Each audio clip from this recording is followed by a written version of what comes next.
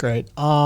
Fucking Pretzel Rocks changed their interface and they took away the percentages and just left us with some bullshit fucking slider that doesn't tell me actual numerical value.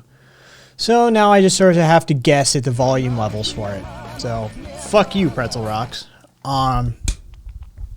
Yeah. Karina, thank you for the sub. 9 fucking months. Tier 2. Jesus Christ, look at that shit. Alright, well, let's take a shot in the dark here.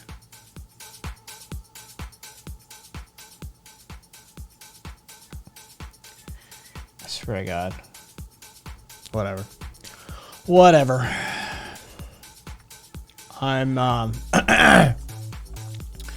I'm in like angry sleepless territory. My sleep schedule just fucked, right? I've just had other shit to do. As a result, like I slept not the appropriate amount in not the appropriate time frames and shit like that. And I'm just awake and kind of angry at this point. A little hazy too. Little fucking hazy. So, yeah. We'll see if Kai doesn't go off on some fucking idiot today. But either way, how are y'all doing? What's everybody up to? What were your days like? Oh, I just sleep stream. Sleep stream. We'll just sleep stream. Cool.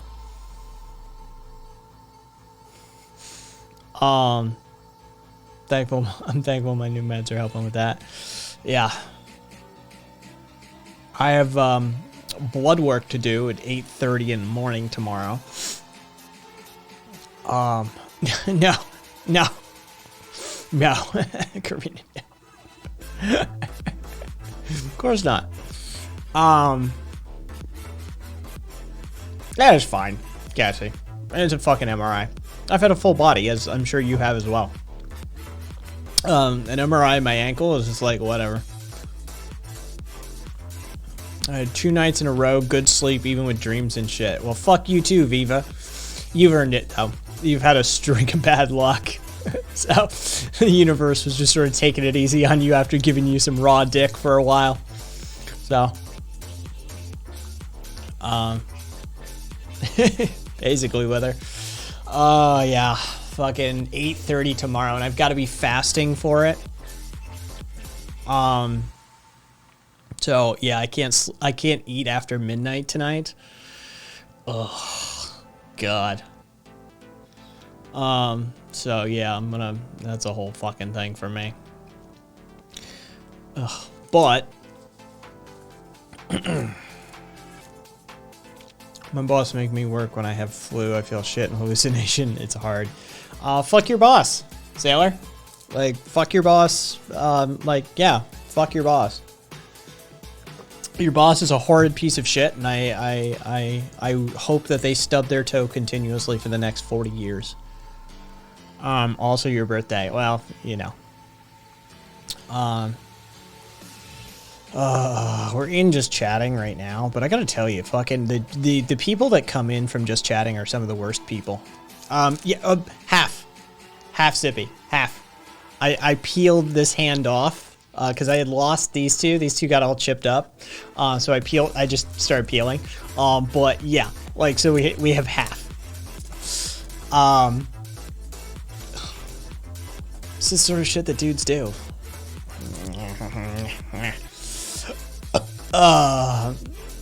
Nail strim, how to. Honestly, yeah, I'm pretty good at it. It's not. I find it not that difficult. I wish my hands were a little less shaky, because I have pretty shaky hands. I always have. But it's not insanely difficult.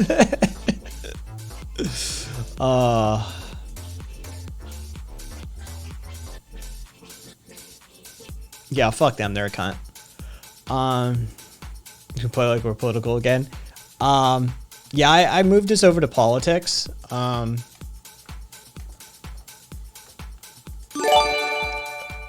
Marcus, thank you for 15 in total. Jesus Christ, Marcus. But thank you for the gift sub, Marcus. And congratulations, Sailor. Marcus fucking hook you up with a gift sub. Happy birthday. We could do the Applebee's fucking shit. Happy birthday from all of us to you. Fucking, oh wait, I was smiling. I have to look like I have like all of the soul drained out of me when you do that. Like, happy birthday from all of us to you. Right? Like, you fucking, or put upon. Yeah, I gotta, you know. I never worked front of house, so I can't really channel it as easily. I never worked back of house either. I never worked in food service. Yeah, Duffy, I never worked retail. I never worked food service. You know, my best friend, who I consider his sister, to this day, her first job, like she had to work. Like her family was broke. All my friends' families were just fucking broke as shit. And except one. Two.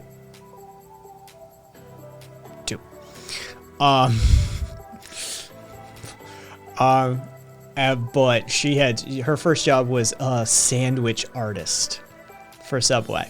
Oh yeah. Yeah, it was like that. Oh god, that fucking job. Nice, Sailor. Yes. Whether somebody has the most assured, many somebodies. Hey, Moomin. I worked retail in high school. Ugh, Jesus. Yeah, I've never worked retail. I've never worked food service. I've never worked a normal job. I don't, straight up. Like all of my knowledge comes from like pop culture, media, memes, and then friends. I have no firsthand knowledge whatsoever of retail or food service or any of that typical stuff. Zippy! Thank you for the sub, Zippy. Convenience store, everyone was cool to me. You know, if it weren't for, like, Duffy, if it were, hey, look, we're like 2.5 minutes out from doing a capitalism, if anybody wants to kick off one of that bullshit. If I didn't, like, live in America, right, like, that seems to me like it could be a really cool gig, actually, right? Like, if it were Japan or fucking, you know, some of the places that you're not gonna get fucking stabbed in the middle of the night. Dude, that'd be fucking, I could really get down with that. Like, that's sort of a writer's gig almost, right? Like, I could see working a corner, like, convenience store and the graveyard shift in, you know, in somewhere in Japan.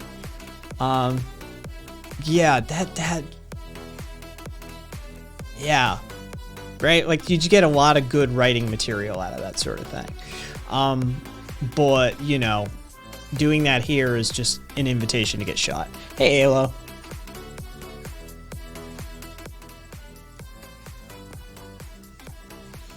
How do you get PayPal donations to show up on in OBS? Grr, Swede, you need to use somebody who's integrated. Stream Elements or Streamlabs. Stream Elements or Streamlabs, turn on tipping and connect it to your PayPal account, and then people can tip, and it will go into your PayPal account, but the tip will show up on the overlay. So Streamlabs, let me pull it up, give it a look. Depending on what I have left in the tank after this stream, or sometime before Saturday, if we don't get it straightened out for you, I can fucking help you remotely or something like that. Sweet. Yeah, okay, so Streamlabs has a custom tip page, and then you set up the custom tip page, and then you're going to set up, I'm guessing, an alert box. Let me check.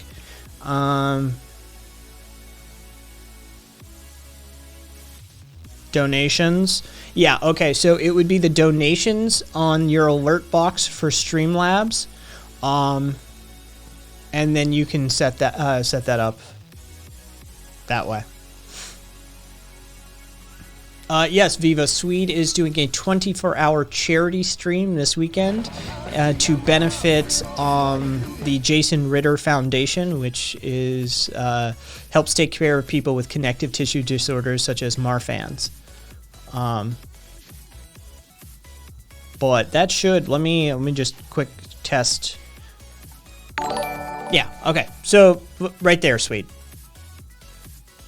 I don't do donations, so you never see mine pop up. I don't even have it customized, but that's what it would do. John Ritter for aortic health. Okay, cool. Never mind. My bad. Everything I just said was fake news. And if you no longer want to donate, feel free to do a chargeback on your credit card. Yeah, Wither, I know. I've literally said numerous times how one of the very first things I did on Twitter was slide into his fucking follows and eventually be able to DM him.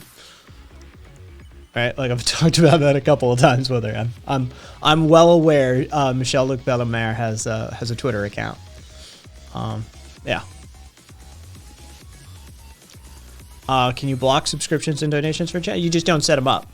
Whether you just don't set them up. And so you can then disable them. Oh, let's see.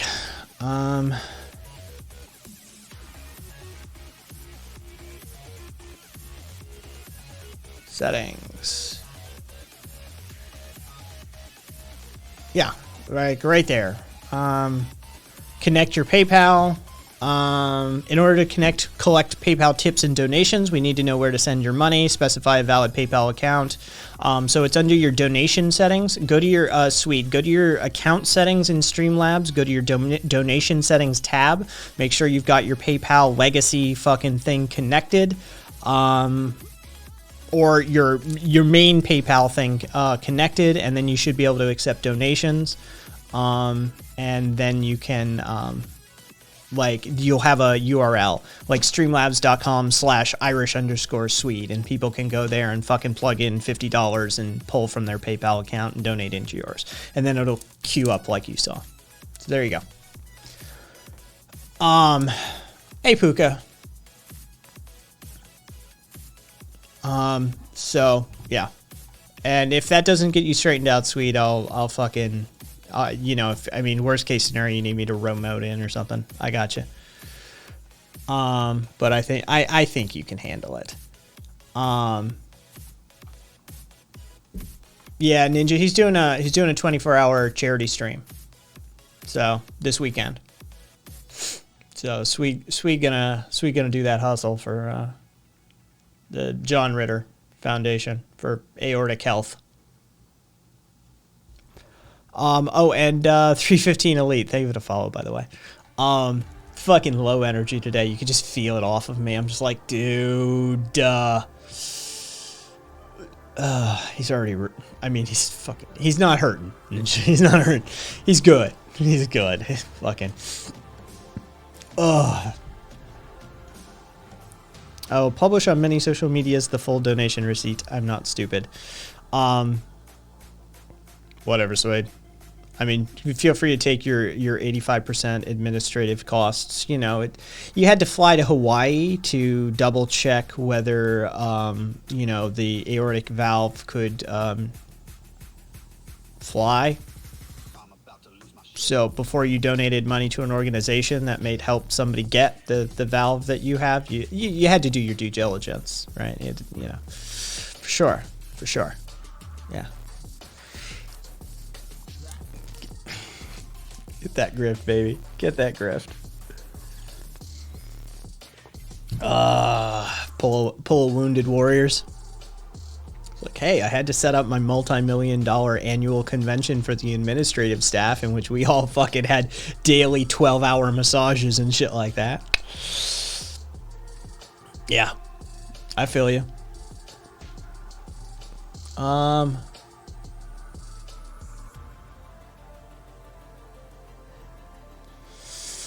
Says cloning is cool. And it's got a series of chicks in like fucking old school like dresses and shit.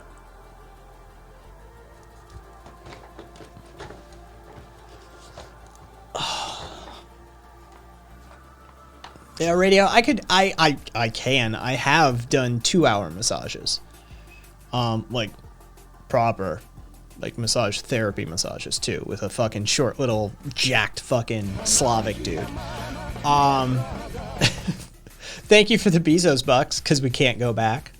Yeah, I've done 2 hours. Gotta go for a bit. I'll lose my phone. No worries. Karina, get me some new PJs. Promise not to say no to my girly choices. Holding some Canadian plaid PJs and bright pink sweatpants. Rock on, fucking Karina. Enjoy. I mean, fucking sleep. I'll do it.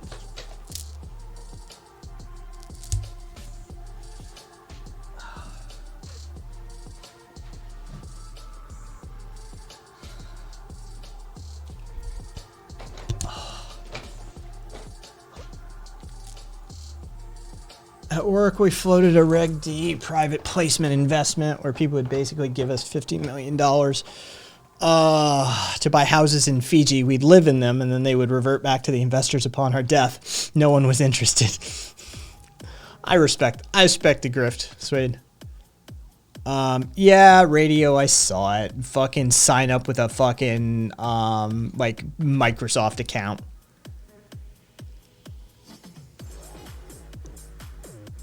Microsoft Authenticator. You can remove passwords from your account completely.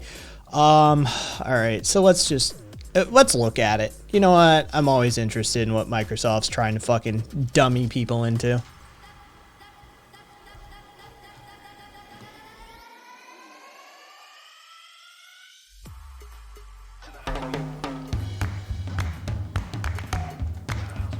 Let's face it, passwords are a pain. You have way too many to remember. They can be too complex to get right, and resetting is a hassle. Or if you can remember them, it's even easier for somebody else to guess them. Just ask a hacker. Seriously, there are 579 password attacks every second. That's 40 times more than a hummingbird flaps its wings every second. So Microsoft is helping you ditch those passwords on your Microsoft account while keeping you more secure. With Microsoft, secure login is as easy as a look or tap on your phone. That's it. You're in. No more passwords. And with the Authenticator app, the switch is as easy as 1, 2, 3. Let us show you. Start by going to the security settings from your Microsoft account home screen. Under Passwordless Account, choose Turn On. That's click number 1. Once you click Turn On, this dialog will appear. Just choose Next. That's click number 2. Now just approve the notification sent from the Microsoft Authenticator app. And that's click number 3. You're all set. And next time, one click in the Authenticator app is all you need to log in. Go passwordless today. It's a keychain. It's a keychain. Like it's just a keychain. Apple, Android, everybody has that.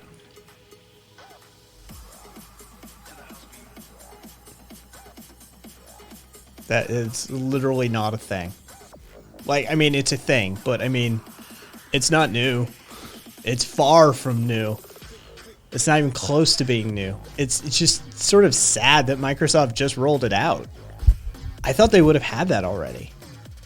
Like, they're advertising that shit? I'd be embarrassed to advertise that.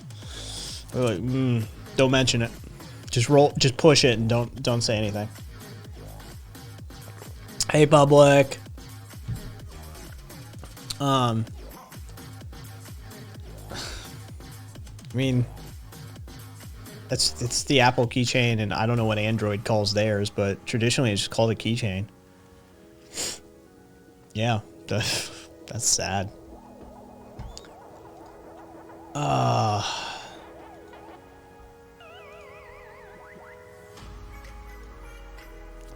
Caboose. For the most part, yeah. They're fine. Like, I know the Apple keychain's fine. No big deal. So long as the encryption is properly implemented on your keychain software, then you're good. Yeah.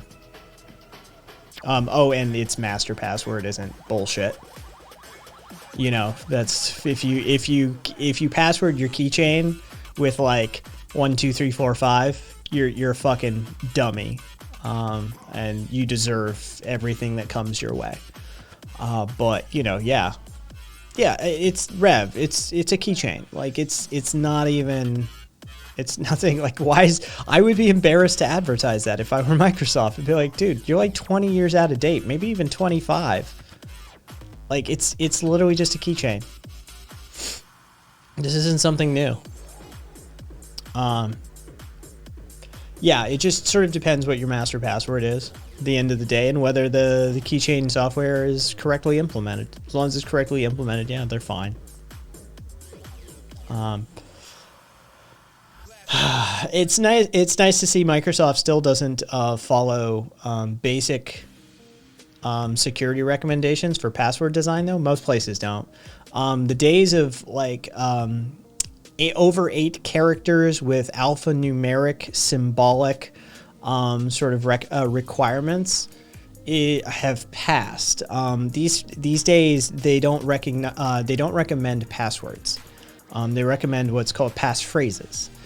Generally slightly modified sentences and or phrases that you can more easily remember, right?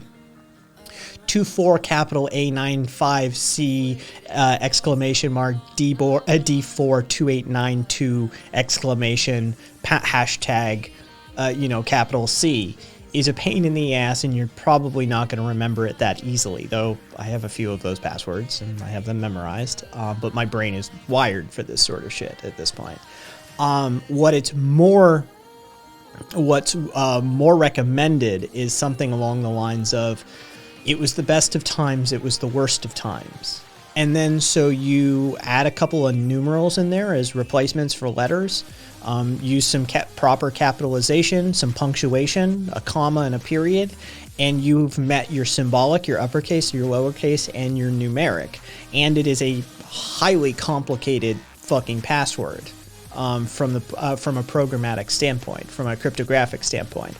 So yeah, these days, security-wise, what's actually recommended are passphrases, not passwords. But most of the companies are reticent to move people over to them because people are fucking creatures of habit, and you can't fucking that's just Jesus Christ. I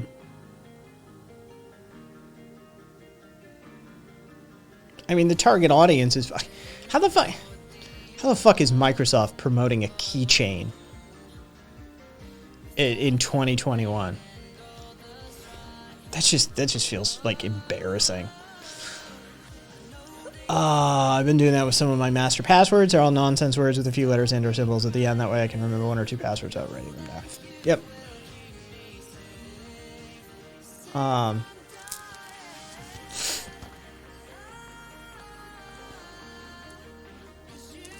Attaboy, Marcus. Of course it was Iraqi Freedom 2009. That sounds about right. Do you all know the story of the nuclear launch codes, right? For years,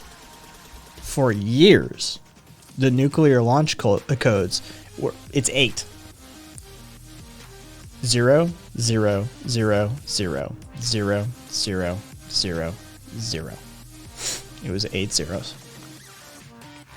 The keys to the U.S. Remote nuclear launch system, aka the presidential football, for years was 8 zeros, because they didn't think that the multiple sitting presidents could remember an 8-digit code.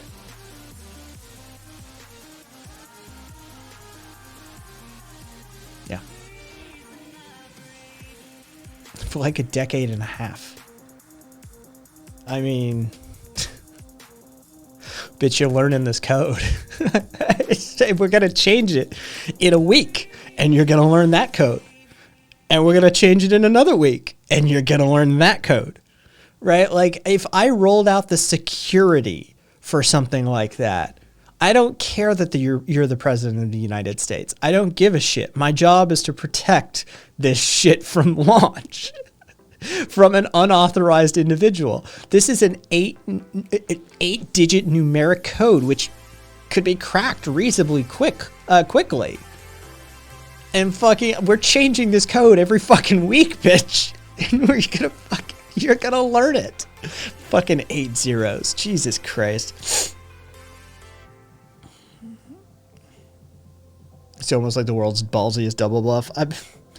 It's not a, see, this is the thing, Marcus. If you were trying to brute force it, you'd strike it immediately. It just tick, tick, tick, tick, tick, tick, tick, tick, tick, tick. Done. Because the way a brute force would work is it would start at, you wouldn't even tick, tick, tick. You would start at all zeros. You'd go 0, 0, 0, 0, 0, 0, 0, 1. Like after you try all zeros. And then you'd iterate up. Right? Like that's just how a brute force would work. They'd have it on the literal first try. They'd be like, and go. And it's cracked.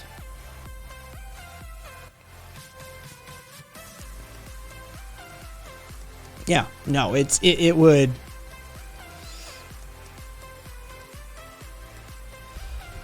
Caboose, I know, and Zippy, fine. He's a cult. He's an aspiring cult leader. Fuck him. As long as he's not restreaming me and claiming to be an anarchist and shit like that, I mean, he's gonna continue. Sorry, he's gonna continue to claim to be an anarchist, even though he's a fucking batshit moron. But whatever.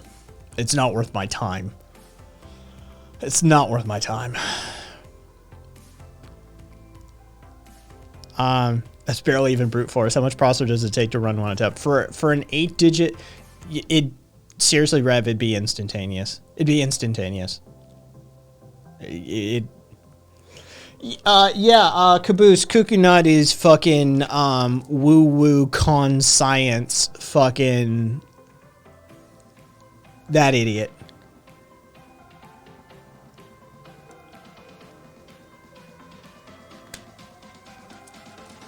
Just use hex 0. If you're gonna do like a base 7 or a base 12, just do hex.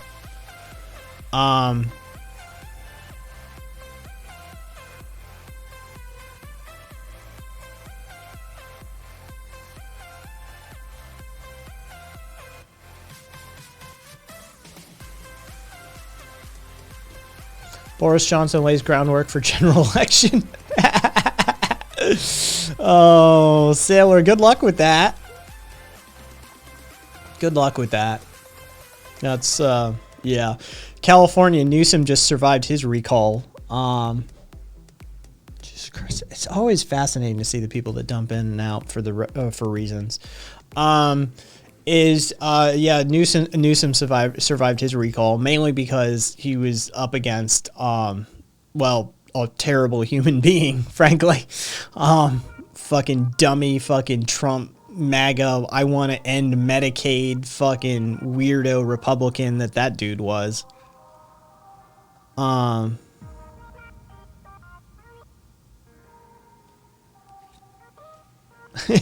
Sailor, please shoot me. Wait, no, Americans, I'm joking.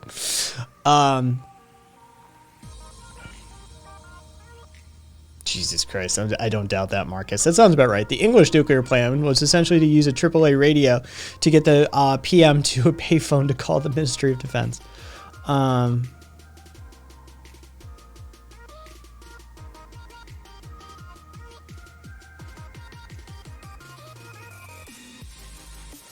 mean, it's like that old Chappelle bit, Cupcake, about how, like, if you see a group of like black dudes walking down the street and they got one white dude in tow, the dude you need to be the most afraid of is that white dude, because you don't know the crazy shit he had to do to earn their respect. The same goes vice versa for the black dude in Republican circles, right? Like, you have no idea the crazy fucking beliefs that dude holds in order to earn their respect and overcome the innate racism usually that's in that group. Yeah, it's a whole fucking thing.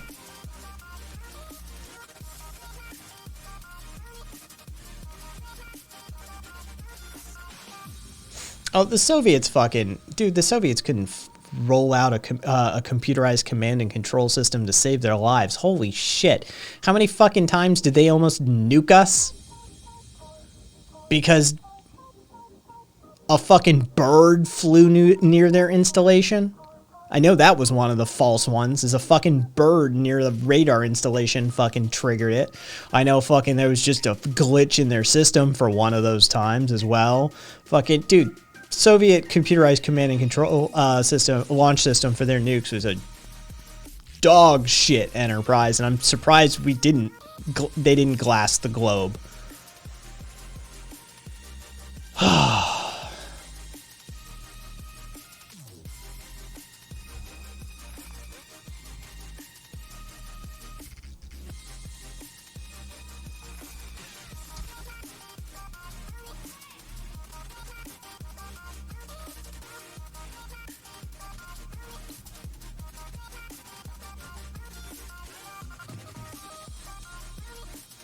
Oh god. So Nicki Minaj got fucking kicked off of Twitter? Went live to speak on her Twitter account getting disabled. Well, you know, is that what I'm interpreting there, stream? Well, you want to know what happened to Nicki Minaj? A lack of an education and too much money led her to believe that she knew something. And then she went on the fucking internet and ran her dumb mouth off about her cousin in Jamaica or some shit like that who got a fucking COVID vaccine and then his balls swelled up and caused infertility or some shit like that. And his fucking fiance called off the wedding or something. And everybody was like, yo, bruh. That's a symptom of gonorrhea or chlamydia, not the fucking vaccine. Homie was fucking around and he caught the clap and it caused his nuts to swell up to the size of grapefruits and caused infertility. And his fucking his soon-to-be wife found out he was sleeping around on the side and fucking called the whole thing off. It didn't have to do with COVID, you dumb cunt. But hey. Or it was the COVID vaccine, like Nicki Minaj said it was. Trinidad and Tobago. Thank you. I knew it was somewhere in the Caribbean. Right? Like, ugh.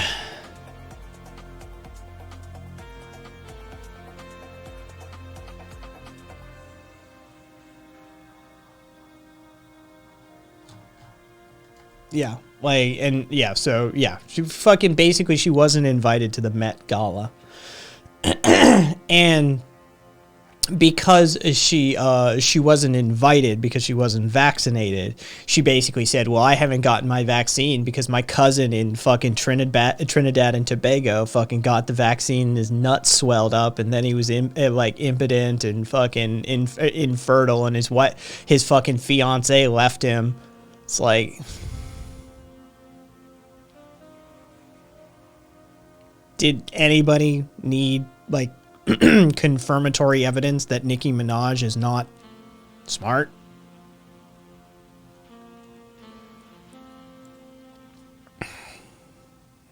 That is fair, Zero.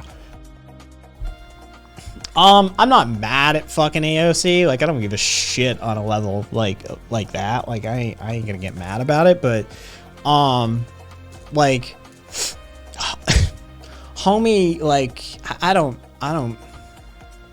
it's the Met Gala.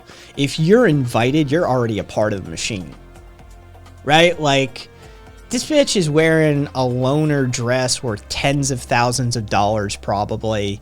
Her fucking plate has been covered. It's a $35,000. It's a $30,000, I think. $30,000 a plate fucking dinner, right? Like, the people you're hanging out with are some of the worst fucking people walking around. And if you're invited, chances are you're already a cog in the machine. And so spray painting fucking like eat the rich or tax the rich or fuck these bougie fucks on your $10,000 dress at your $30,000 a plate fucking gala doesn't fucking help me. It doesn't help you. It doesn't help anybody, nor does it actually do anything to tax the fucking rich. All it does is patronize the poor.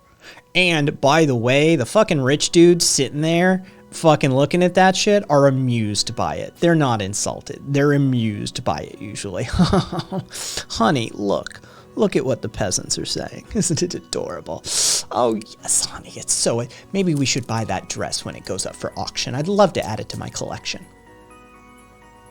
It's a fucking joke. It's a fucking joke. And the fact that AOC fucking wears a fucking tax the rich and whoever the other dumb cunt was that wore peg the patriarchy. Oh, for fuck's sake. This entire event is funding the rich and the patriarchy, basically. Like, it's furthering their soft power. So, like, am I mad at AOC? No, I don't give a shit about AOC. But do I think that fucking paying a lick of attention to any of that bullshit matters? Nah. I think it's a fucking joke. And I think she's a joke for doing it, frankly. I think it shows that she doesn't understand it. Either you're a part of it already, or you just don't understand it. And so it makes me think less of her, frankly.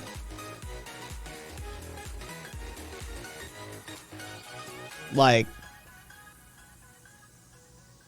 seriously?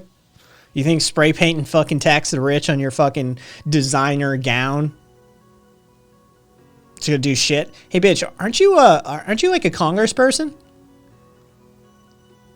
Yeah. Yeah, why don't you actually do something then? Like that ain't doing shit.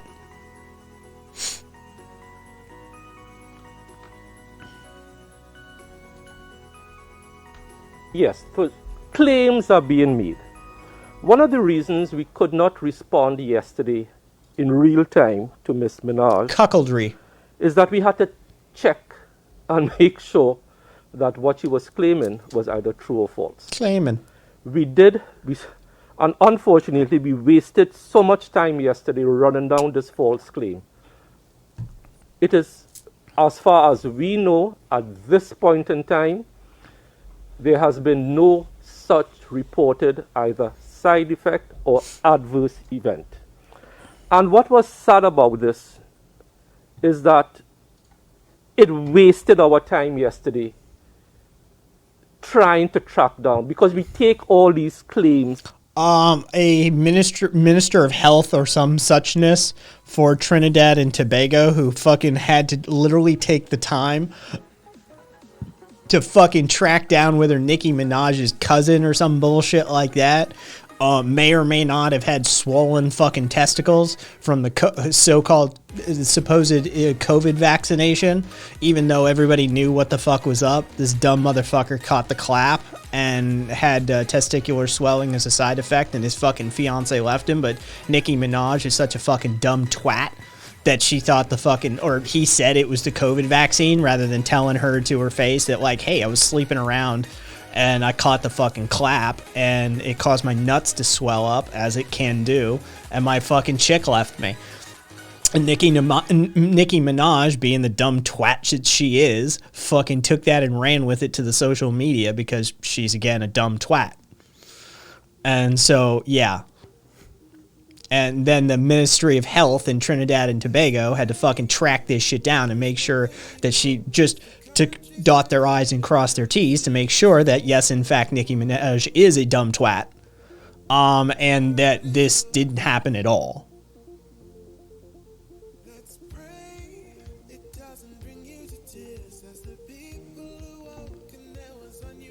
Eric Clapton will write a song about swollen testicles soon.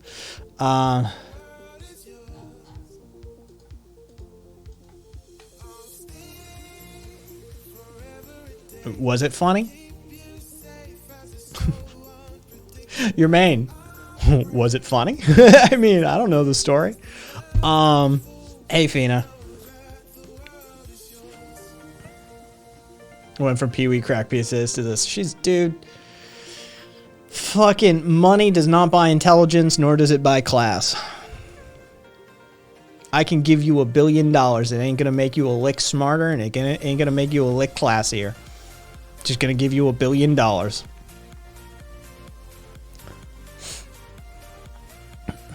I can call some of my hedge fund friends and let you know what they actually said about AOC and her dress if you want. Sweet, I fucking love it. $1 billion to throw a Motley Crue concert. That's what you do with it, Duffy? You'd throw a Motley Crue concert? Trust me, if I had $1 billion, there would already be a compound in Costa Rica. Y'all, like, yeah, it'd be a thing. It'd be a thing. Actually, I probably wouldn't go to Costa Rica, but you feel me.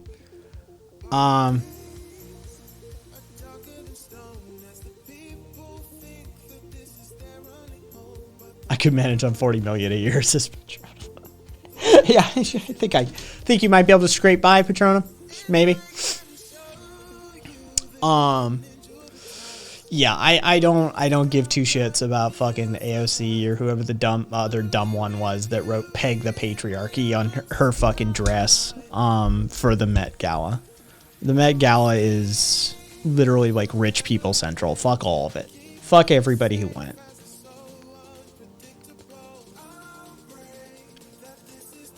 Yeah, so,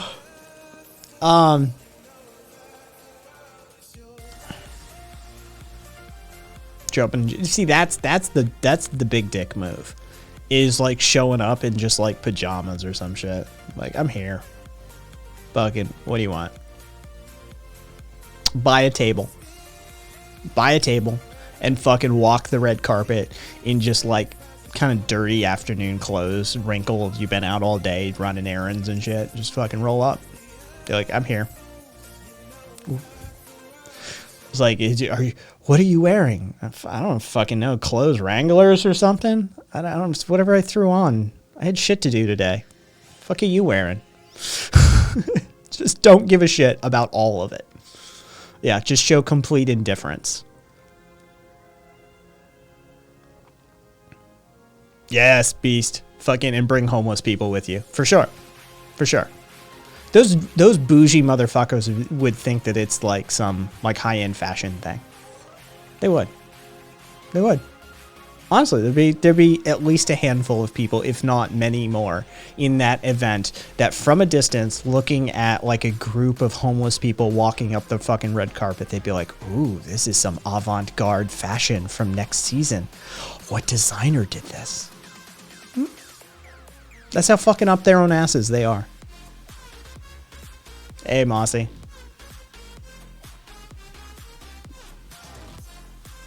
Mullet in tow and some pervin shades. Yeah, exactly, Beast. It'd be exactly like that dude from fucking Dirty Work who just completely misses the point. Yep. Yeah. I have nothing but contempt for all of those people. Anybody who attended. And everybody was like, everybody immediately, like, all of the crews, fucking, like, AOC's dress costs how much? Like, where did she get this? It's a fucking loaner. Those dresses are always loners. Well, how did she get in? What, it's $30,000 a plate? She got invited. New York politicians are invited gratis to the Met Gala. It's a regular occurrence, you fucking low-class idiots. Do you not understand how these events work? Oh, that's right, you're broke. You don't understand how these events work. The politicians are invited gratis to these sorts of events because these sorts of events are for power networking. They're to create a circumstance in which the rich and powerful can rub elbows with other rich and powerful people. This is how the network expands and reaffirms its own in-group associations. And so like that's all it was about. Like her ticket was free and her dress was free. But that wouldn't you?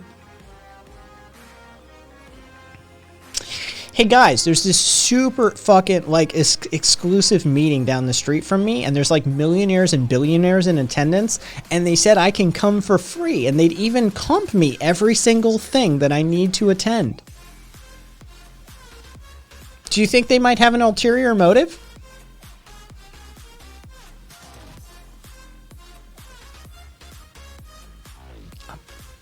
Yeah.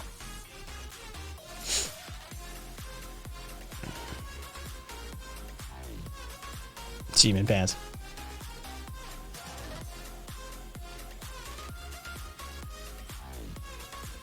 It's immediately you should be suspicious of that. Immediately you should be suspicious of that. But she just goes and smiles and glad hands. And she put a snarky comment on her dress. So it helps her. Come on. The whole thing is fucking slimy as shit. Would landlords equal parasites be better on the dress? No, nonsense. It doesn't matter what's on the dress. Doesn't matter. You could literally write like guillotine these rich fuckers right now. Do it now for the love of God. I have a machete in my purse. Take it out. Do it now. And it wouldn't mean shit. You're in a $10,000 dress at a $30,000 a plate fucking gala, surrounded by millions and billions of dollars. It doesn't matter what's written on the dress.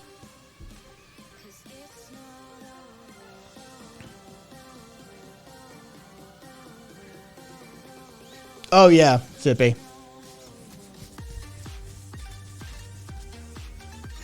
I don't know whether collapsible. Yeah, it's a moot fucking point. That's why like people losing their minds over is like the whole thing was fucking bullshit. How the fuck can I avoid being a doomer? I mean, zero, lots and lots of fucking drugs usually. Oh, so you mean when the Houston Texans owners invite us to sit in the owner's box, they want something from Bobby? Cassidy, who would have guessed that they'd like to know one of the casino executives? I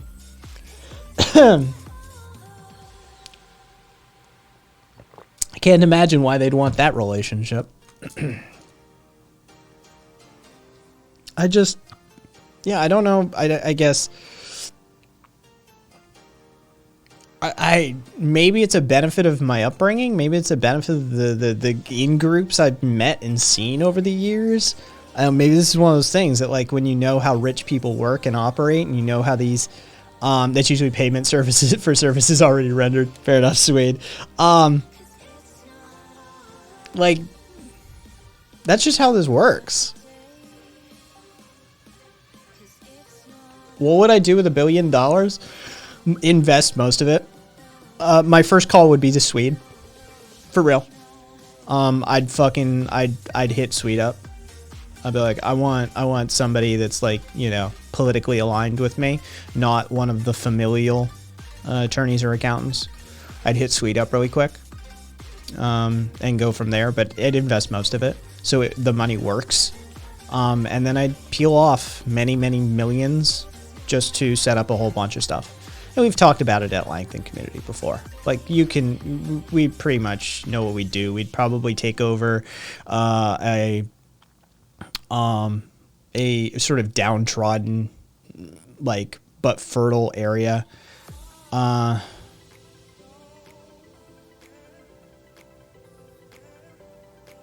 mean, you know, so we can negotiate, Sweet. We can negotiate.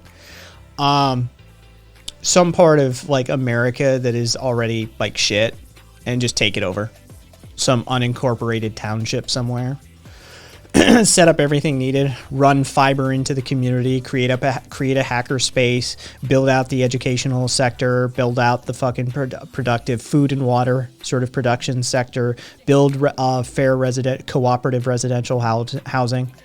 And I mean, you could spend 15, 20, 25 million. You could spend 50 million doing this, and off of $1 billion, that's nothing. It's literally nothing.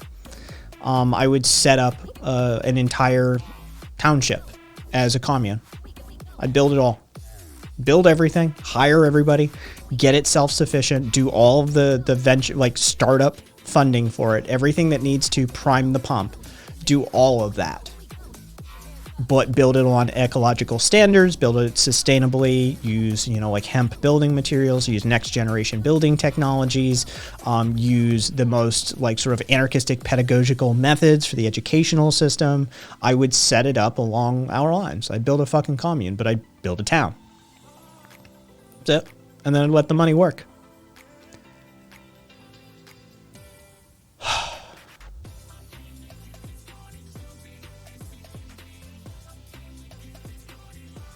We could do that, Sweet. How about 9? You take 9 basis points? Off a billion, you'd be fine. Your kids would be fine.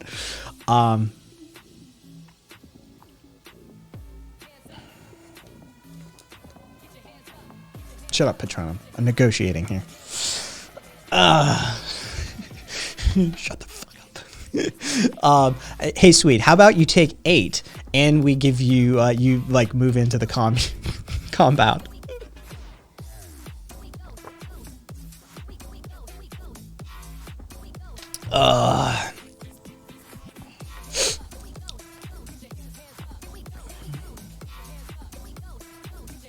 Rev, I just need to, like, I've got an impulse, right? Like, yeah, even if it's 9.5, if he asks for 10 and I get him down to 9.5, it's a win. Yeah, it's an impulse. My fee per quarter on the weighted value of the assets during the time period 7, and we invite you over to the next. I would invite you to the net call. If you don't want to do drugs, is there another way to be happy? Does anybody got any ideas? Yeah, stop paying attention to anything. Hey, Godpunk. Basically, stop paying attention to everything. 0. Just stop paying attention to everything.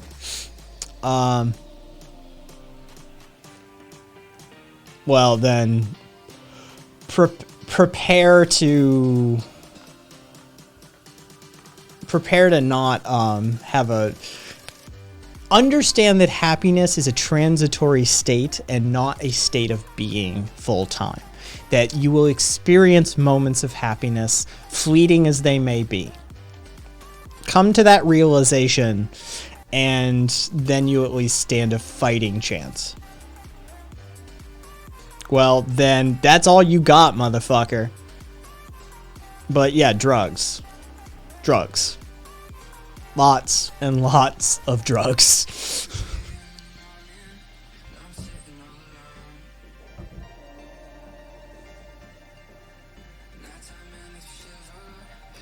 Yeah, alcohol is always a bad idea. Dude, alcohol is the shittiest fucking drug. It's the shittiest fucking drug.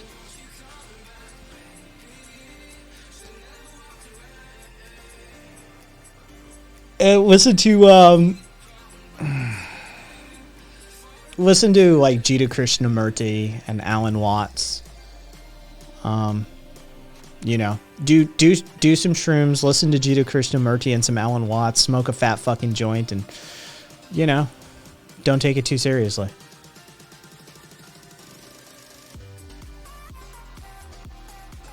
Yeah, the float tank doesn't do shit for me, Rev.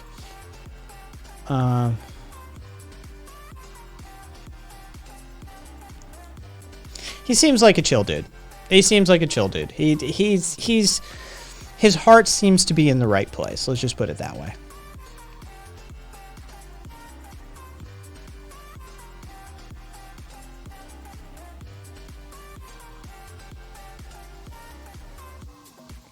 Yeah, Sweet, I just want to, I want to actually start from scratch. Yeah, I'd start from scratch. I'd do a field of dreams, build it and they will come.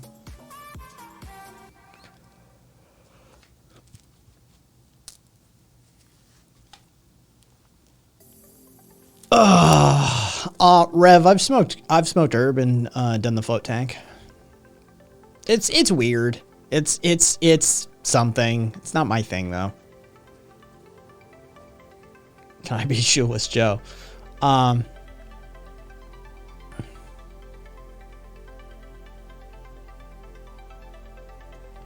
Yeah, I haven't looked into his book.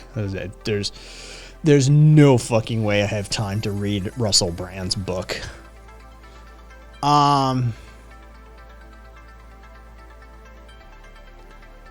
So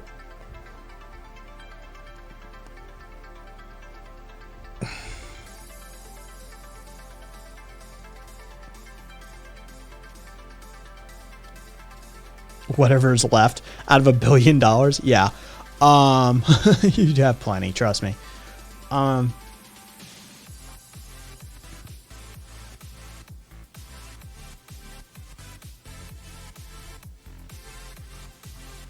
Yeah, like I don't pay any attention to fucking that sort of thing.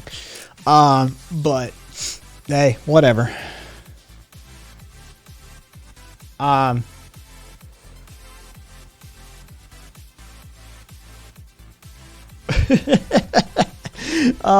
OG Epcot was cool as shit. Want to know how to become a millionaire? Start with $1 billion and start an airline.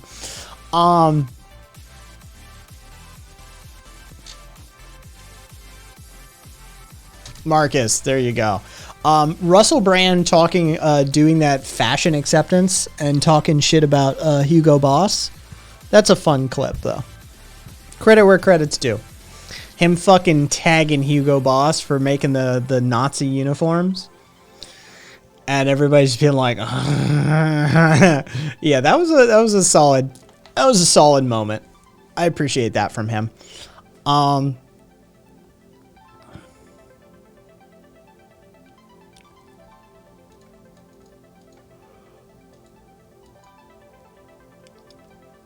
I got like a bunch of headlines that would piss the fuck out of you. Like, I mean, if y'all want to get your police hard on, I got plenty. It's been an interesting set of days for like news headlines for fucking the cops. As a pansexual, Russell Brand, he's too hairy. He's too hairy for me. He's too fucking hairy. I'm not even gonna put him on the screen. I'm not even gonna bother. I'm just gonna fucking speed run these because, quite frankly, I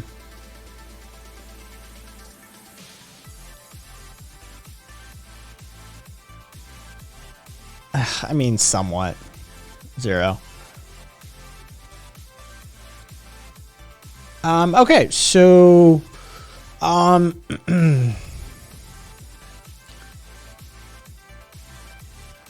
remember the woman who got beat up by the fucking Philadelphia Police Department while she was trying to make her way home, and they stole her 2-year-old child from her and used the 2-year-old as a fucking prop in social media posts about how they're not your enemy and we're the thin blue line, we're the only thing standing between order and fucking and anarchy.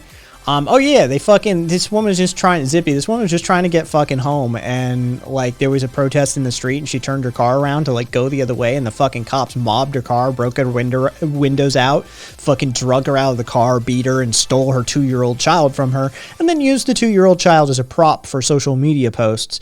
Well, the taxpayers of fucking the Philadelphia greater metropolitan area will be funding the $2 million that settlement that is being paid to that woman.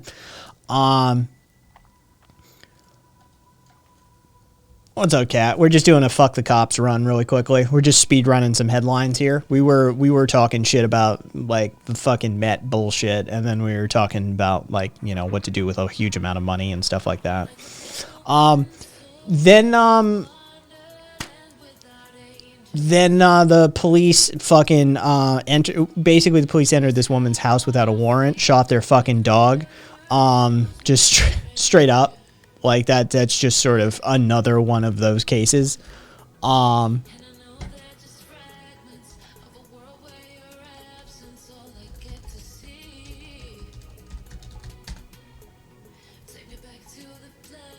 second. Hey, got punk. Thank you.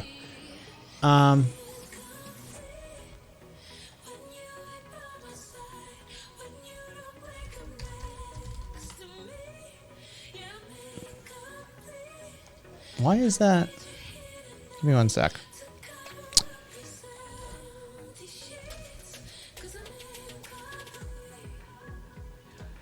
Oh.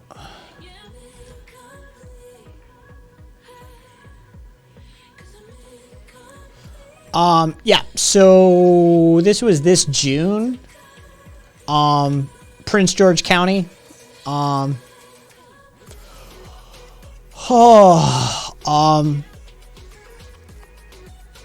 So like woman's in her bedroom one night in early June. Here's a knock on her door and voices on the other side announcing them as the county police. She asked why they were inside her apartment already. but they gave no answers instead. They commanded her to come out of her bedroom, and she said she complied with her hands up because, again, they were already in her apartment, weapons drawn. Oh, fucking Sailor, I can't answer that. I don't fucking know. Consult an attorney. So her roommate, she was 24. Her roommate was 27. Her roommate was in the apartment too, pinned to the ground with a taser pointed at her head at that moment. And one of their friends starts recording on her phone. Their dog, a 6-year-old dog, ran out of the bedroom. Officer immediately shot it, then another one shot it, and then the third one shocked the dog that had already been shot by 2 separate officers with a taser, according to the video account. They then, of course, didn't help the dog. The dog ended up having to be euthanized after, they let it suffer and squirm on the carpet, like bleeding out and shit. And so, that's after them having to spend the night being detained in the back of a hot police van. Because, and keep in mind, they didn't have a warrant to enter this apartment. They had no actual legal justification for being there. They claimed that they were investigating a report of a dog bite in the apartment complex. The police said that they announced themselves before entering.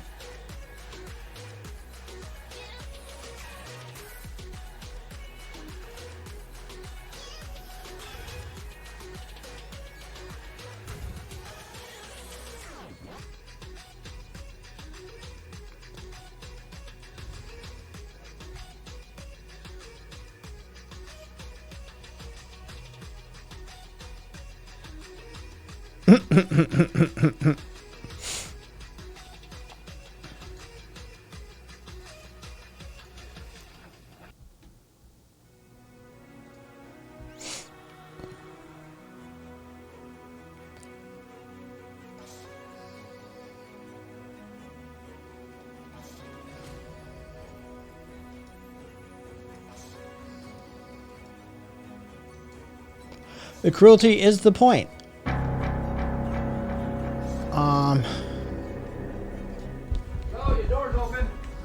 Here's another one. This one I think I can show on air. We'll see.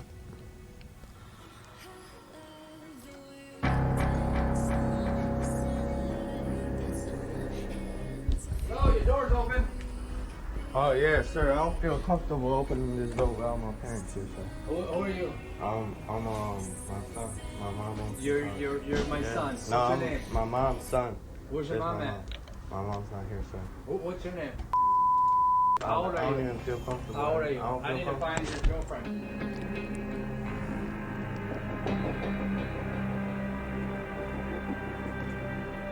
Forced entry.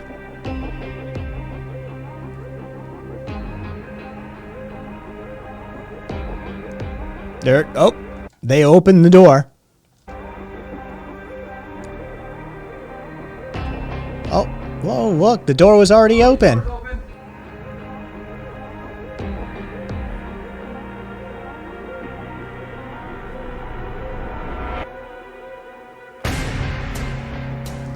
They got the fucking music on this one, don't they? It was an illegal search of this home. It was an illegal seizure of that minor, and ultimately it was a false arrest. We're investigating ourselves, don't worry.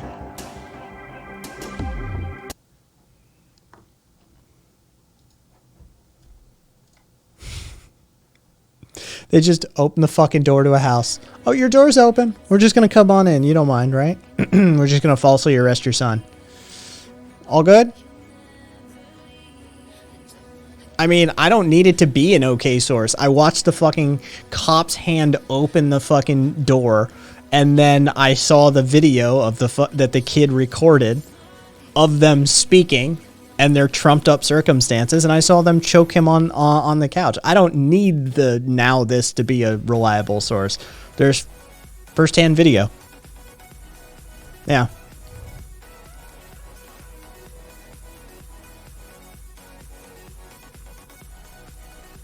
Oh, I don't know. Zero. I have no idea. I just collect. What's guys here? I just ate a I Hate Life waffle with ice cream on it and some premium maple syrup. Nice. Yeah, the Hennepin County is trying to prevent the release of the footage of their fucking SWAT team firing 40mm grenade launchers at citizens from fucking vans. They're desperately trying to prevent that footage from being released. Because that's some of that shit that you might have heard, like, in the news. Like, I covered it. Fucking that dude who shot back at the cops because they were driving around in an unmarked van shooting a fucking 40mm grenade launcher at people, and he thought he was gonna get fucking shot because the governor had warned people about white supremacists and shit like that. So he fired at him. And he ended up having all charges dropped. He ended up actually acquittal, not charges dropped. He went to fucking court. He ended up a full acquittal. They're desperately trying to prevent footage from that SWAT team being released because apparently what they were doing was driving around in an unmarked van firing a 40mm grenade launcher at people. So, yeah, the Hennepin County attorney is fucking in courts right now trying desperately to get that footage squashed. Why do police even have 40mm grenade launchers? What, your police don't have 40mm grenade launchers? Yeah, they have them for crowd and riot suppression reasons. No, they're, yeah, oh, I thought I saw an almost. Yeah, they're armed state-funded terrorists, that's why.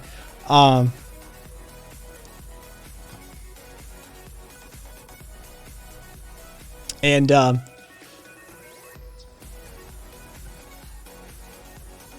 yes, you do. And Time to turn talk into action. So, Orlando Police Department's former police officer of the year, one Officer Mills, is at present being charged with sexual battery. Oh, it's just, yeah.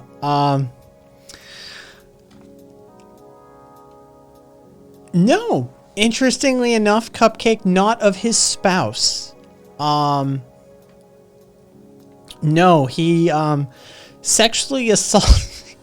He sexually assaulted a gentleman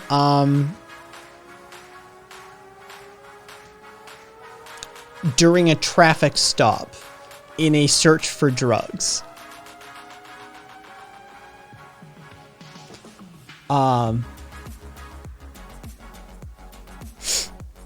Yeah. The federal lawsuit has already been settled, out of this. But yeah, he, I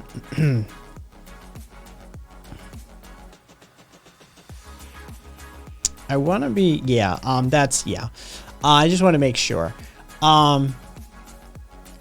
He pulled over a fucking beater Toyota Corolla, pulled the passenger and the driver out, and basically was looking for somebody.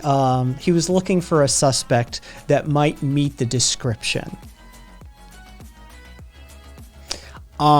He asked the man to get out of the car, opened his door. He then searched him.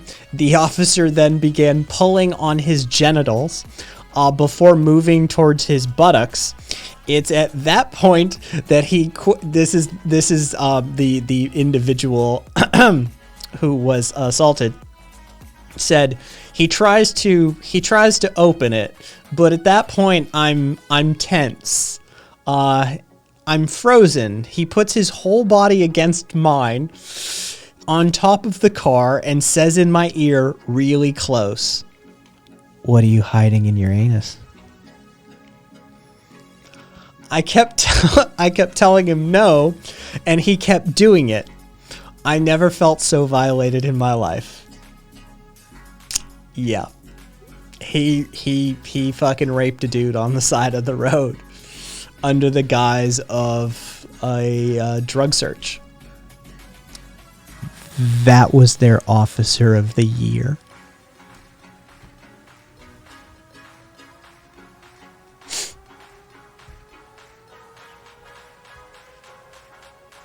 Yeah. Orlando PD officer of the year.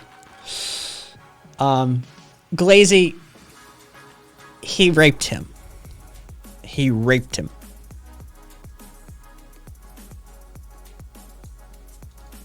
Like, he literally leaned in and sexually whispered in his ear, "What do you got in there?" All right, like, it got weird. He wasn't just searching for drugs. It got weird. Yeah, LibCubed strikes again. Yeah, like, he literally leaned in and whispered into his ear all breathy and shit, too, for the depositions. Like, it's fucking weird as shit. He raped him. He raped him. All right, J Miles, I saw your shit. Let me get back to it. Felix Lucius, thank you for the follow. Hypothetical. Little person decides to get together with a bunch of other little people and form a YouTube channel that has a circus-like show that plays on their height as amusement and entertainment and things like that. It's able to provide both enjoyment and a solid income for all the people involved. There's outrage from other little people and they don't like the way it makes them look in the media and to society. They don't like how they're depicted. Do you think the show is positive or negative? I wouldn't say whether it's positive or negative. I would say it's well within the right of those originating group of little people to do what they're doing. Now, as to whether there's a net social positive or a gain or loss attached to that, that's probably for their in-group marginalized community to have a discussion about, and there probably are rightful judgments, there are probably rightful concerns within the group that you are sort of, you know, that you may be playing into a stereotype. But I mean, then there's the argument of somebody like Brad Williams, who is, you know, just as funny and fucking does like full-on midget jokes and shit like that, right? Like, you know, and it like goes across the stage going and shit like that, right? Totally funny as fuck and like leans into it. And does it in a sort of a highbrow, intelligent manner, right? Is that a net negative for society, for, you know, little people as a whole? I don't fucking know. It's not my marginalized community to speak for. But at the end of the day, if there's no one being put upon in that original group, it's well within their rights as autonomous human beings to set that up.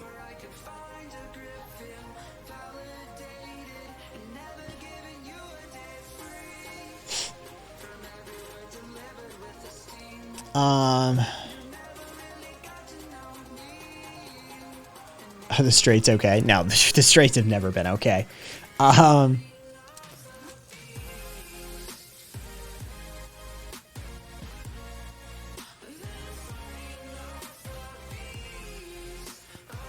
Glazy down for a little anal play.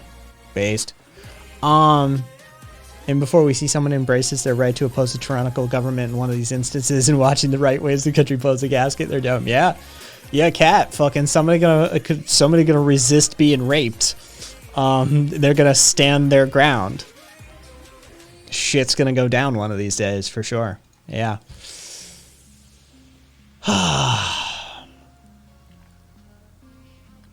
Yeah. Weirdest thing is in Canada, the idea of this stuff happening with the police officer and the guy pulled over to cause a year-long travesty in our media and news. I think America would freak too, but Canada would freak the hell out. Nah, fucking, we don't freak. It's just a fucking footnote for us. It's not even a headline. It's barely, it's a regional headline. That was from the Orlando Sentinel that I pulled from, not from like a major national source.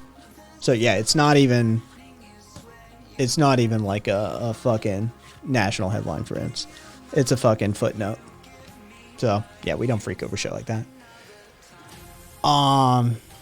Cat, you haven't seen fucking Gen Z. I'm telling you nonsense. Gen Z sleeping on Pee-wee. Of all the weird shit they're into, for all the, like, you know, surreal memes and shit, honestly, the fact that they're sleeping on Pee-wee so hard is hilarious. Like, they just straight missed it. For the info story, you should hoard some of the most atrocious things cops have done. Dude, I would just like link to Bad Cop No Donut on fucking Reddit and be like, there you go. There's like tens of thousands of items. Just take your fucking pick. There's no point in us archiving them.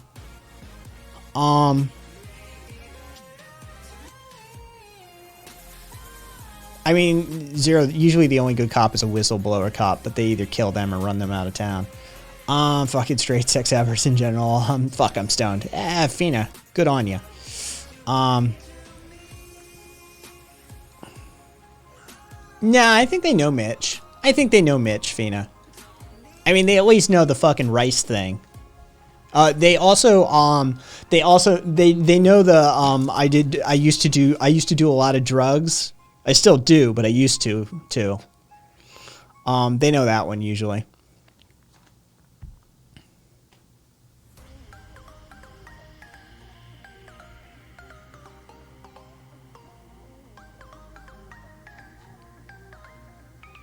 Escalators, temporary stairs. Yep.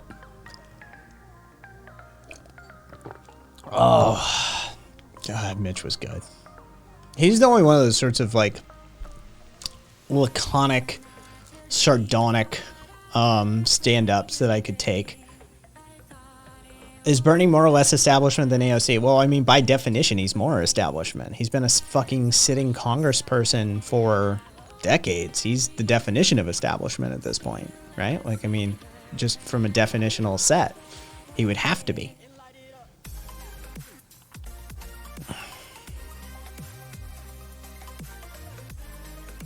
I don't have a girlfriend. I just know a girl that'd be really angry at me for saying that. Yep.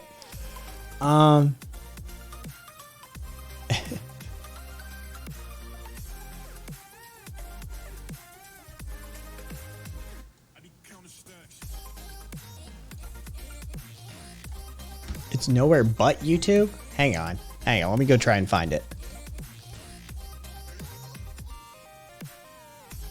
Nah, you can grab a copy right here.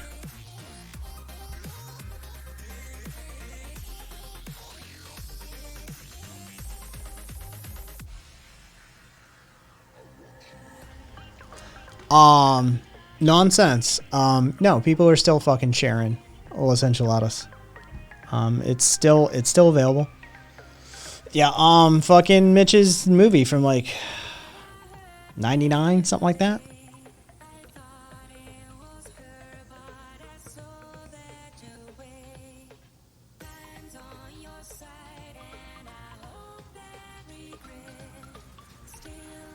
I can't speak to that. Zero. I don't know.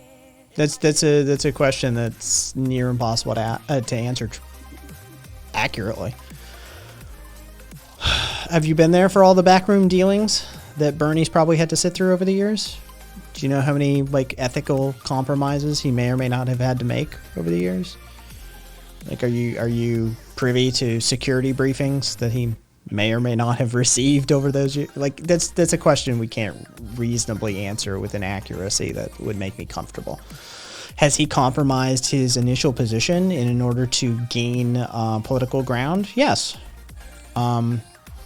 But to be perfectly honest, at the end of the day, I think Bernie started so much further left than AOC that he could give up 97% of his ground and still be further left than AOC. Bernie started by getting attacked by dogs in the streets. Bernie started by being drug off the fucking streets by cops because he was one of those dudes, right? That came down into the South to help protest for civil rights from up north, right? He went toe to toe with the fucking white Southern cops. Bernie sat on the fucking congressional floor and called for the absolute dissolution of the CIA. Right? Bernie started so much further to the left that even with his like compromises over the years, I'd still say that fucking he's further left than AOC. Like if you cornered both of them and had a heart-to-heart conversation with them, like bullshit aside, I think you'd find Bernie still a lot further left than AOC is. Yeah.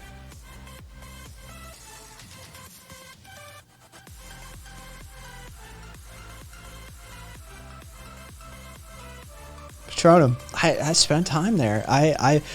My voice has, when I'm doing like a proper reading and you know I'm enunciating and I'm doing diction, there isn't much Southern in there. But when I get colloquial, there's a good bit of drawl in there. I like it. It's useful for intonation.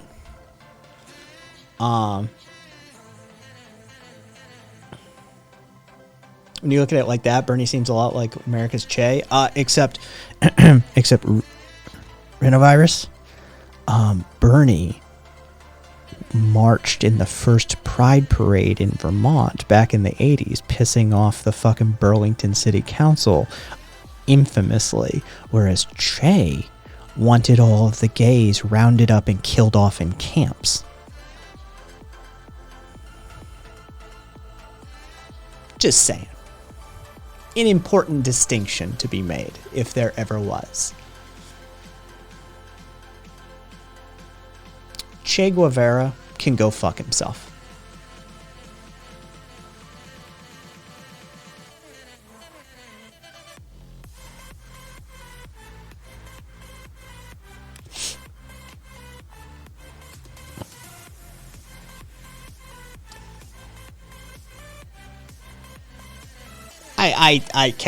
Yeah, definitely an argument for that to be made.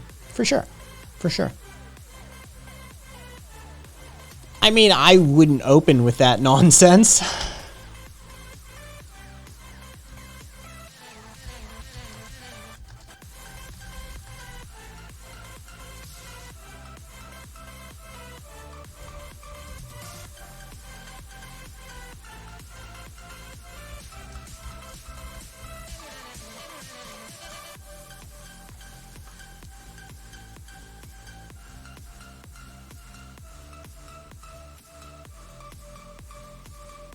Yeah, oh yeah. Like, Che Guevara was a shit human being. He was a shit human being. He did some liberating. He fucking helped liberate some labor forces for sure and did some like leftist gains, but not leftist as we would think about it, quite frankly. And he, as far as his like toxically masculine, patriarchal, cisgendered, heteronormative viewpoint of the world, like, dude, seriously, the guy was a fucking shithead. And he was super authoritarian in the measures he would take. Right? Like, he was not above throwing your ass in a camp and fucking working you to death. Right? Like, he was a horrible human being. He got a couple of things done, but damn. Right? Like, this ain't a dude I'm fucking rocking on a t-shirt.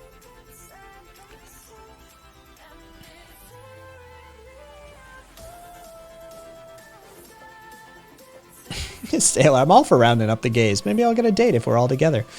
How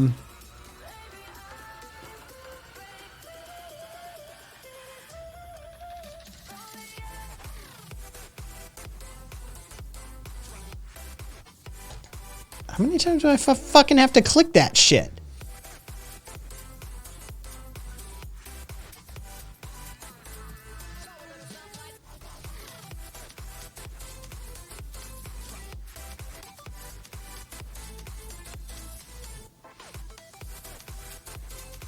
He was a white Latino communist in the 60s at the end of the day. Fair. Fair enough, Kat. Fair enough. Thoughts on Alexander the Great? I mean, no. No. Alexander the Great is too fucking old for me to give a shit about. Right? Like, that's Yeah, he wore a skirt. That's literally that. Alexander of Macedonia is the only contribution to the modern world as I see it is he was a big dick fucking general who conquered a whole bunch of the fucking known world and wore a skirt doing it so I can throw him in the faces of chuds. That is my only use for Alexander the Great. Beyond that, I don't give two shits about the dude.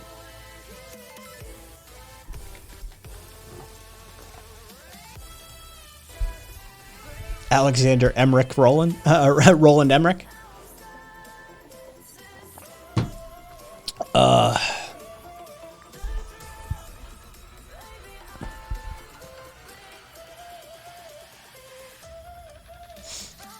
mean, sweet. Just because he had the good sense to die young. I mean, I've said it before. Fucking if Hendrix survived, he would have been doing halftime fucking Super Bowl shows with, like, you know, Britney Spears and fucking NSYNC in the late 90s and shit like that. We'd have a fucking Katy Perry, Nicki Minaj, Jimi Hendrix halftime Super Bowl ad in which he hawks Pepsi and Cheetos at us. Right? Like, that shit would have happened. Instead, he had the good sense to die young, and now we get to look back and say Jimi Hendrix is one of the greatest musicians and artistic contributors to the modern era. Right? Like, we get to actually appreciate him. But had he stuck around, yeah, for sure. I know, right? Australia, thoughts on the Mesozoic era? Not the best era. I'm more of a Jurassic era, but what are you gonna do? Diogenes is one of the best motherfuckers out there. I don't know what the fuck you're on, but Diogenes is like one of the properly big dick fun ones.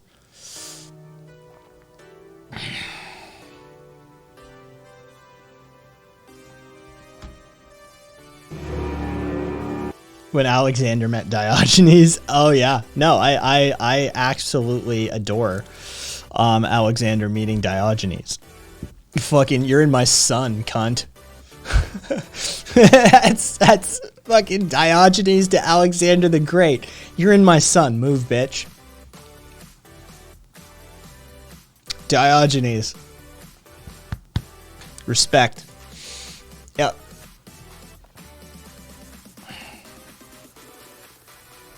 Oh, I mean...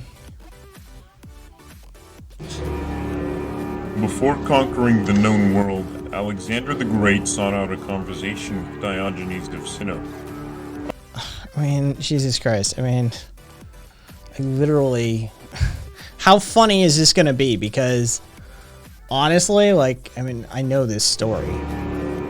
Before conquering the known world, Alexander the Great sought out a conversation with Diogenes of Sinope, a philosopher who owned no possessions, Yes, lived like Zippy. a dog, and inhabited a wine barrel. Alexander approached the philosopher whilst he was sunbathing, and said, "I am Alexander, hero of Macedon. Ask of me what you desire, and I will give that to you." In an instant, Diogenes wittily responded, Ουστρεφύρων, τι είστε, Βούλγαροι, Αλβανοί, μειονότητες την ίδια σας στη χώρα είστε. Μηδέν κουλτούρα, άντρες κρυοβάτες, γυναίκες λασπομούνες, ζηλεύετε παράδοση, 3.000 χρόνια κουλτούρα. Η βάση του δυτικού πολιτισμού και της φιλοσοφίας. Η Μακεδονία είναι ελληνική. Βόρεια Μακεδονία είναι η Φλόρινα, Βόρεια Μακεδονία είναι οι Σέρες. Κάτι σουλτάνους είχατε εσείς, άντε τώρα που την έδατε και ορθόδοξη. Μαλάκα βλάχε, βρες λόγο να υπάρχει σαν χώρα, άντε ξαναβρες τα με τους Σέρβους, να κάνετε καμιά Ιουγκοσλαβία, να έρθετε χέρα και να μου κλάσετε τα αρχίδια.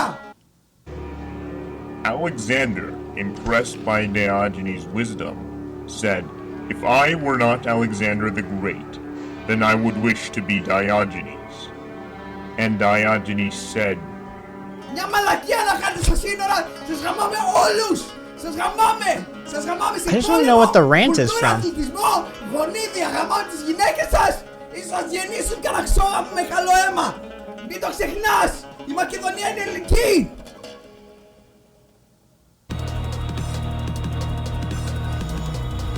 I mean, that was a thing.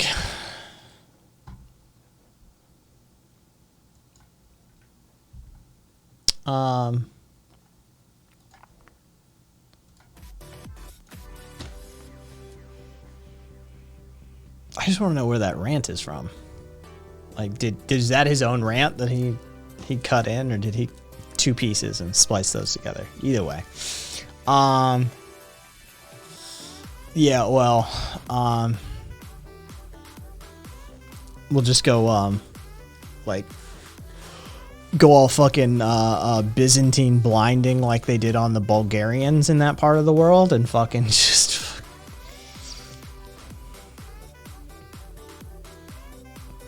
No.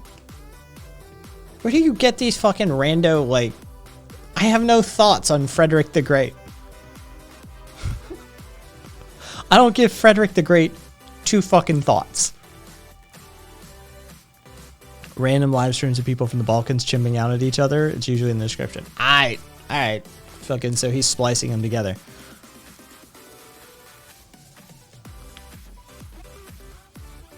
Who the fuck? Beast, that's the only thing that sprang to mind was fucking was the fucking epic rap battles of history. Like, I was like, Jesus Christ, who fucking... Thoughts on Mozart? Yeah, let's watch Don Giovanni.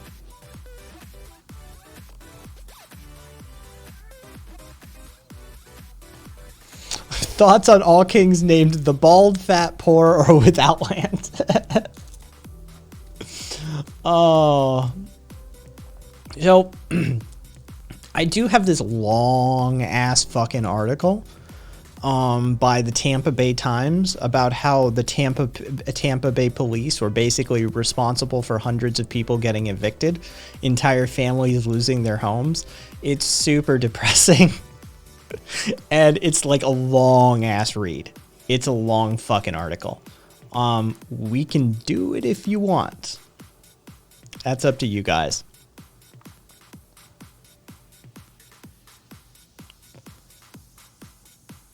Oh, I'll miss Norm. Patronum, we watched Dirty Work last night, actually, in honor of Norm. Yeah.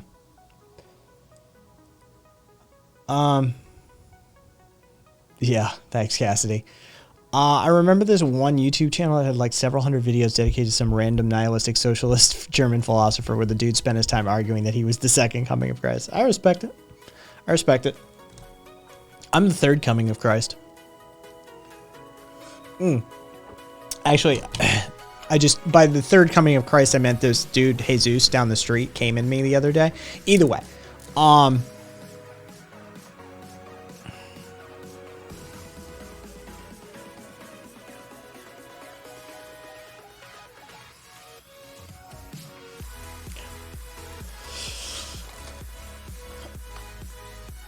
Sailor.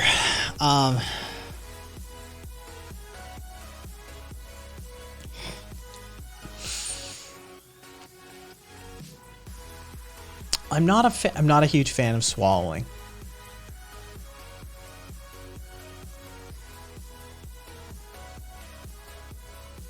Anyway,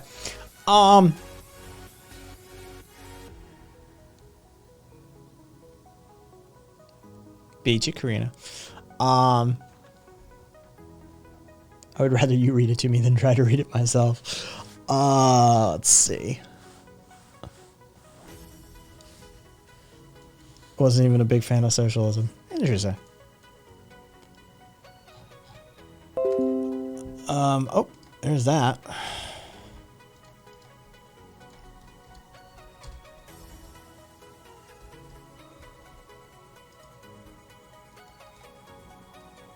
I do not play with my food.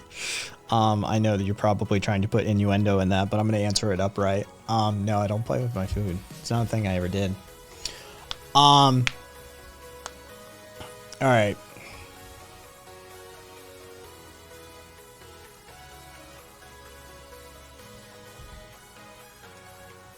Paste and go. Are there any graphics on this that need to be? Okay, so I'll switch to that if I need graphics, but I'm gonna read from the side monitor. No, sweet, that's not something you do to a Dom. Anyway,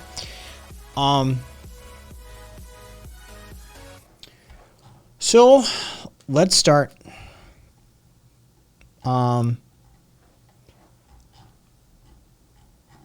This is a hell of a thing. Let's just put it that way. Where's my first graphic?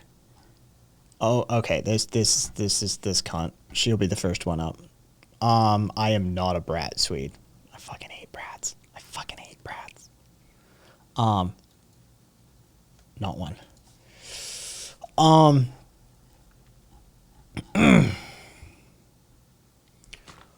So, police apprehended the 3 teenage boys, their pockets bulging with coins. This is literally how this starts, by the way. This is the start. They're doing a narrative tale first. Police apprehended the 3 teenage boys, their pockets bulging with coins, close to the South Seminole Heights shortly before dawn. The youngest was 16. His haul from the nighttime spree of stealing from cars was $4.44 in change, a glove, a flashlight, a hoodie, and wireless headphones. The boy was taken to a juvenile detention center. Make sure he goes to school and does not sneak out at night, police told his mother. But under the Tampa Police Initiative, officers also notified the management of Robles Park Village, the public housing complex where he lived. The entire family lost their home. Since 2013, the Tampa Police Department has taken a hands-on role at more than 100 apartment communities, sending notices to landlords when their tenants are arrested or stopped by officers and encouraging their eviction. The program, known as Crime-Free Multi-Housing, was marketed to landlords as a way to keep violent crime and drug and gang activity off their properties. Police pledged to create a database of documented violent offenders, gang members, or career criminals involved in your community. It alerted landlords to tenants arrested for armed robbery and drug dealing. But the program also swept up more than 100 people who were arrested for misdemeanors and dozens more whose charges were later dropped, a Tampa Bay and Times investigation found. Tenants were reported to their landlords for matters as small as shoplifting. 2 reported for driving with a suspended license. Entire families lost their homes after the arrest of a child or a relative who didn't even live with them. And roughly 90% of the 1,100 people flagged by the program were black. That's despite black residents only making up 54% of all of the arrests in Tampa over the same period of time. The Times first approached the Tampa police about the program in 2017. Since then, the department has operated the program less aggressively, sending fewer letters to landlords and toning down the wording that instructed landlords to take action. But police are continuing to report tenants to their landlords. Mayor Jane Castor, first graphic, looks like exactly who you would think she looks like. Mayor Jane Castor, who launched the initiative when she was police chief, remains bullish about the program. She said it significantly reduced crime rates in tough-to-police neighborhoods, improving the quality of life for lawful tenants. In some of the lower income complexes, they were just like the OK Corral, Castor said. Police were hostages in their own apartments and couldn't let their kids out to play. Let's see, where's my next graphic? There we go.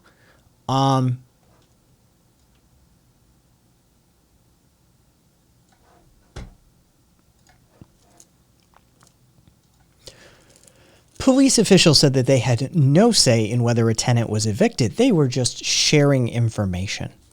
Quote, "I don't think that the landlords are evicting somebody based off a notice of arrest," Castor said. Except that's exactly what they were doing.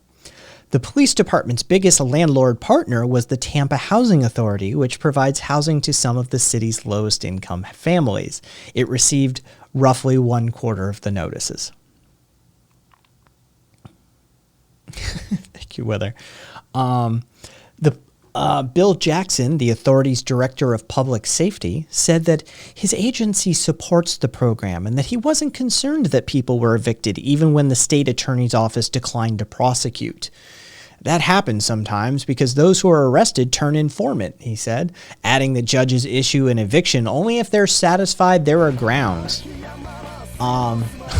Joyce Victor, thank you for the follow. The authority conducts its own investigation too, he said. "We don't need a conviction," Jackson said. "We just need reasonable suspicion." National experts, however, said the city's program violates federal housing law and noted that the ACLU is presently suing similar programs in other cities. Quote, "This is an example of an expansive police power going under the radar," said Deborah Archer, professor of New York University School of Law and faculty director for the school's Center on Race, Inequality, and the Law. Quote, "We shouldn't be attaching these kinds of consequences to arrests." To coordinate the new initiative, the police created a General Offender Awareness List, or GOAL, database. I wonder what the goal of that database was. It included names, addresses, and dates of birth of roughly 600 arrested tenants. It also listed more than 150 tenants whose children, partner, or guest had been arrested. Landlords were asked to let police know when they had taken action so officers could update their database. Officers recorded more than 300 tenants as evicted, although it's unclear whether they were evicted, forced out of their homes by a notice to vacate, or simply moved away. The Times was able to match 178 of those cases to arrest records in Hillsborough County court system. In 42, the arrest charges were for misdemeanors. In 62 cases, the charges were dropped. The police were unable to provide the Times with copies of every letter they sent to landlords, of course. Of the almost 400 they handed over, roughly 1/4 were for misdemeanor arrests. Black renters, of course, bore the brunt of the program's impact. Almost 86% of those flagged in the database and 91% of those named in letters to landlords were black. The racial disparity is no accident. Tampa has 267 apartment complexes of 15 or more units, but only about 100 complexes were enrolled in the program at its peak. 3/4 of those were in neighborhoods where U.S. Census block data shows the majority of residents are black and Hispanic. The true number of people who lost homes through the program is likely higher. Police stopped maintaining the tenant offender database in 2018, although they're still sending notices to landlords. And some tenants chose to not to fight an eviction, so no case was filed in court.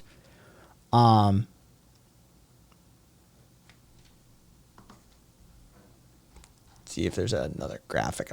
We'll do that. Police spokesperson Jamel Laney said in April that police don't send notices to landlords about misdemeanor traffic offenses, a misdemeanor arrest of a juvenile, or an offense involving domestic violence. They'd have to send them for probably 40% of their cops then, wouldn't they?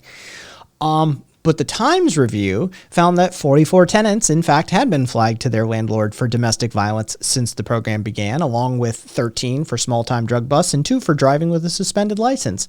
Records show that 140 of the letters police sent to landlords were for arrests that took place more than a mile from their own property. Many other communities that have adopted the program limited to arrest on the property grounds. Assistant Tampa Police Chief Lee Burkow, in an interview with the Times in June, said officers should only inform landlords about arrests on or near the property. He said the captain running the program is making sure notices are no longer sent for arrests that don't meet that criteria, nor for domestic violence cases.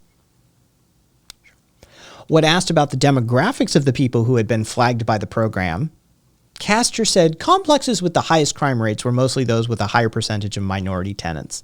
Criminality is not a protected class, she said. If you flip that on the other side, look at the majority of people you've kept from being victims of crime in these particular complexes. Yeah.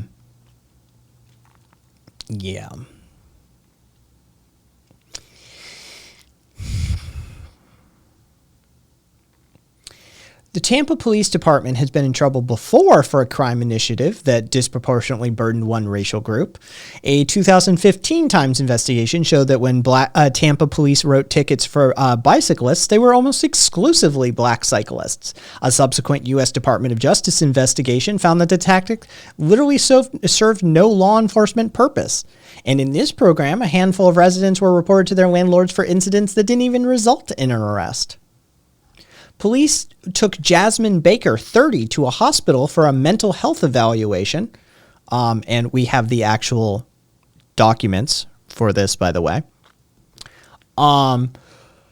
After she fought with security guards responding to a noise complaint. Witnesses said that the pepper guards sprayed her in her home in Columbus Court Apartments in 2018, according to the police report. Baker, who said she receives therapy for anxiety, depression, and bipolar disorder, feared her 2 young daughters could end up choking.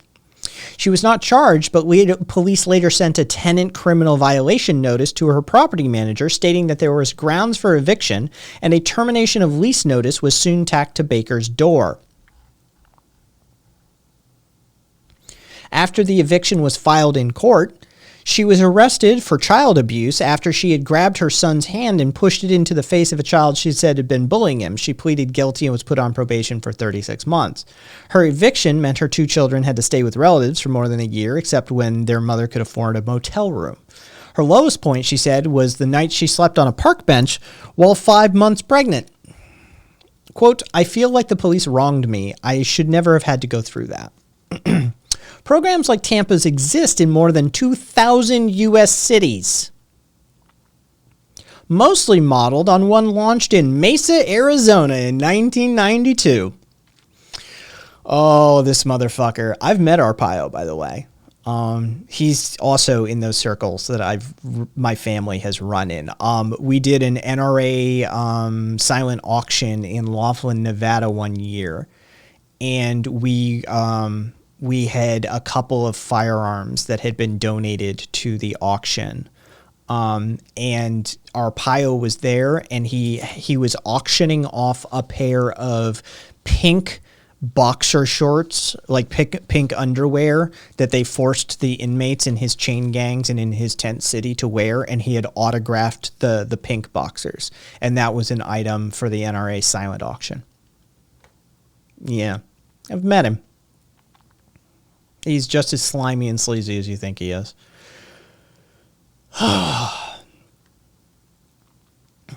Tampa police learned of the concept from the Orlando Police Department. They printed brochures to market the program, promising landlords reduced crime, better property values, and increased demand for apartments, using those capitalist modalities of operation to influence the rentier class to get on board with those that maintained by force the status quo of the oligarchs. You see how those power dynamic and those analyses of power dynamics can come in useful. Yeah, Marcus, pretty much mine too. Landlords can get properties fully certified as crime-free by taking an 8-hour class on crime prevention strategies and making recommended safety improvements such as securing doors and adding outdoor lighting. They also must incorporate a clause into their leases that says they may evict a tenant, family member, or house guest if they engage in any criminal activity. The department had legal language already written for landlords. Documents have already shown. The addendum, the police brochure promised, strengthens your ability to remove problem residents. Here is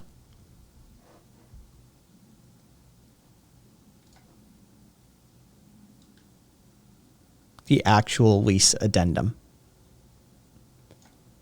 that the Tampa Police Department had fully typed up and distributed to landlords under the auspices of this program.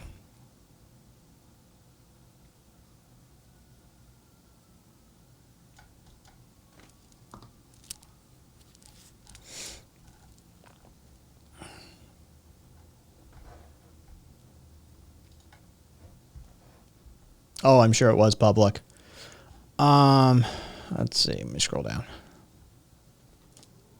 I've been done on Twitter. That's probably for the best, Wither. Landlords' participation in the program was quoted as voluntary, but police officials acknowledged that in the early years of the programs, officers chose which properties they invited to join. That practice has been discontinued, said Laney, the police spokesperson. The Times was able to contact and get a comment from 25 of the participating landlords. All of them said the police invited them to participate. The number of our apartment complexes taking part has dwindled to 42 this year, luckily. Castor said that that's likely because those communities are safer. Police officials also attributed that to the turnover of property managers and some complex owners not willing to pay for crime prevention improvements required for the program, they said. Police provided statistics for 51 apartment complexes that participated in the program through at least 2020, showing that the reports of serious crime had fallen by about 28% since 2013. Crime reports, however, rose at 11 of the properties. It's unclear how much of the improvements can be attributed to the program versus other crime initiatives. The overall drop in crime at participating properties is in line with the 25% drop in violent and property crimes reported across the city anyway during the same 7 years of the program. Yeah. You see, the program worked. There was a drop of 28%. Wasn't there a drop of 25% across the entirety of the city? Interesting. So how many black families did you make homeless for a statistical nothingness?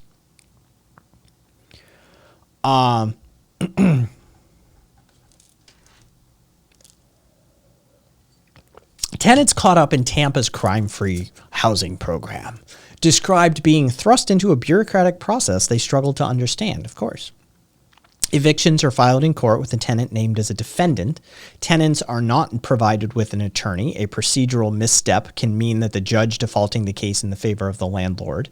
And that's exactly what happened to Daryl Jackson, a 35-year-old trucker who decided to fight his eviction from the Robles Park apartment where he lived with his 2-year-old daughter. The eviction filed by the Tampa Housing Authority cited the January 2018 arrest of Daryl's brother, Nicholas Jackson. During a traffic stop several miles from the property, police found 25 grams of marijuana in his pockets, 5 grams more than the limit to let the offender off with a civil citation. Nicholas Jackson had also been arrested 4 months earlier with 4 grams of the same drug. Oh no. Yeah, I know that one. Fucking Swede. I know that fucking move. Daryl Jackson said Nicholas hadn't actually been living in the apartment for some months, but he hadn't been able to get his brother to sign a notarized form to remove him from the lease. He learned of his brother's arrest only after he got the court summons for his own eviction. He couldn't afford an attorney, and the property manager wouldn't take his rent checks once the case was filed. Jackson said that he didn't know under Florida law he had to deposit that money with the court instead. Once he found out, he paid his outstanding rent to the court and wrote his own motion asking the judge for a day in court to prove his brother wasn't living with him. Here's the actual note written by him. The judge gave him a hearing that May, but didn't give him an opportunity to talk about his brother. Instead, she asked why he hadn't put the rent into the court registry right away. The eviction had been signed when he missed the first payment. The hearing was over in minutes, he said. The judge asked the housing authority's lawyer to take Jackson outside the courtroom and explained what happened. Unbeknownst to Jackson, 1 day earlier, the Hillsborough State Attorney's Office had filed a document in his brother's case indicating it was dropping all of the drug-related charges. They didn't want to hear anything, Jackson said. As long as I've been over there, I've never gotten in any trouble, never got arrested, nothing. Using evictions to tackle crime will invariably mean innocent family members are also punished, said Sandra Park, senior attorney at the ACLU.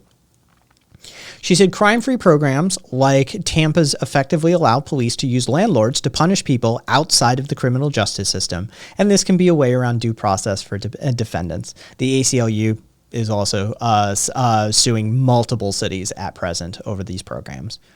A handful of Florida communities have programs similar to Tampa's, including Orange County and the Jacksonville Sheriff's Office.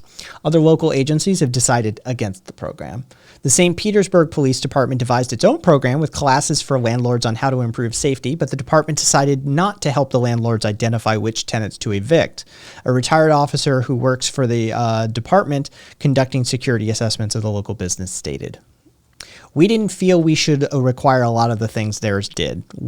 Chip Wells is his name. Wells said of the national program, "The Hillsborough County Sheriff's Office has no plans to advise landlords about tenant arrests. It is at the discretion of the landlord to evict tenants who are not following the rules of their lease. In other states, similar programs have also been controversial.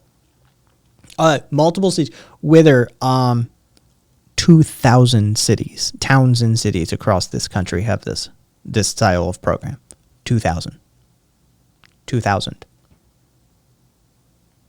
So yeah, like the ACLU is just suing multiple cities right now. But there are over 2,000 towns and cities across this country that run this sort of program. Yeah. Jeez, public.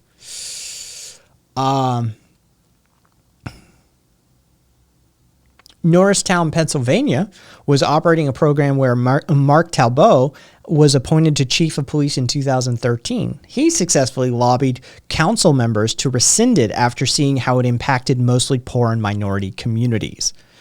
It also was not an effective tool at reducing crime, he said, merely because it moved those arrested into different neighborhoods.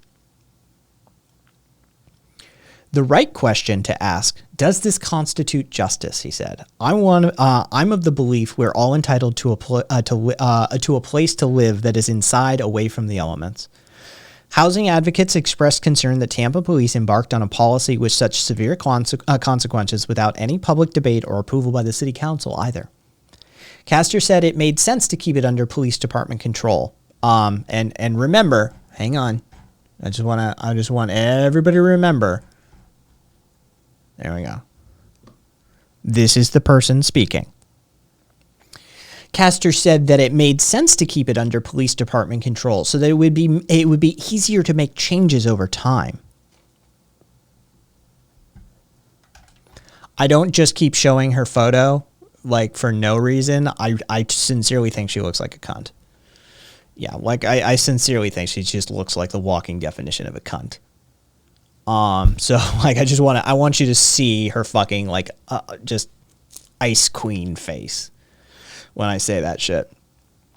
Yeah, cuntsicle. Yeah, let's go with that. Tampa City Council Council Chairman Orlando Gaddis served for 26 years with the city's police department, finishing his service as a master patrol officer. His district includes East Tampa, an area with many of the apartment complexes in the program. Gudis said he had heard of the program but did not realize landlords were being told of arrests that happened anywhere in the city. Quote, "It's kind of disturbing people being evicted related to an offense that didn't occur on the property. We have to look at what we're doing and who's being evicted." Oh, is that city council chairman? You're not aware of what your own police department is doing in your own city and in the district that you represent? Interesting. And you were on the police department, you were with them for how many years? 26 years. Interesting. I don't believe a word that's fallen out of your fucking lying mouth. For a second, I don't believe you. I don't believe his fucking lying pig mouth for a second. Oh well, we didn't know. I had no idea they were sharing that information. We'll have to look into this, I'm sure. That's why the Tampa Bay Times has done all the fucking legwork for you, right?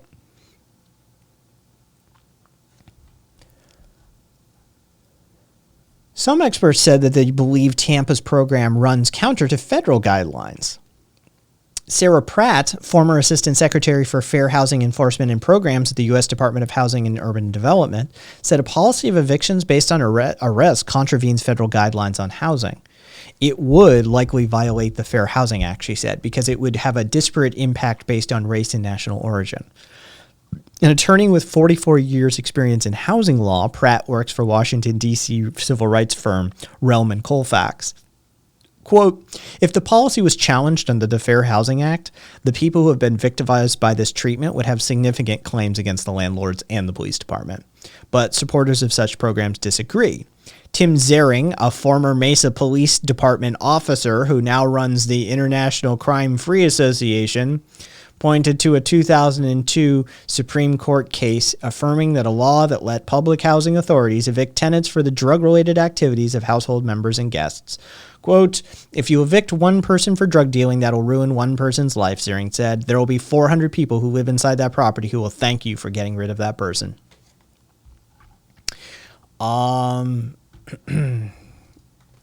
Just out of curiosity.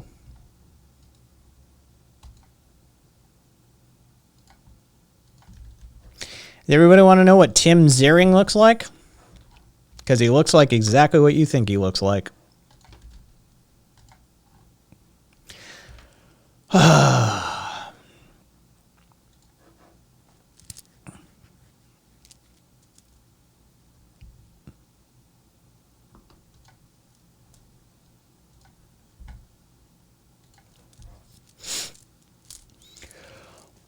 When the Times first began reporting on Tampa's program in 2017, a reporter requested a copy of landlord letters and the offender database. Yeah, they do, Stellar. They do. The reporter left in 2018, and the Times relaunched its investigation last year. Police flagged about 800 tenants during the first 5 years of the program, an average of 14 per month.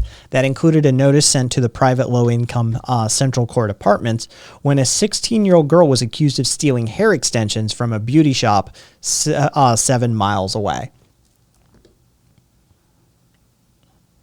Here's the document.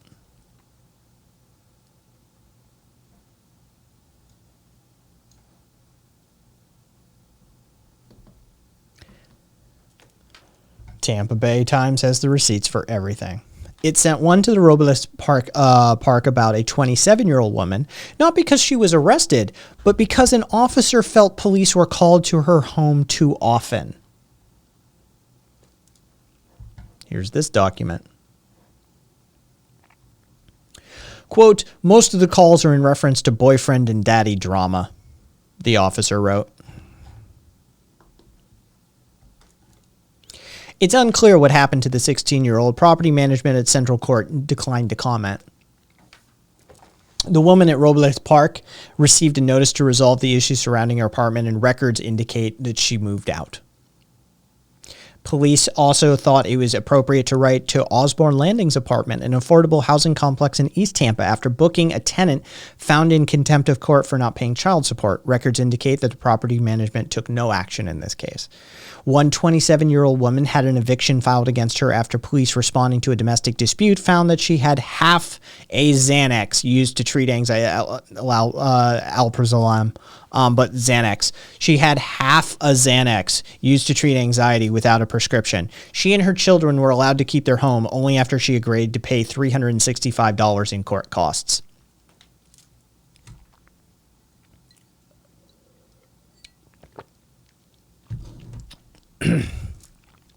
The wording on the notices varied among Tampa's 3 police districts. In District 3, home to some of the city's poorest neighborhoods in East Tampa, the language left landlords little doubt about the response police expected. Quote, once you receive this information, you are required to take immediate action, their notices said. Ah, nice. Send my love back to Watkins.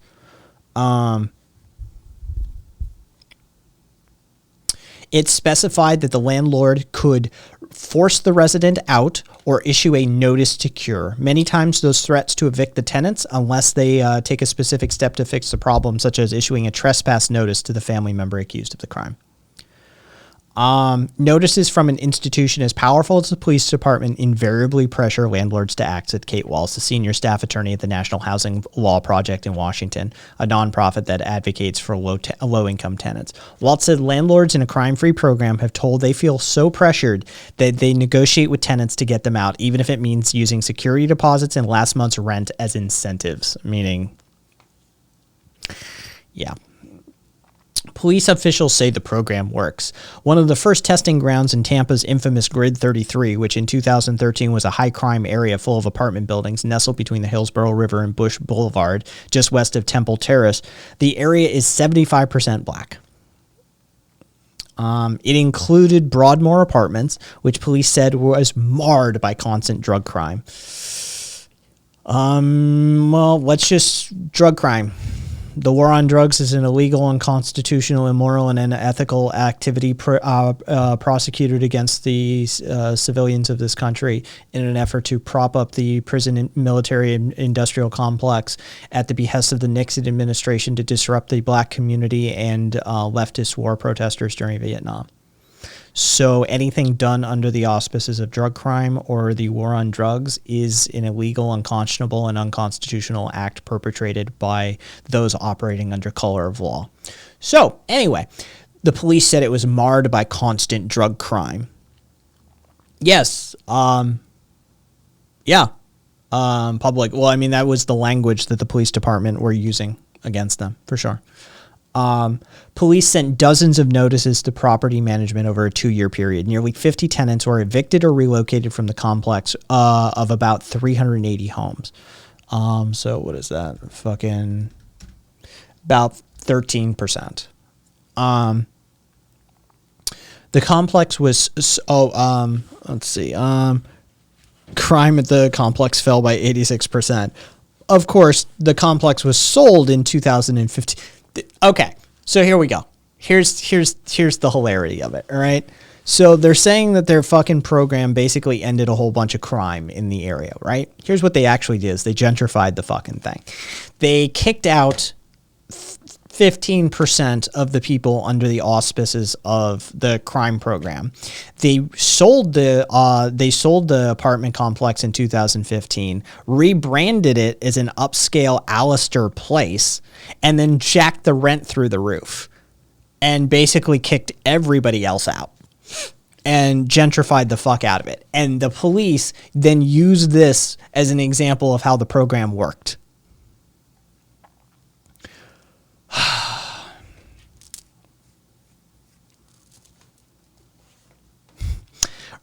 Reva Iman, who serves as a tenant council president at Roble Park, has mixed feelings about how the program impacted her community. Oh yeah, Australia, I wouldn't doubt it in the least.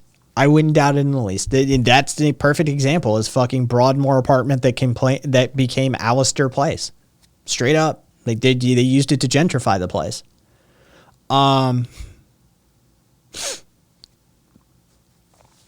Reva Iman, who serves as the tenant council president at Roble Park, has mixed feelings about how the program impacted her community. She wants the neighborhood to be safe and has no sympathy for tenants who are evicted after repeatedly causing trouble. But she knows of parents who had teenagers they couldn't control who begged for help, but it ended up being evicted, she said. She wants more help for families like that. And she said it's unfair that it's mostly black tenants who faced eviction when there wasn't the same consequences in predominantly white neighborhoods.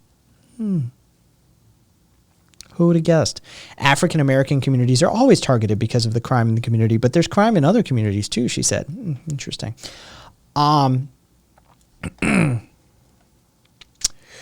the Times began requesting copies of the landlord letters, the number of tenants flagged through the program dropped to about 140 over the next 3 years, an average of 4 per month. After the Times began requesting copies of the landlord letters, the number of tenants flagged through the program dropped to an average of 4 per month. How do you know you're doing something wrong? When you act guilty. Mens rea, motherfucker. Mens rea. The guilty mind. They just proved it. Oh shit, the press is looking into what we're doing. Well, knock it the fuck off then. And they did. If there was nothing wrong, then they wouldn't have stopped. They literally acted guilty. Police also sent a clarification memo to landlords. It stated, quote, landlords should consider, first of all, that an arrest is not itself proof that an individual arrested committed the charged crime. Police then also toned down the language on arrest notices sent to landlords. The new wording simply stated that the person's name below has been charged with police documented criminal activity. The changes came after the department launched a review of the program in 2018, the first in the program's 5-year history at that point, also coincidentally happening after the Times reopened an investigation into the program in 2018.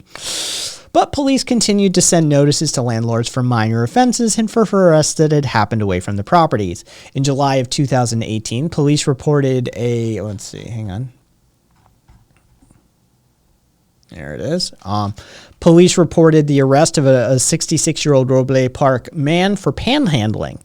A notice sent in September of 2020 reported a Roble Park 17-year-old who had also vandalized an air conditioning unit.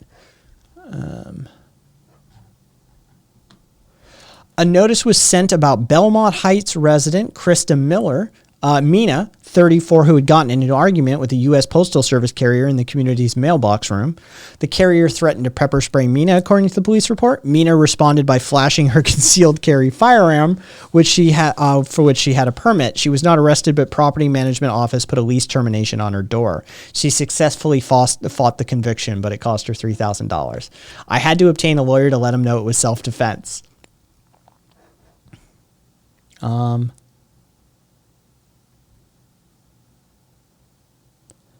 Yeah, a lot of astonishing coincidences. Yeah, a lot of coincidences.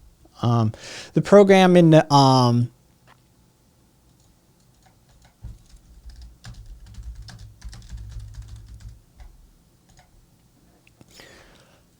program intended to make neighborhoods safer for children to play outdoors also resulted in children losing their homes. Some were forced to move where their mothers or fathers were evicted. In at least 7 cases, a child's arrest led to the eviction of the whole family, records show. Those families included another 15 children. Darlene Berrien and 4 of her children were evicted from Roble Park in November of 2018. She was charged with resisting arrest without violence after she tried to push past a police officer to reach her son, who was in the back of a police car after he had been detained for driving without a license.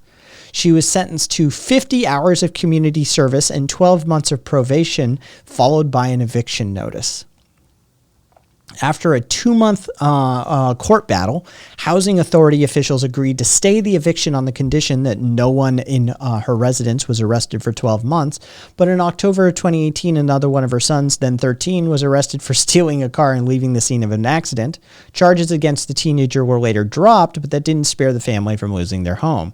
3 years later, Berrien is still homeless. She lives with 2 of her sons in a 2-bed hotel room close to Bush Boulevard that costs $365 a week. Some days I try to forget, but it weighs on you, she said. You're always scared of losing your kids because you don't have a place to live. And then we have some basic statistics. But you know what? Fucking we've, I think, beat this dead horse. Whether it depends on the municipality, but yes, sometimes.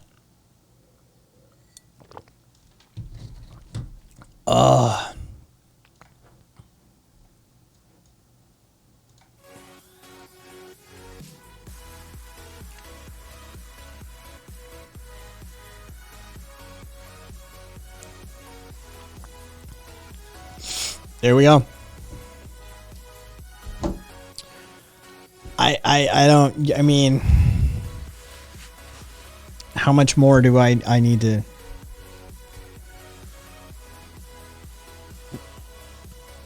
Like, do I need to talk? Like, do I need to? I think I've said everything I need to say, right? It's a perfect example of the, confluence of coercive and oppressive mechanisms contained within a hierarchical neo-capitalist system, right? Like, this is literally, your healthcare is tied to your job.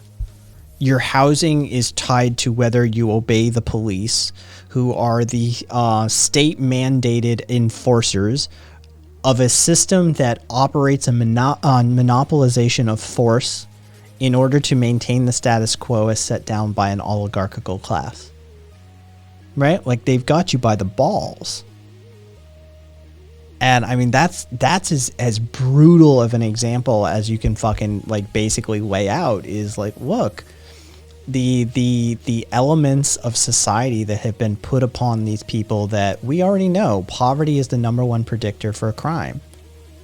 And poverty can be related to lack of education, lack of access to opportunity, of which you can trace back to a whole host of fucking systemically racist programs and generally classist programs as well. Yeah, well, I mean, Rev, yeah, we were basically doing tent poles the whole time. At the end of the day, most things in this system are in my tent poles essay. Like that's the whole point of that tent poles is it's one or a combination of these three things. One way or all. Yeah. And that was just another shining example of exactly how fucked it is.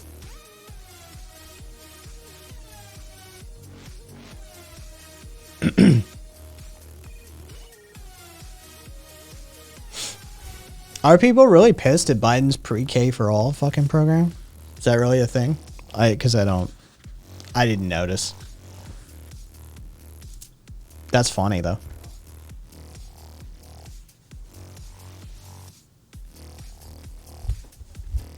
We should I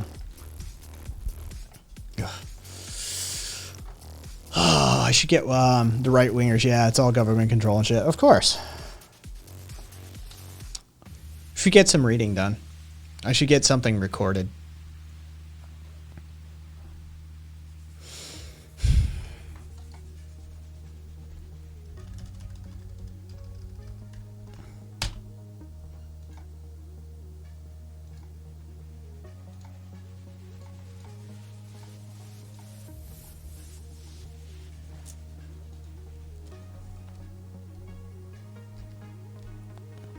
Yeah.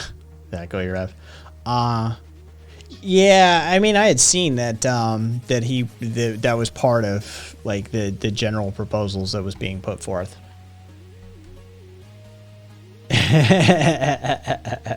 Government's gonna be teaching them CRT in their fucking re-education pre-K.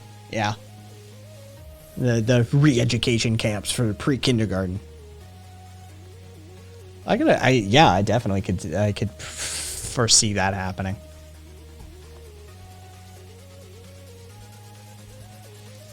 Inhale and exhale.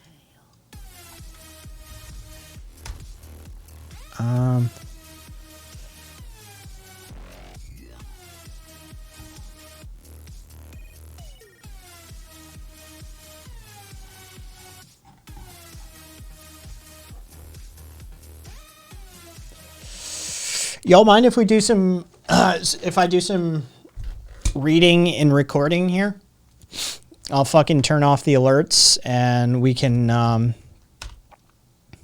I can just start working through some of these things and we can get some recordings done. That way we could, fucking actually, let's see, what do I got? Okay, that's where I need it to be. So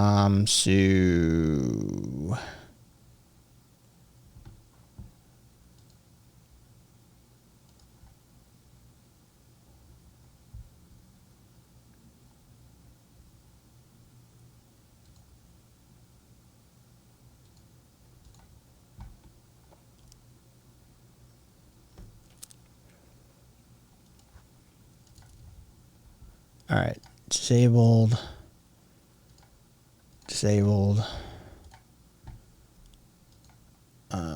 And just in case. Okay, so let me just make sure.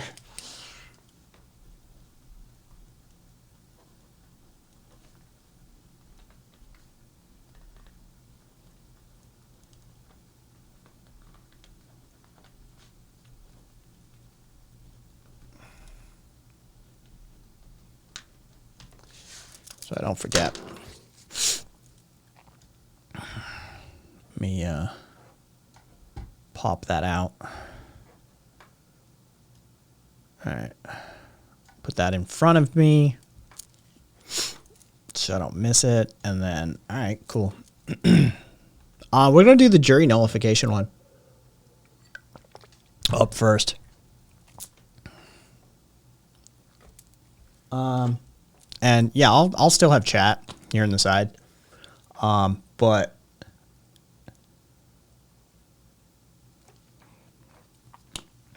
I wonder if there's a, yeah, you know what? Hang on.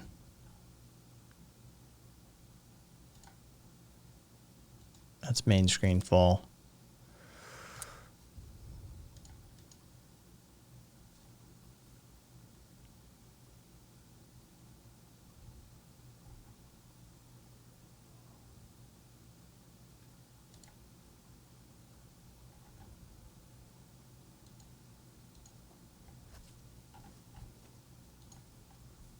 Try this. You want to suck.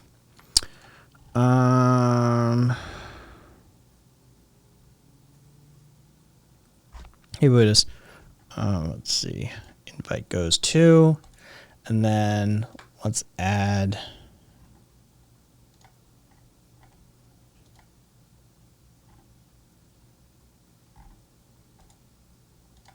What's my video capture is. Elgato capture. There we go.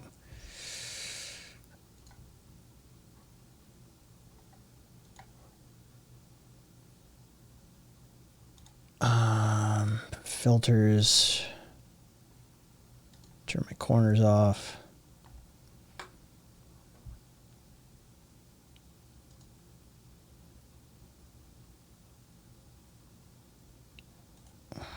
Oh, so when I do that, it literally... Interesting. That's a universal sort of thing.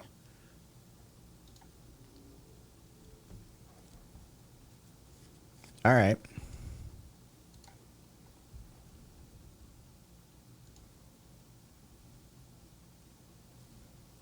Cool. Bear with me then. This is only relevant to US people.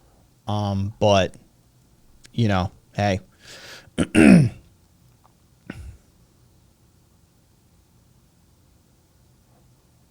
Ooh, yeah, just be fucking, I'm not gonna fucking shut that shit down. But don't be dickheads. You know what, actually, I'm gonna fucking... Yeah, don't be dickheads. Don't fucking do any point redemptions right now, please and thank you. I don't want to have to, like, unload Leo on board and shit like that. So just don't do point redemptions, please.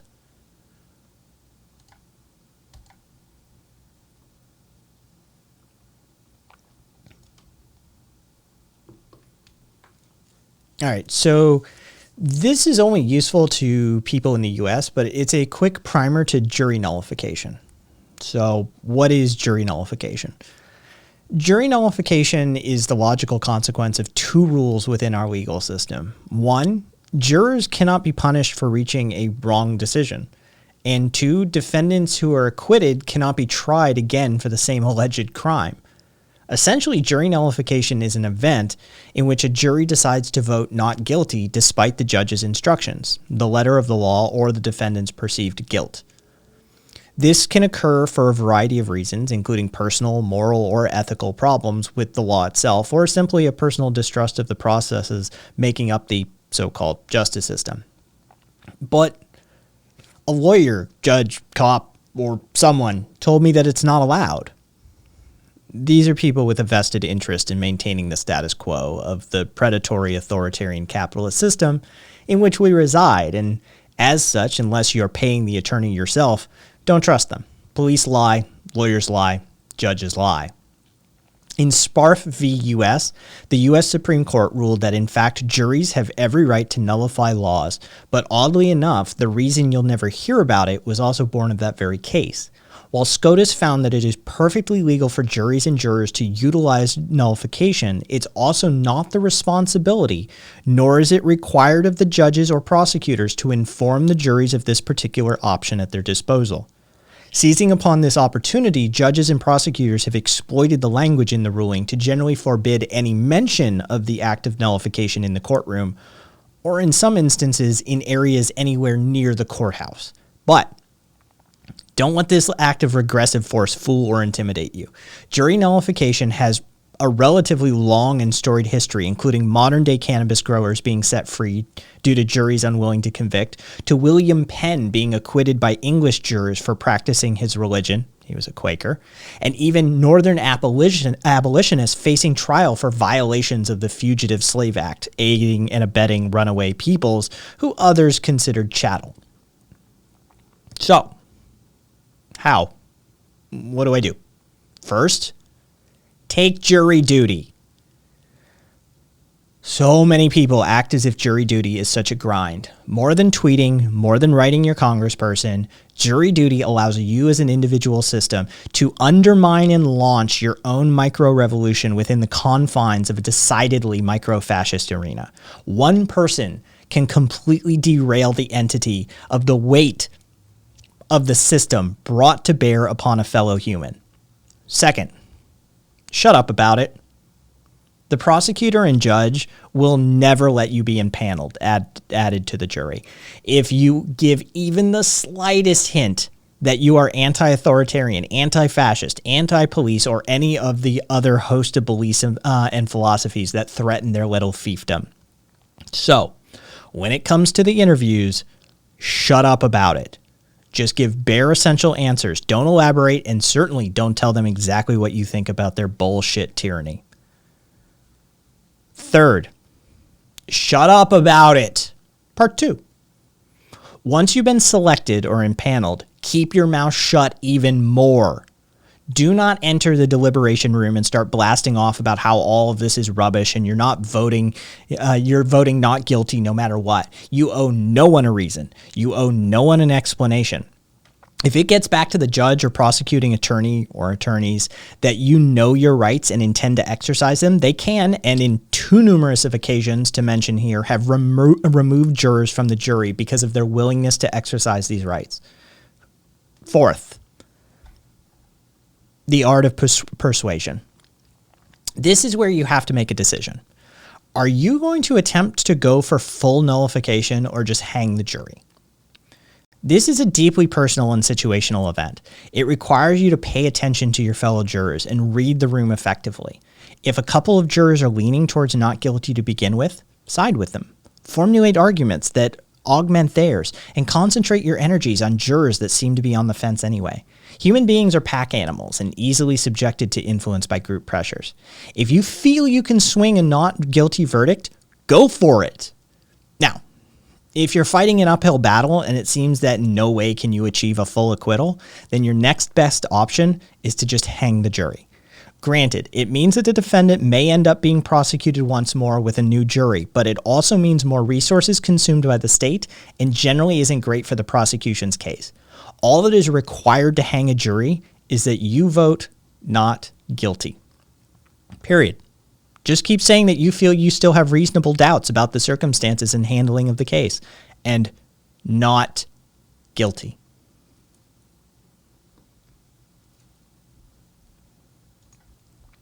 All right, one down. One fucking down. 5.5 minutes to do jury nullification. It's a fucking solid one. Yeah, other than the fucking hair that fucking attached itself to my lip randomly. Yeah, well, I don't give a shit about that other stuff, Swede. Like, truth of the matter is, you know, I'm worried about fucking drug deals. Civil is majority, but the fact of the matter is that, like, that's, you know, find in favor of the defendant. Find in the favor of the plaintiff. It's not as clear cut of an explanation for a civil case as far as jury nullification goes. It just isn't. Like, sometimes you may actually want to find in favor of the massive corporation, because the fact of the matter is you may be reinforcing case law for tort reform or some shit, right? It's not a clear cut case. I can make a clear cut case for jury nullification in criminal defense cases. But civil cases, it's not that simple. I can't make a clear-cut case for jury nullification in those instances. That article, that essay would then become 14 pages because we'd have to fucking start iterating out like the instances in which you may actually want to find in the favor of a massive multinational corporation despite your natural inclinations, because here are some of the use cases in which that would actually bite us in the ass, blah, blah, blah, blah, blah. Oh, so the sound still pops off. What the fuck? Ancom Psycom, thank you for the resub, but okay, so I have to give me one sec here. Uploads, close, clear, save it. Subscription, save it. There we go. All right, cleared the fucking sound entirely. We're not, chat isn't on screen right now. Psycom fucking alerts aren't on screen right now because I'm doing some recordings from readings and stuff like that. So yeah, thank you for the resub though. Mucho apreciado. That I know that totally isn't the Spanish for appreciation. I just fucking like Spanglished that up. Let's see.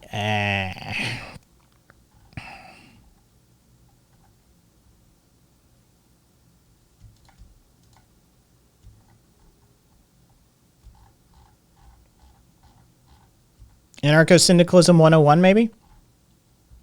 Nah, you're good.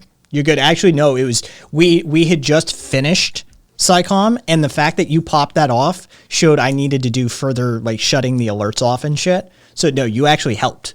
Like, that was super useful. Perfect timing. Yeah. That was actually, like, super useful. So, yeah, opposite of that.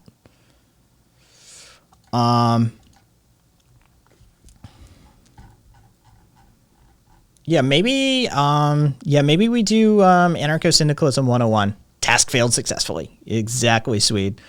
Yeah.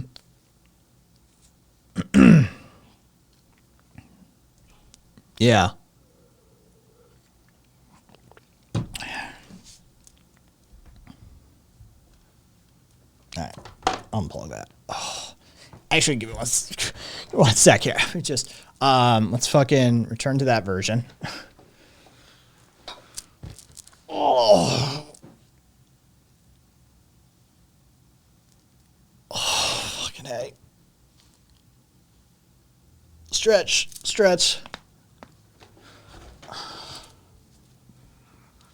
Oh. It took a quiz online and said they were my people. So you're an Ansin, Zippy? Oh.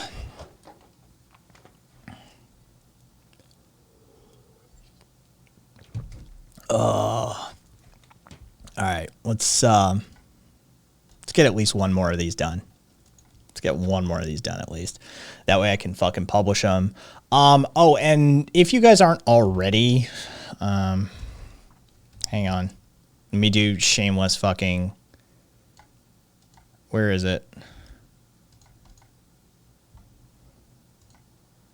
For fuck's sake, none of this shit is loaded. Like, Jesus Christ.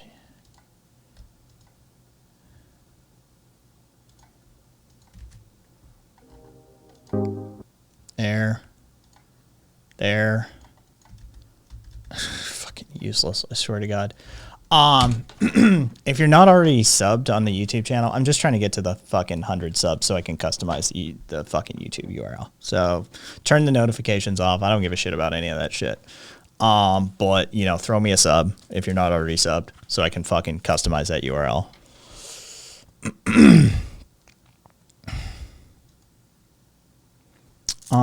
Feels like I was fucked from my company in Tampa. Right-wingers thinking they're left. Multi-billionaires from a gas company that probably didn't leave a trace once they were sold. Probably, Stellar.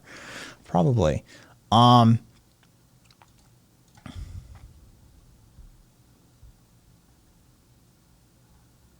Did you hear about this? Man behind the world's biggest source of child abuse imagery is jailed for 27 years. Investigators found what appeared to be 8.5 million images and videos on dark web servers created by Eric Wayne Marquez.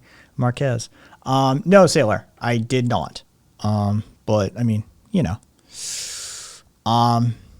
Everything bagel is the cutest food name. Fucking, it's quite the juxtaposition. It's quite the little fucking open face sandwich y'all got there, going on there. Fucking Sailor with, like, hey, did you hear about that fucking dude who had 8.5 million images of fucking kitty porn? And then Wither comes in with, and everything bagel is the cutest food name. It's like, Jesus Christ. It's quite a little bookend you got going on there. Do I really, Cassidy? Fun.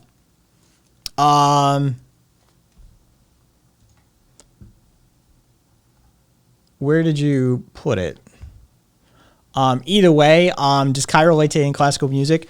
Fur Elise by Beethoven is still my jam to this day.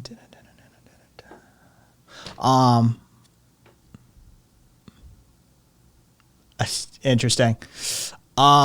Yeah, like I literally, like my YouTube page, my YouTube channel is literally just an archive. I've literally never, okay, cool. I've never promoted it. I've never fucking, like, literally just like the day before yesterday, I was like, hey, fucking people, like, go to it and sub so I can change the URL. It is literally just a deep archive for video.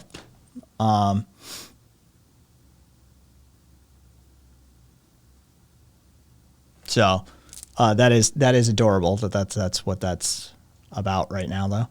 All right. Mall Hopper, thank you for the follow, by the way. Alerts are turned off at present. It looks like I can probably... you know what? I'll leave it off just in case. All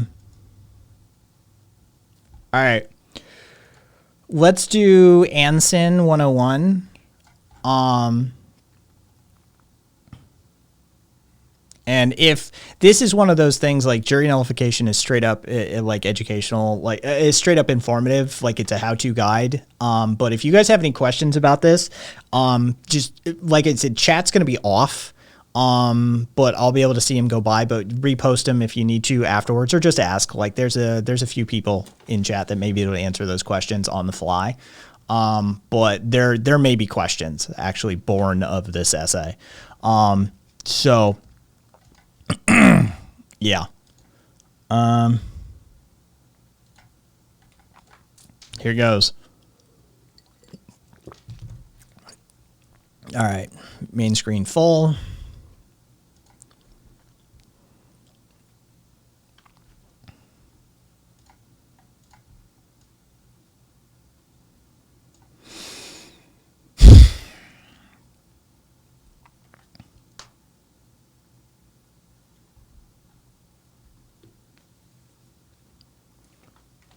First, before we start into this article's topic, let me remind you, as I always try and do, that political theory and philosophy are murky subjects, and different individuals can have wildly differing views on the subjects.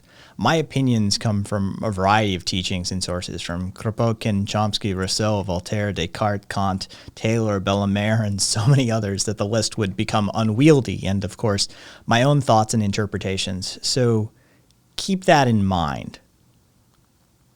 Syndicalism. Let's start with the term that most people are wildly unfamiliar with, syndicalism. Syndicalism is the root French word of syndicat, essentially meaning union or trade union. And while there are a multitude of definitions made by a litany of people, I personally prefer the parameters applied by Larry Peterson. Syndicalism is at its core a system that contains really only 5 tendencies. Notice the usage of tendencies over such words as rules. You know what? Hang on. I don't trust the beginning of that fucking scene. I don't trust it. You make echoes like delayed on that. And I didn't, like, I saw the chat come up after I had already started speaking. Sailor, I 100% challenge you to talk to a fucking average American and bring up the term syndicalism.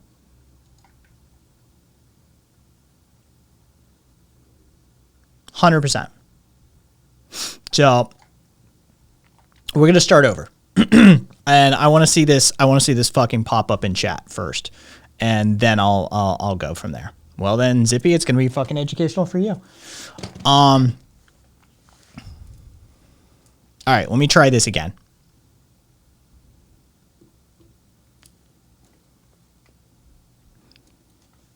First, before we start into this article's topic, let me remind you, as I always try and do, that political theory and philosophy are murky subjects, and different individuals can have wildly differing views on the subjects. My opinions come from a variety of teachings and sources, from Kropotkin, Chomsky, Rousseau, Voltaire, Descartes, Kant, Taylor, and Bellemare, and so many others that the list would become unwieldy, and of course my own thoughts and interpretations, so always keep that in mind. Syndicalism. Let's start with the term that most people are wildly unfamiliar with. Syndicalism. Syndicalism is derived from the root French word of syndicat, meaning essentially union or trade union. And while there are a multitude of definitions made by a litany of people, I personally prefer the parameters applied by Larry Peterson. Syndicalism is at its core a system that really only contains 5 tendencies. Notice the usage of tendencies over such words as rules. 1. A preference for federalism over centralism. 2. Opposition to political parties. 3. Seeing the general strike as the supreme revolutionary weapon. 4. Favoring the replacement of a state by a federal economic organization of society. And 5. Seeing unions as the basic building blocks of a post-capitalist society. So, let's start with the most commonly problematic term for many people with more individualistic outlooks: federation, aka a federal state. A federation is simply a political union of partially self-governing provinces, states, or other regions. In a federation, the self-governing status of the component groups, as well as the division of power between them and the government, is typically constitutionally entrenched and is protected by the fact that it may not be altered by a unilateral decision of either party, state, or the political body. In fact, quite a few of the problems that the U.S. presently experiences are largely due to the unclear, antiquated nature of the constitutional limitations and codifications contained within our own Constitution, leading to either broad, biased, or intentionally incorrect interpretations of constitutional language. A drastic overhaul of it would be necessary to implement any sort of fundamental change within our society due to these and so many more problems that would ultimately make a constitutional convention a necessity. This is why we often see greater protections afforded to civil liberties and addressing of modern issues in more recently established constitutions, because, as with most things, human knowledge is cumulative. It's entirely possible to have a federated anarchistic society. In fact, it would be critical to being able to cope with several key limitations that would exist otherwise, and as a direct result, would bring about the opportunity to establish more equality and individual sovereignty within the system as a whole, but more about that later. Let's take a moment to talk about the third item on the list: seeing the general strike as the supreme revolutionary weapon. Ever wonder what happened to unions in the U.S.? Why are they so ineffective compared to what they used to be? I mean, unions gave us the 5-day work week, ended brutal child labor practices, fought for women in the workplace, brought about sick pay and vacation leave. Unions, and when I say unions, what I truly mean is people who pledged solidarity to one another, created the things that we feel most strongly about in the workplace of today. Well, what happened was the Taft-Hartley Act, also known as the Labor Management Relationship Act of 1947. It is the federal gutting of all of the strongest powers and abilities of unions by the 80th Congress, despite the veto used by President Truman at the time due to their overriding veto. This bullshit authoritarian measure of legislation was amended to the 1935 National Labor Relations Act, which formalized the right of private sector workers to organize trade unions, engage in collective bargaining, and to undertake collective actions such as strike. Only in this update, they defanged the original legislation, as it seems that after a little over a decade, the owners of this country had had enough of that worker empowerment nonsense. The Taft-Hartley Act absolutely forbade jurisdictional strikes, a means to protest the taking away of workers from members and giving it to others, such as another union or non-union workers. Wildcat strikes, the striking of union members without union leadership. Solidarity or political strikes, aka a general strike in which a substantial proportion of the total labor pool in a given area strikes for reasons not necessarily stemming from their workplace directly. Secondary or solidarity strikes, a form of striking that's designed to aid and show support for a fellow group or groups of workers. Mass picketing, which I hope is self-explanatory, and the practice of closed shops, in which unions reach security agreements with employers to hire only union members, and donations from unions to federal political campaigns. All of this was outlawed. This was the death blow to the collectivized worker empowerment in America. And as a little aside for my fellow Americans who've dealt with this little tidbit of bullshit, this was also the origin point for the right to work laws in the US. To recap, just a touch, syndicalism is essentially, in short, a political system centered around the organization of the labor forces. It's an empowerment of the working class rather than the ownership and political class, with an emphasis on the ability and right of these workers to say no when they collectively feel that they're being taken advantage of or mistreated. So with syndicalism briefly covered, let's move on to a quick explanation of anarchism, which is actually fairly simple to describe, but difficult for many to conceptualize due to the nature of the world we find ourselves trapped in. So how does it come together? Anarchism is a general tendency to inquire into systems of power throughout humanity in order to detect hierarchies and modes of domination, and to challenge them to demonstrate their legitimacy. If they're unable to demonstrate that legitimacy on some plausible grounds, then to dismantle them and reconstruct them from the bottom up rather than the top down. It is, at its core, a flattening of hierarchical power structures with a focus on equality and equity for everyone. Syndicalism, socialism, and anarchism are often present inside the same frameworks and conversations. In fact, there's quite a bit of intersectionality between them. For the purposes of this essay, I'll be pulling some tenets from socialism while not discussing the larger philosophy of socialism, as syndicalism is the primary focus here, and is often considered a part of the fabric or structure of socialistic societies, but not wholly the same. So while they share common ground, syndicalism can be considered a substrate of socialism, but is perfectly capable of functioning outside of it as well.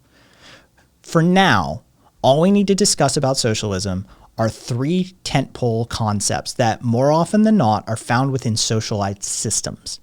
They are autonomy, equality, and equity and solidarity. So autonomy, equality and equity, and solidarity.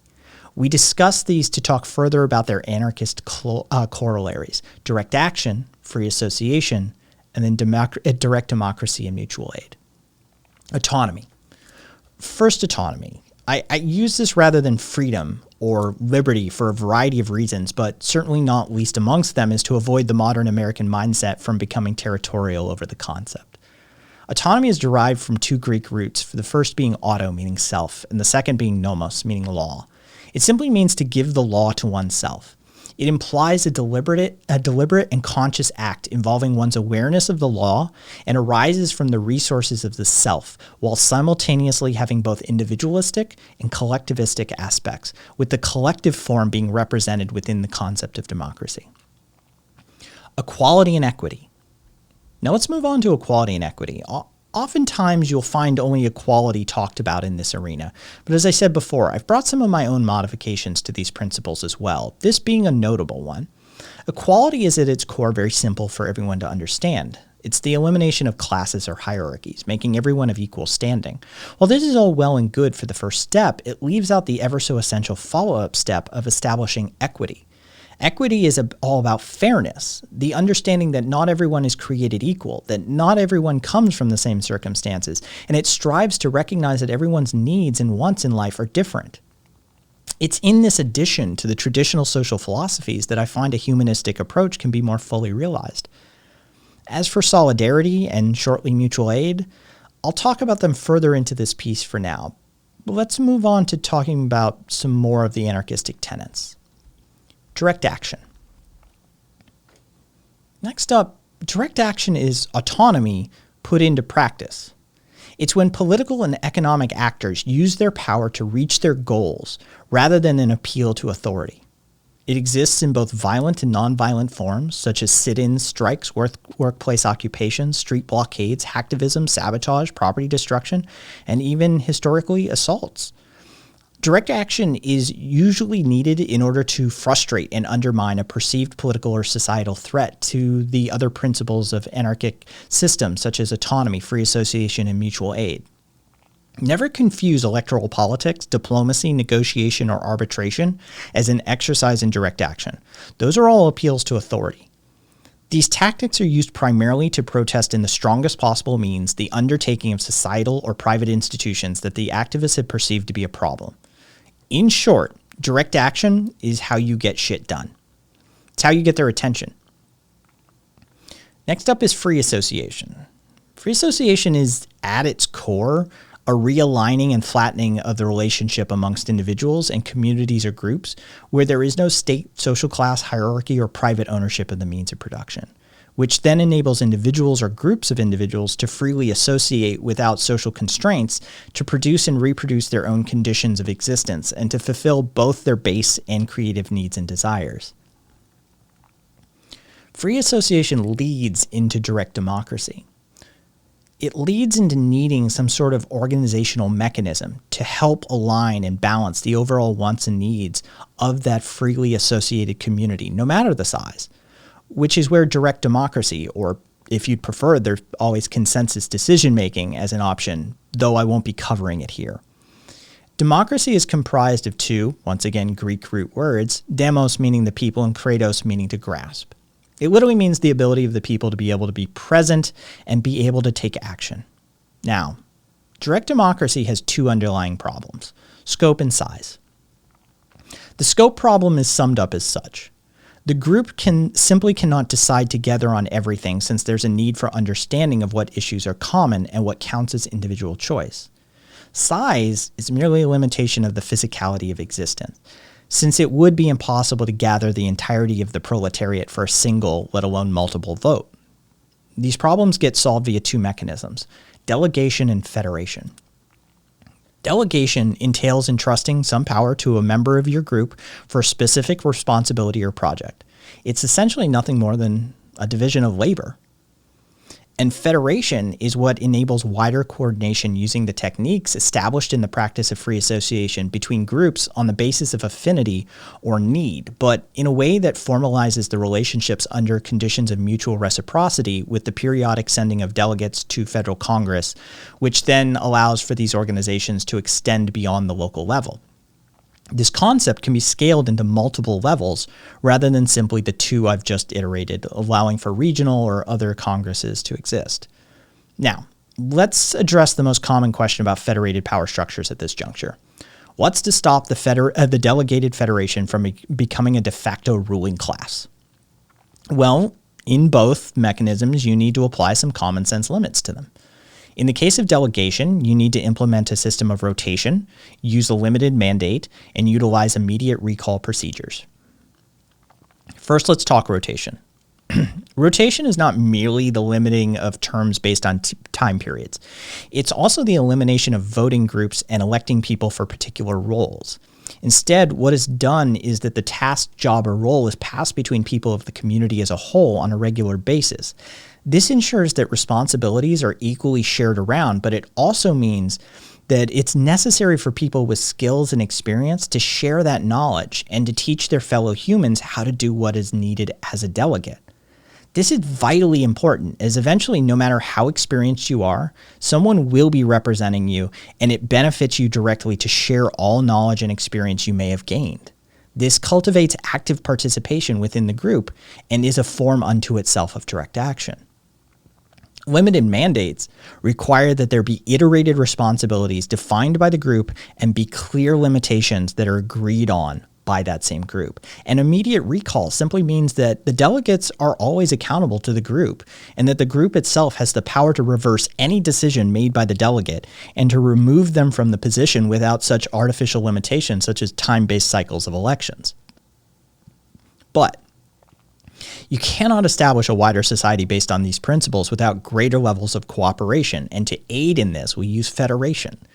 The limits placed upon this concept, or rather the organizing principles used to avoid some of the potential pitfalls, are as such.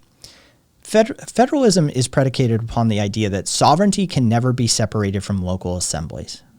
Be it a town or workforce, the associations between these assemblies are free, meaning that they facilitate cooperation, coordination, and communication, but due to the fact that local assemblies hold sovereignty, means that all decision-making ultimately stays within their own power. This is the essence of bottom-up organizing.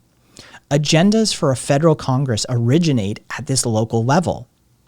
They're circulated, debated, and voted upon at this level first and foremost, with the votes of member sections communicated to and tallied at Congress, both regional and national, if you so choose, with potential further debate and voting amongst delegates happening there.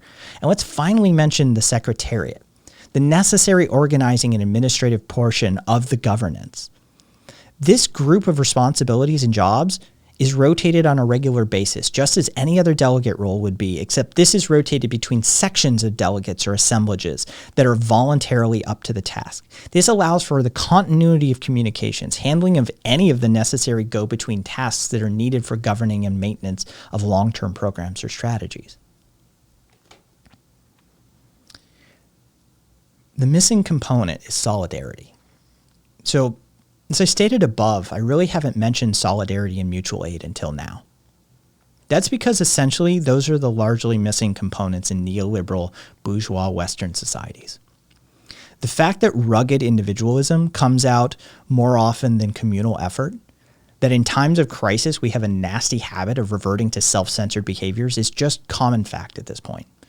This isn't true of all societies or of all people, but when taken as a political or social group, you can readily see the traits I speak of. Solidarity is the key. It's the cornerstone to direct action, democracy, and the never-ending fight against authoritarianism. It's the unwillingness to cross the picket line, the refusal to purchase from companies that are inherently exploitative, the readiness to support by whatever means are needed those that are being oppressed. For examples of true solidarity, one only need look at foreign protest campaigns, or even closer to home, the manner in which soldiers support one another.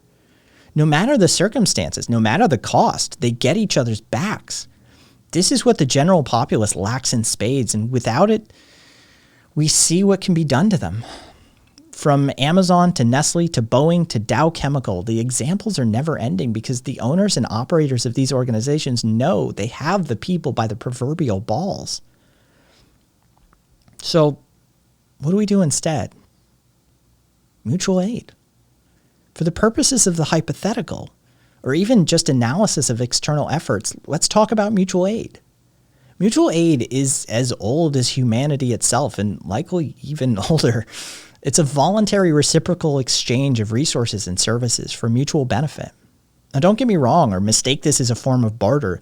The mutual benefit is not always immediate or direct and can take abstract forms, such as the alleviation of suffering within your community. The establishment of mutual aid networks is always voluntary, egalitarian in nature, and an amazing way that anyone can connect and uplift even the smallest of communities. One such example is to establish a mutual aid network in your own neighborhood or apartment complex.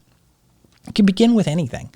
Whether it's food and water or money or internet service, it doesn't really matter, as more often than not, once the network is created, it tends to grow to provide other necessities.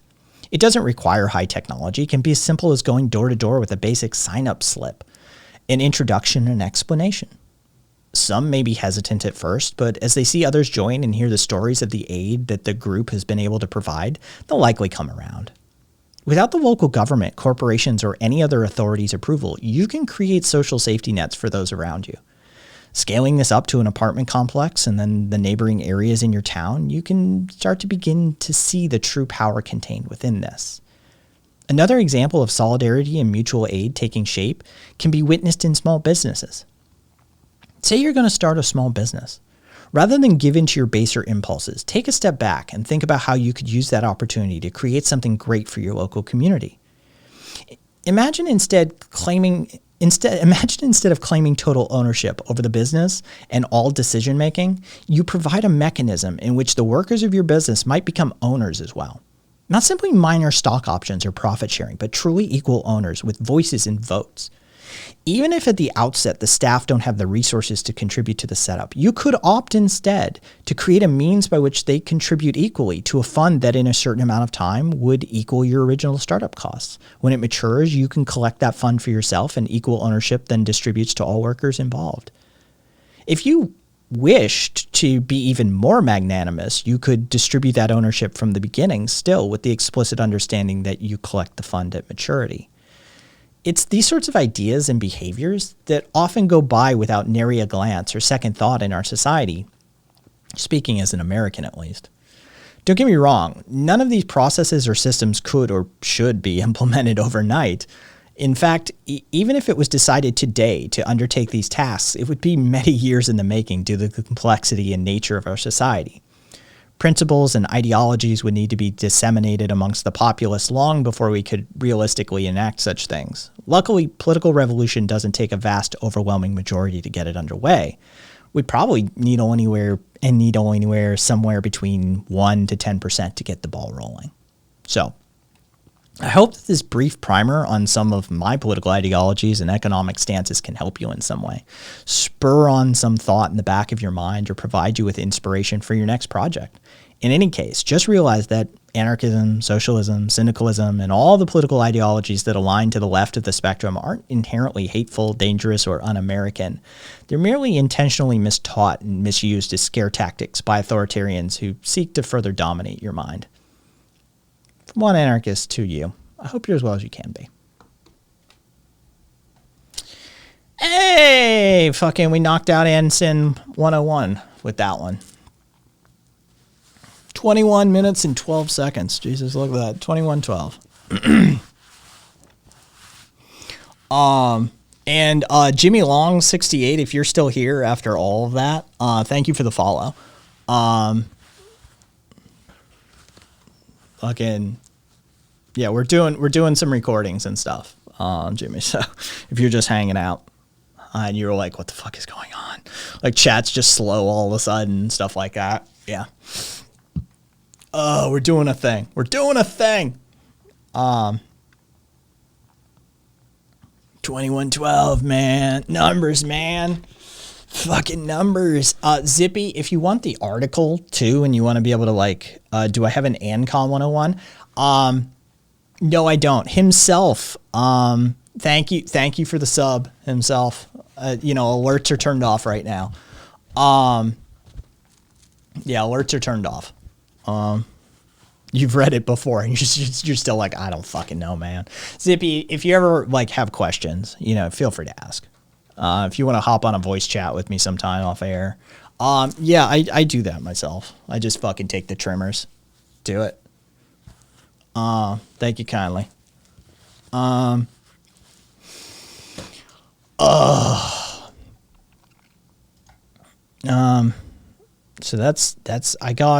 so what do we get? We got jury nullification and ANSIN 101 in the bag. I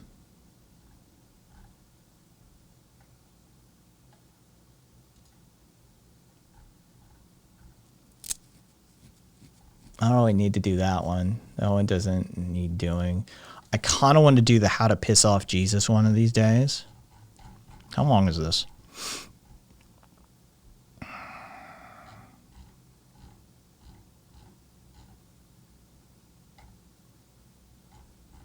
All right. You guys down for one more? Hey, Chapo. You guys down for one more recording? I'm going to get some water, and then we'll do How to Piss Off Jesus, which is my retelling of the... All right, cool. Let me go get some water and fucking... let me give you some music here.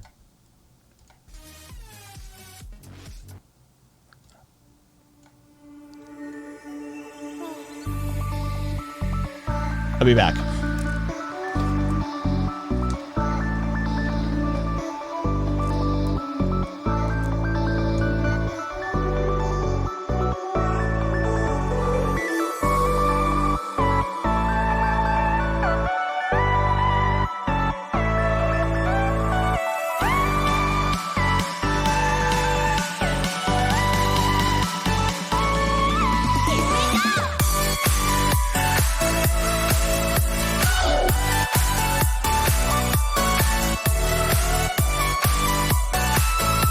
I hate life.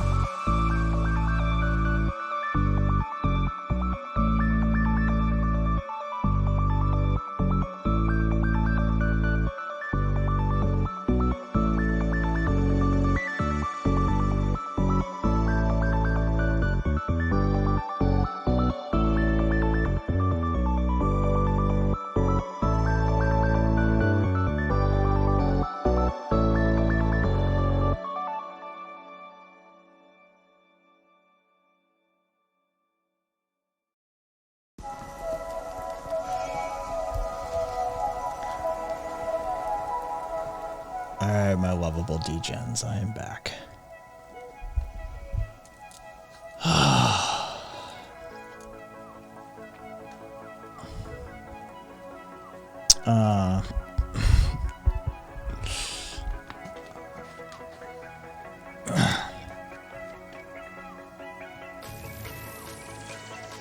Alright.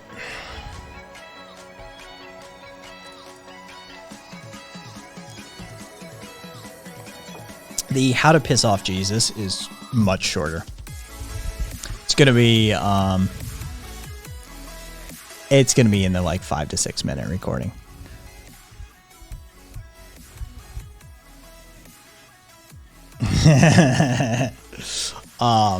Yeah. It's a much shorter fucking essay than that one. Than the Anson.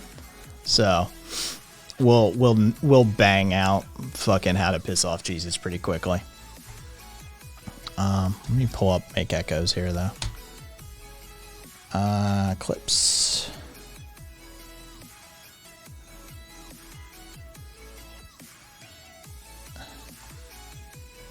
Cool. All right. Arkham is red. Oh, thank you, Sunsets. Oh, I've been meaning to do this for fucking ages and ages and ages, Sunsets. Like, literally, like, honestly, a year, maybe more. Like, yeah, it's been... Yeah, we're gonna bang out Jesus. Straight up. We're gonna gangbang Jesus. It's gonna be a thing. He's down, though. Jesus, I spoke to him. Jesus gave his consent. We're gonna gangbang Jesus, but he's totally into it. So, yeah, no worries. Oh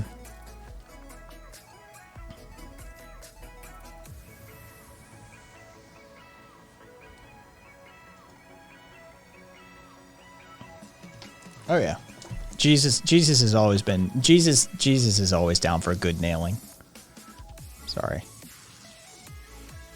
It himself was there with me, so on that one. Yeah, there's no way you can avoid the nailing joke. All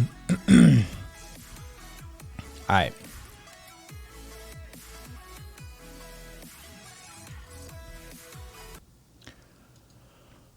All right.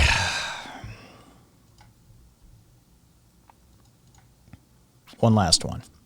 One last one.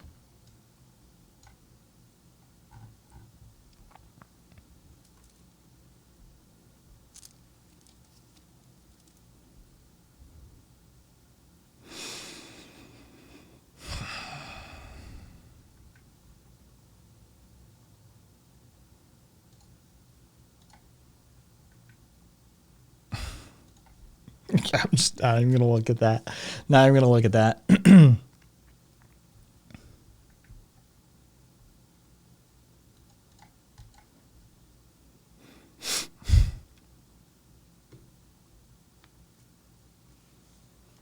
How to piss off Jesus. The cleansing of the temple is one of the more famous tales of the Christian Bible, which tells the story of Jesus at his angriest, and it's my personal favorite for a number of reasons. I mean, what could possibly drive the infamously peace-loving, forgiving, and magnanimous supposed savior of all mankind to a state in which he is flipping over tables and chasing people with a whip from a building? Money. Or rather, people valuing money over that which the building was to have symbolized. This story is so important to the narrative of Jesus that it occurs in all four canonical Gospels of the Bible: Matthew, Mark, Luke, and John. For those not learned in biblical topics, these are the Gospels which tell the story of Jesus' earthly life and the culmination of it all in his death and alleged resurrection. Now, just as an aside, a bit about me.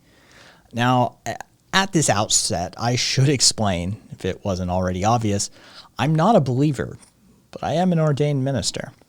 I fully admit that there are vestiges of historical events contained within, and I'm open to the idea that a Jesus may have existed, but I take a rather Jewish approach and treat that proposed person as just another man, not a demigod or god. What I do believe is that scattered amongst the ruins of a system of control, excuses for the absolute worst of mankind's behavior and general fucked upness are some truths that hold true even to today. But I am firmly stating here and now that to take this compilation of text, which finds its origins with Bronze Age shepherds, to be the literal word of God is not only folly, but downright destructive. While I'm not going to read the literal scripture for you, I will provide you with the chapters and verses from which the story comes, so you can read it for yourself if you choose. The important passages surrounding the cleansing of the temple saga can be found in Matthew chapter 21, verses 12 through 17, Mark chapter 11, 15 to 19, Luke 19, 45 to 48, and John chapter 2, verse 13 to 16. The essential context for the story is that it occurs during Passover, a major Jewish holiday, which is one of the three major pilgrimage festivals of the Jewish faith, in which the entire population of the Kingdom of Judah was required, with a few notable exceptions of course, to make a journey to the temple in Jerusalem for worship. This means that visitors from all over the ancient world would be present, which also means two things for the purposes of this story. One, opportunities for sales, and two, differing currencies. Jerusalem was packed by anybody's definition. The estimated numbers that are commonly used are somewhere between 300 and 400,000 pilgrims were present at the time, which makes for a significant opportunity to profit. So, as the story goes, Jesus arrived to visit the temple, and what he found disturbed him greatly, to say the least. He found its courtyard filled to the brim with livestock, merchants of all sorts, money changers' tables. You see, the festival required a tithe to be given, and that tithe must be given in Jewish and Tyrian shekels. This provided the greatest opportunity for gain out of all of the ventures, as the money changers would take the Greek and Roman currency and provide a disadvantaged exchange rate plus a fee for services, allowing them to profit greatly off the travelers who had little to no other option. He found cellars of doves, sometimes written as pigeons, as they're from the same family of birds after all. The doves and pigeons were used as a sacrifice for the poor, and especially women who could not afford more grand gestures of sacrifice of their faith. And if you think this is just a condemnation of the practice of cheating or profiting by a few, the temple also housed a large amount of money belonging to the wealthy, which would then be loaned out to the poor with interest rates attached. One of the first acts of the First Jewish-Roman War was the burning of these debt archives. Jesus would have been fully aware of these practices as well. This is where the story gets interesting.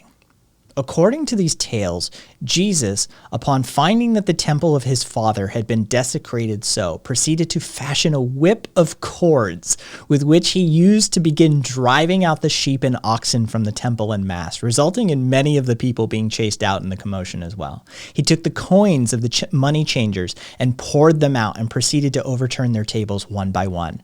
He told the sellers of the sacrificial doves to take these things away from my father's house and do not make my father's house a house of trade. He cast them all out, all who dared to buy and sell within those hallowed halls, accusingly telling them that they had transformed a house of prayer into a den of thieves. Further outrage can be evidenced in Mark 12, chapter 12, verse 40, and Luke chapter 20, verse 47, in which Jesus flat out accuses the temple authorities of thieving and making poor widows their victims. In Mark 11:16, he actually places an embargo upon anyone carrying any merchandise through or around the temple, disrupting nearly all local commerce. Now, biblical scholars and followers have discussed these supposed events ad nauseum over the millennia since the words were laid to bear, but most, based on the various writings, have come to the conclusion that Jesus did this not once, but twice within the context of the biblical stories. Plus, it is worth mentioning that Professor David Landry suggests that the importance of the episode is signaled by within a week of the primary telling of the incident, Jesus was dead. The Gospels of Matthew, Mark, and Luke agree with this summation in that his actions in the temple served as the trigger for his execution. So why am I, an affirmed non-believer, telling this story? Because, for better or for worse, I was born in and continue to live in a little country called America. In this country, we have ourselves an ever-increasing problem of evangelical so-called Christians. They are the money changers, merchants, and dove sellers of our modern age. They seek to falsely align themselves with a figure and philosophy they have no honest claim to, all the while actively harming and condemning to suffering those around them in Jesus' name. Starting at the most obvious and egregious of sins committed today, the prosperity theology, or sometimes called prosperity gospel or seed faith, is horseshit. It's worse than horseshit, for at least horseshit can help fertilize crops. It is a plague unleashed upon the world by humans who have no soul, who would likely drown a baby for $1. If you're not familiar with this particularly virulent brand of American pseudo-Christianity, then I commend you on your ability to effectively isolate yourself. It's a belief born of Protestantism that in essence states that financial and physical well-being are the will of God, and if you have them, then obviously you have been blessed, and by extension, you are the recipient of God's approval. This odious belief system came to be born of the healing revivals of the 1950s, although some have linked its inception to the New Thought movement of the 19th century and a man by the name of Phineas Quimby. And the New Thought movement held that God is everywhere, that true human selfhood is divine, and that sickness and poverty originates in the mind. And the healing revivals were a movement that began in 1946, giving rise to charismatic evangelists and modern evangelical movement. It's in this era that you will find the likes of Billy Graham and Oral Roberts begin to rise to power. In either case, I'm sure you can see how potentially dangerous and damaging such a train of thought could be. These toxic ideologies eventually came to be entwined with and a mainstay of the word of faith, which is an evangelical idea started in the 1980s in, of course, America, and quickly was spread to other places around the world. It holds that Christians can access the power of faith through speech, which allowed for it to easily and quickly contaminate radio, television, and eventually the internet. Now, it can be easily found throughout many denominations and Christian communities.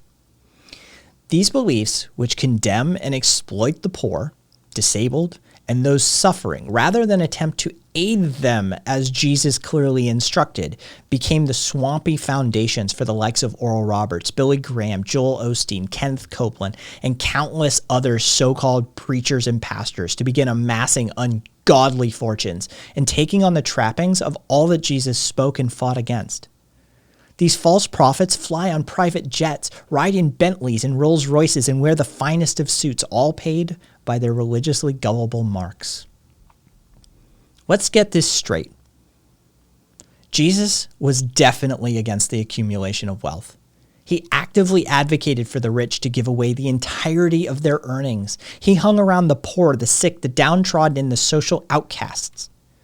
Yet in today's world, so poisoned by capitalism, authoritarianism, and downright shameless hypocrisy, you commonly find people doing the very opposite of what Jesus would have you do, all the while maintaining that they are Christians. They condemn and judge their fellow humans. They give in to their greed and allow willful ignorance to blind them to the suffering they either cause or play a part in causing. The modern American so-called Christian not only often supports the greed-laden capitalistic system they find themselves, they vocally support it and American imperialism both. It's one thing for anyone else to have these failings as a human. Yes, we should all strive to improve and to do less harm, but it's another thing entirely to classify yourself under the heading of Christian or follower of Christ and literally revel in such sins. If anyone at all should be the most supportive, the most immersed in leftist politics, it should be Christians. They of all people should understand the philosophy of giving and sharing, of not taking too much, of not bowing to authoritarian measures, even in the face of extreme consequence. But instead, they've aligned themselves largely with the exact opposite, the greedy and prideful conservative movement, a group of people more concerned with their stock portfolio than a dying baby directly in front of them. There have been and always will be notable exceptions to this condemnation, of course, but the truth of the matter is that if you claim to be a Christian today, you need to look deep inside your heart and ask yourself, am I living in the manner in which Christ told me to? Probably not.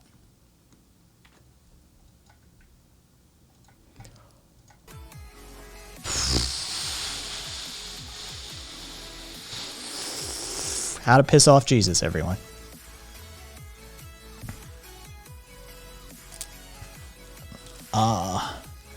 Doves are just albino pigeons. All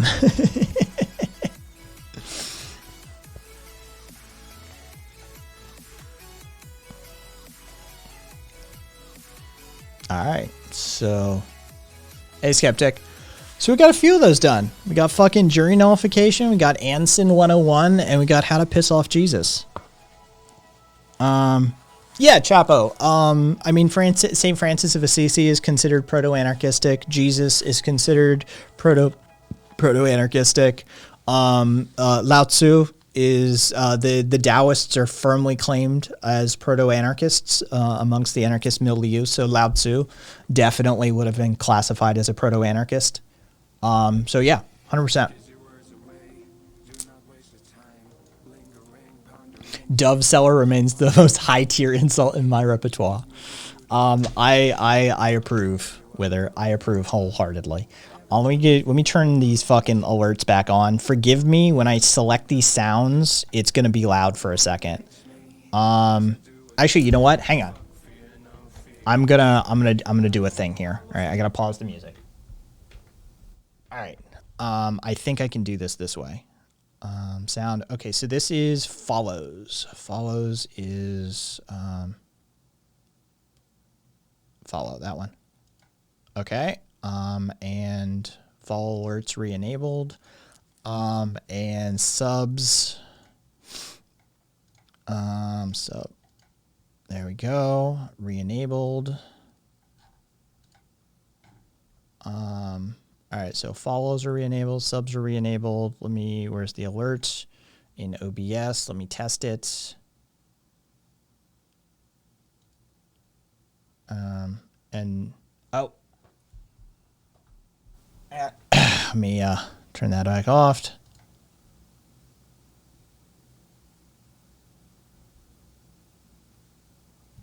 Okay.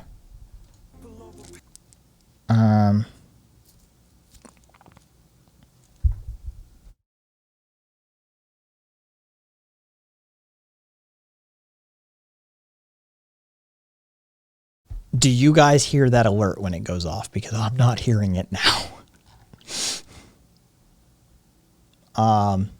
When I did that test just then, you didn't hear it either. Okay. Cool. Good to know.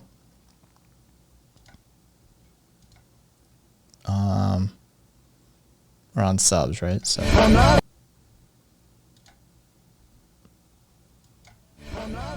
There we go. All right.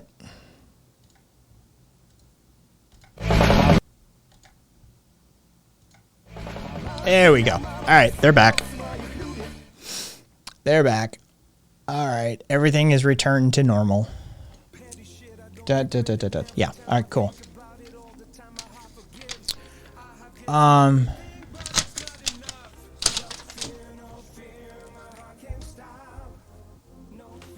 Well, no, Master Dodo, it isn't. It's about a balancing of freedom against other people's freedom. It's about maximizing individual autonomy to the point of not infringing upon externalities of autonomy. So basically, my freedom, it doesn't rise to a point where it can infringe upon your freedom. So it is a balancing act utilizing individual autonomy within a framework or fabric of social structure. So it isn't just about freedom over everything. There is those sorts of things to consider.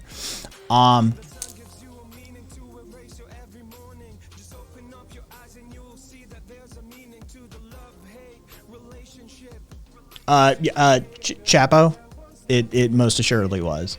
Anarchy as a operating modality has been used by indigenous societies long before the Buddha was a thing. Yeah. Like yeah. Now, if we actually use formalized structure, which, like, as you said, anarchism, if we're using my own prescriptive language, yes, I would agree. Anarchism is born of anarchists, which is a formalized theory. But anarchy, as conceived as a hierarchical organizing modality, has been utilized by indigenous groups since the before time, well before recorded history. So it would predate the Buddha by quite a bit. But yes. Otherwise, I agree with what you said. I just wanted to make that note on time frames and how far back anarchistic modalities of operation go. How progressive are the canon of Christian faith? I mean, separate from whether it just sort of it depends, but not like very, quite frankly. It depends. It depends in what regard. It depends in what regard. A lot of them super progressive. Like, some of them are, Gothic. Give me one sec, Gothic. I mean, if somebody fucking wants to give them the channel answer. I'm sure a few you know it. Whether it sort of depends. I mean, if you go like the Gospel of Christ, heal the sick, feed the hungry, house the homeless, accept the outsiders. I mean, he washed the feet of, like, he touched the squalid, the sick, the diseased. He washed the feet of a whore, right? Like, so in that regard, super progressive. So yeah, it just sort of go from there. Gothic, basically the idea is that guns for everybody but cops. That's the channel answer. That's the official channel answer.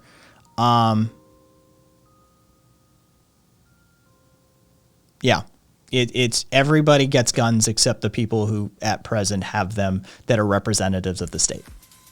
They have justified the removal of them through their inability to use them properly. So, yeah.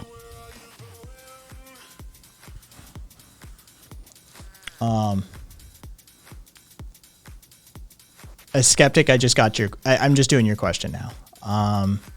It's just, it was easier to answer the gun thing quicker.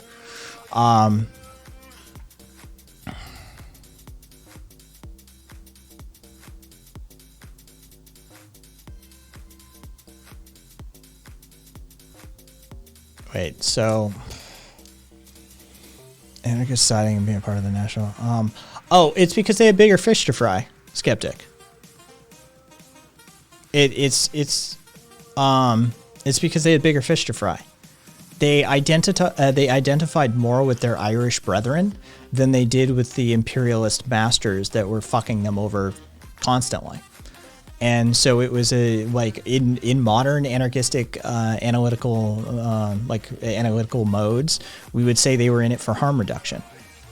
Yeah, the nation state fails to meet the philosophical justification for its claim to power, but in a situation where it's the nation state of Ireland versus a national identity of the Irish versus the British Empire, and especially given the history of 800 plus years of them just raw dogging them, they defaulted to siding with their nationalistic brethren. That makes perfect sense. That's a classic lesser of two evils scenario that you're put up against. And this isn't like, oh, a Democrat versus a Republican lesser of two evils. This is, they take our people and like starve them to death. They kill them in the streets. Sort of lesser of two evils. So yeah, it makes perfect sense that they would have made that decision, that they would en masse come to that conclusion within the milieu, given that era. Yeah.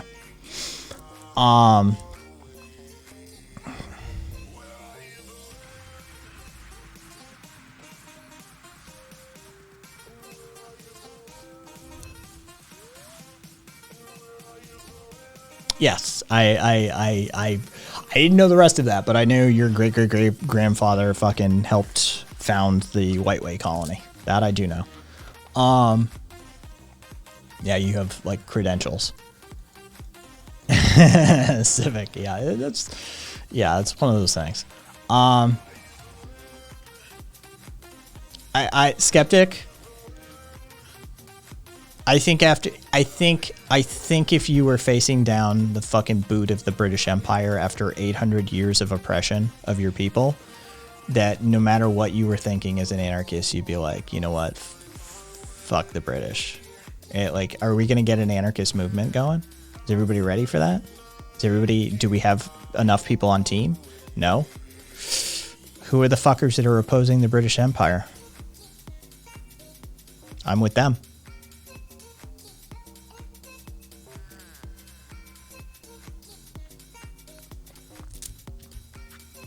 That's how that works.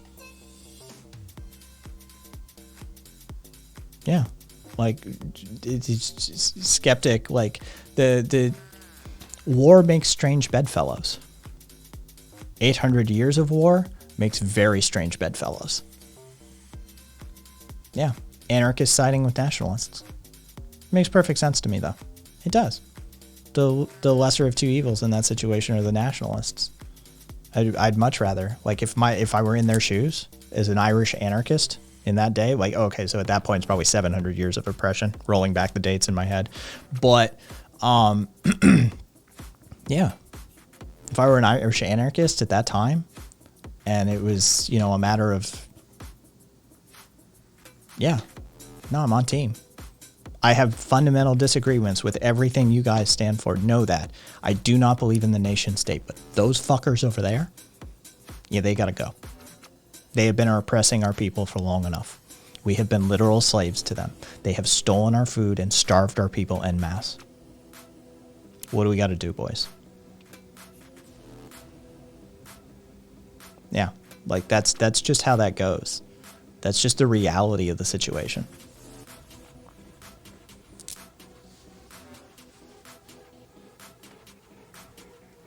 Unification is still a major goal for my family over there. Interesting, sweet.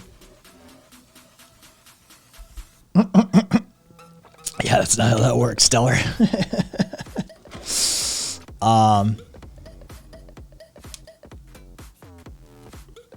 Yeah, Civic. It wasn't as simple as like the fucking did you like Civic are you from America? Did you have the American education? That's one of those things.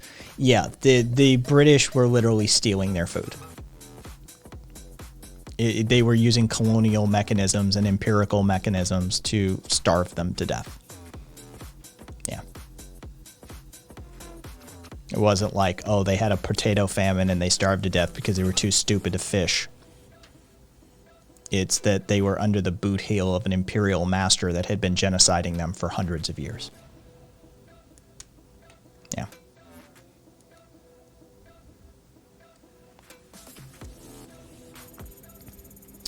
Not to mention, Ireland was an apartheid state. You saw it more from an ideological lens than a materialist lens when it comes to, yeah, no, skeptic. Like that's the thing is we're way too insulated for that. You gotta think about it. Think about the circumstances of that situation. Yeah, like, dude, they're starving your people to death. They're shooting you openly in the streets. They've been doing it for hundreds of years. Makes strange bedfellows. I mean, it's not just not just that, skeptic, but yes, many of that, much of that. Let's see, give me 1 sec here. Let me pop that just to tell.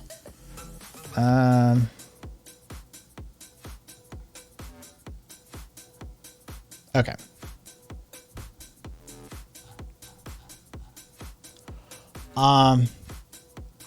Passively pissed here, and they keep doing it.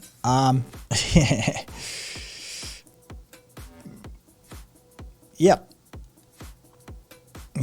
All right. So, what are the first steps to move towards an anarchist society? Community grassroots organizing. The fact of the matter is that the majority of people, B-mans, yes.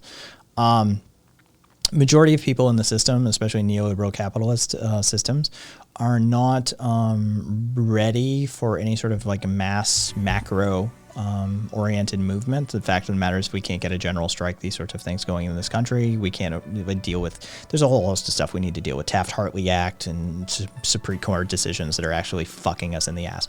But here's the good news, right? Top-down change fucking sucks. It sucks. That's all appeal to authority shit. It's all appeal to authority. Look, you vote for your fucking president, but it doesn't really make a difference in your day-to-day life. But you know what does make a difference in your day-to-day life? The police chief, the fucking mayor, the fucking city council, the superintendent of schools, the school board, the sheriff. These people have an effect on your surrounding community. They determine policies towards how the houseless are dealt with. Are they dealt with in a criminal fashion? Or are we trying to get them, housed and get them medical care? Are children being treated like criminals? And is there a pipeline from our school to our fucking jail system? Is our sheriff a racist piece of shit who's fucking everything up, right? So this is the level you need to be working at, the way down ticket area, your local community, the microcosm of the macrocosm of the nation. And this is where anarchism works. This is where anarchism already does work. Like, it works at the macro scale too, but we're not ready for that as a nation, especially in America. But it works already at that microcosmic scale. We've got multiple institutions, multiple groups and coordinated, federated groups throughout this world. Food Not Bombs is feeding people in like 100 and some odd countries at this point, like right now as we speak. And they are completely hierarchically organized, anarchistic, like they are preventing people from starving to death right now, as we were talking, right? Cospia, which is an anarchistic republic in Italy that lasted for 375 years and fought with fucking papal states, right? They show the length and power that an anarchist group can have. So what do we need to do? What are the first steps? Free association, mutual aid groups, affinity groups in your community, your neighbors. Your neighbors are your most likely affinity group. Your coworkers, your neighbors, and your like sort of friends, family, fucking sports team, these sorts of things. These are your de facto affinity groups. Talk to your neighbors. Start forming mutual aid groups. Start stockpiling food, water, resources. See if you can't create a municipal internet system. See if you can't create a sort of a mechanism for building up resources for whatever it is that you see as the thing that addresses your needs or your concerns as an affinity group. If it's coworkers, maybe you have a concern about your fucking boss. Maybe you fucking blah, blah, blah, blah, blah. This is up to you to decide, but this is where you organize. This is where you operate. This is how anarchistic operations start. And you do it not as some centralizing authority. You do it as a hierarchically organized group. Everybody has a say. Everybody has the ability to engage in consensus decision making. If you need a primer on consensus decision making, feel free. cs.kaisthings, K-A-I-S things, THINGS.com.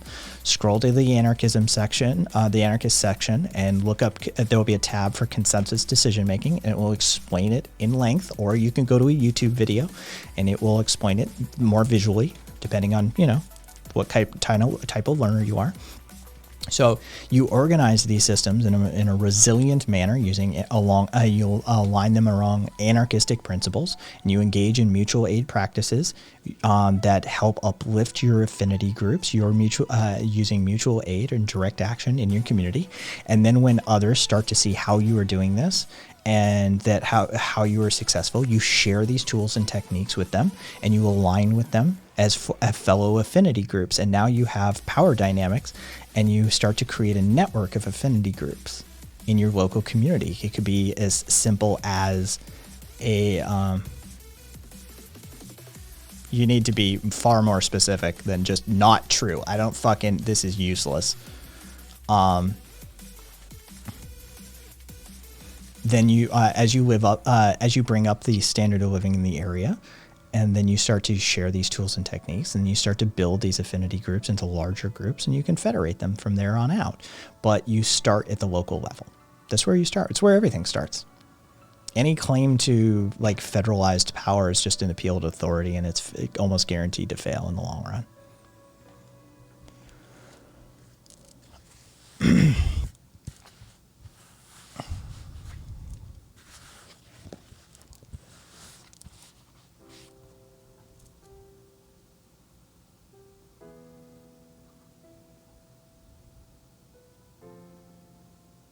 Nice, Skeptic.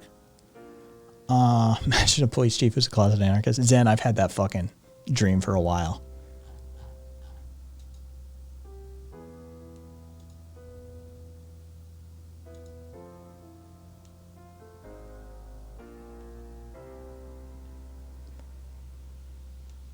Oh god, Stellar. Yeah, super fun shit. It's just a pain in the ass to deal with. Dude, everything associated in and around super fun crap is always a pain in the ass to deal with. Yeah.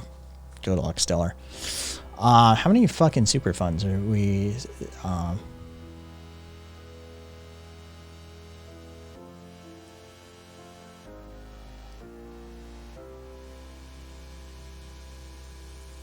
Jesus Christ.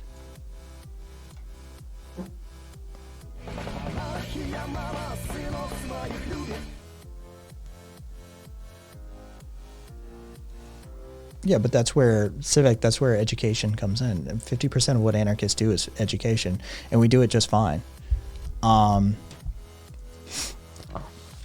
Food Not Bombs and the Baptist ministry here in Las Vegas proved that it works. We made it functionally illegal to feed the homeless here, so we did it anyway. And you better believe they fear-mongered. You better believe that they were out there in the fucking press fucking talking about how, we could it's about the safety for the homeless, and we could give them food poisoning, and since we're not abiding by food handling standards, and it's about congregating the homeless people in one area and driving up crime rates, and they might rape and stab somebody. Yeah, the laws got overturned. They didn't win.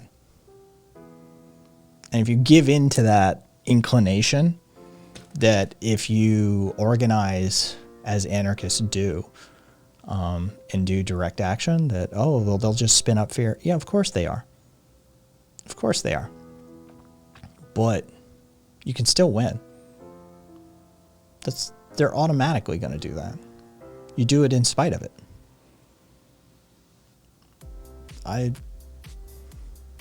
Yeah. Stellar, help with the white man.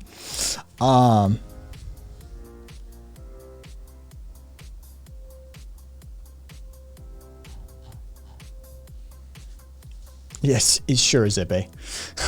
Sure it is. Why are we getting tagged over here? Oh, it's Dungeon Fog. Want my attention.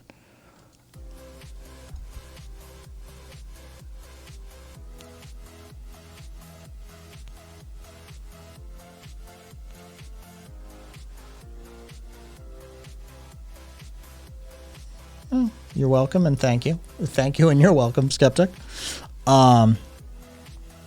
Community organizing does take time. And time, it can take years. It can take years.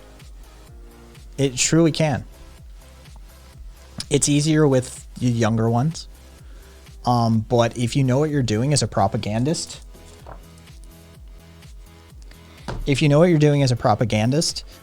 you can swing the fucking older boomers pretty easily. In fact, sometimes they're the easiest. You just got to do your branding correctly. You got to leave all that anarchism shit at the door and just talk about like Freedom Aid. Fucking, we're setting up a community response team, and we're calling it Freedom Aid. And you know, we can't rely on the federal government and these fucking commies and socialists are going to take all of our Medicare and Social Security from us. So we need to be prepared and ready. We should have, you know, look, you can literally set up a mutual aid group like overnight with the boomers if you do it correctly. Just leave all that fucking lefty talk at the door and spin it. Yeah, like that's sometimes you just got to be a propagandist. The left needs to be a little more comfortable.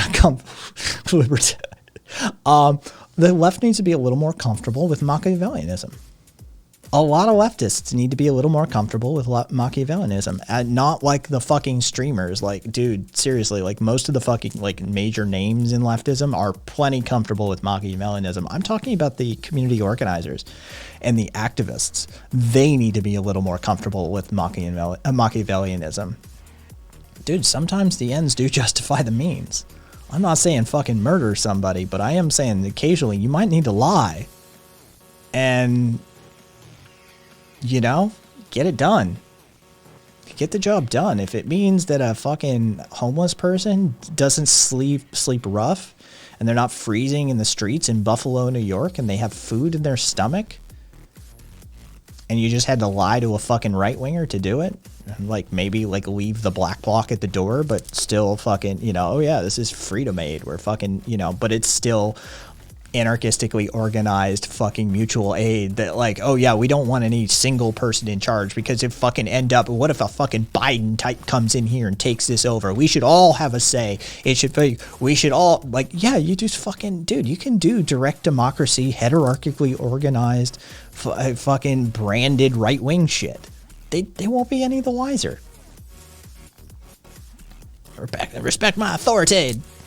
Yeah.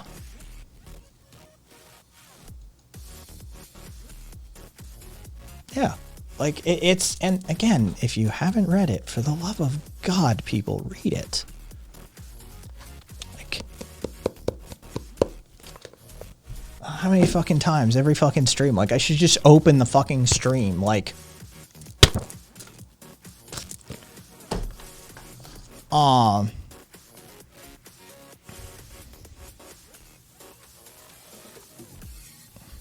yeah, I mean, that's the thing. If you're trying to be subversive with it, yeah, you definitely leave those labels at the door. Yeah, oh yeah, this don't. Boomers. Dude, they're afraid of that book. They're definitely afraid of that book. Because that book works. That book is effective. Dude, the Catholic Diocese of New York used to send graduating priests to fucking Saul Alinsky to learn how to be effective community organizers. The Catholics used to send people to him en masse to learn how to. Hillary and Obama both credit Saul Alinsky with teaching them how to run a fucking effective campaign and how to organize a community, right? Like, this motherfucker knew what the fuck he was doing. Two major, including a president of the United States, two major U.S. politicians, and the Catholic Church recognized that dude as one of the foremost experts in community organizing and activism ever. Read what the man had to say.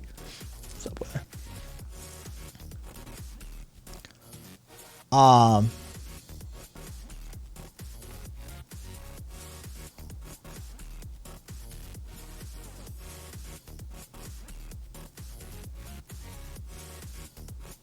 Jesus, dude, Wither, I'm just gonna kick you your points back.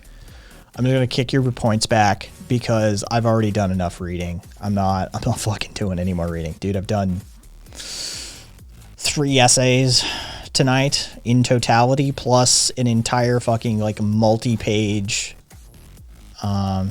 news piece by the Tampa Bay Times.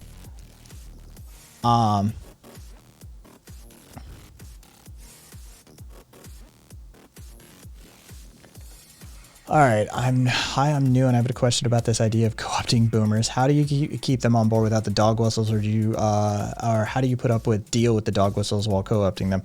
You deal with it by fucking like just having a thick skin. If you go into that, no, it's like leftists. My constant example is like going down to the docks, like the proverbial docks, right? Go to a fucking like a manufacturing center. Go to the actual port of call. Go to the docks. Go to work on a fucking fishing vessel, right? And do it as a leftist, right? Think about like the verbiage that you're going to encounter, and you can't. They're gonna say shit. They're gonna say all sorts of inappropriate, problematic things. Get the fuck over it. Just get the fuck over it. You got bigger fish to fry, right? Like you can pull fucking like Jim and Bill aside some other time and be like, hey, did you ever think like, fuck, like imagine if like, you like contextualize it for him, imagine if like, fucking James over there is black and you keep fucking dropping the N-bomb, and like, yeah, of course he doesn't react to you, but like that's not the sort of like he grew up with this shit. But imagine like constantly having to hear that shit.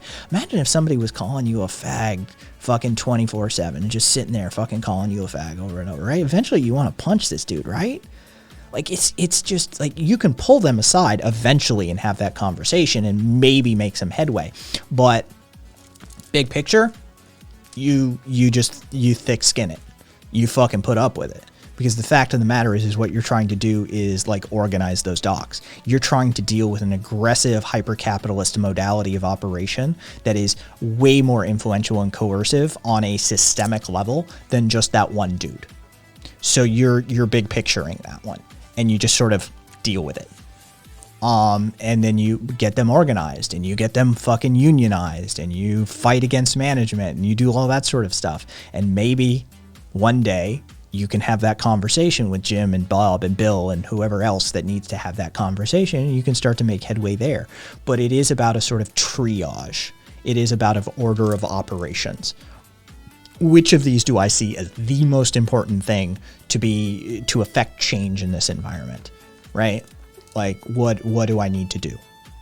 And you may have to set something to the side temporarily that you otherwise find wholly distasteful and just, ugh. But that's what's required of you as an organizer. And if you can't do that job, if you can't palate the truly distasteful, then maybe that's not the role for you. And that's not okay. That's okay. Not everybody's destined for that job. Not everybody can sit down with a right-wing fucking chud. Fucking Daryl James or whatever that guy's name is, that fucking dude who's like converted 200 Klan members, and he's a black guy, and he's got a fucking closet full of Klan robes now. I forget his name. I'm sorry if I just fucked up his name. But right, like imagine the heinous shit. Daryl Davis. Thank you, Rev. Daryl Davis. Imagine the heinous shit he's had thrown at him over the years, right? He's still doing the job.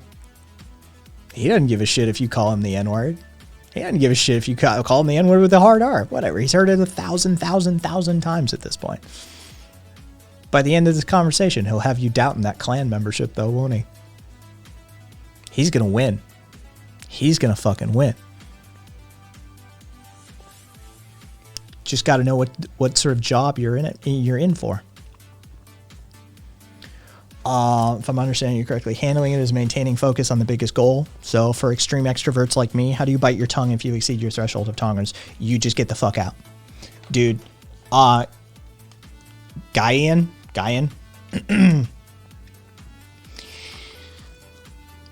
you get the fuck out. You have to be constantly monitoring that. You have to be aware of that. Dude, it's a real game.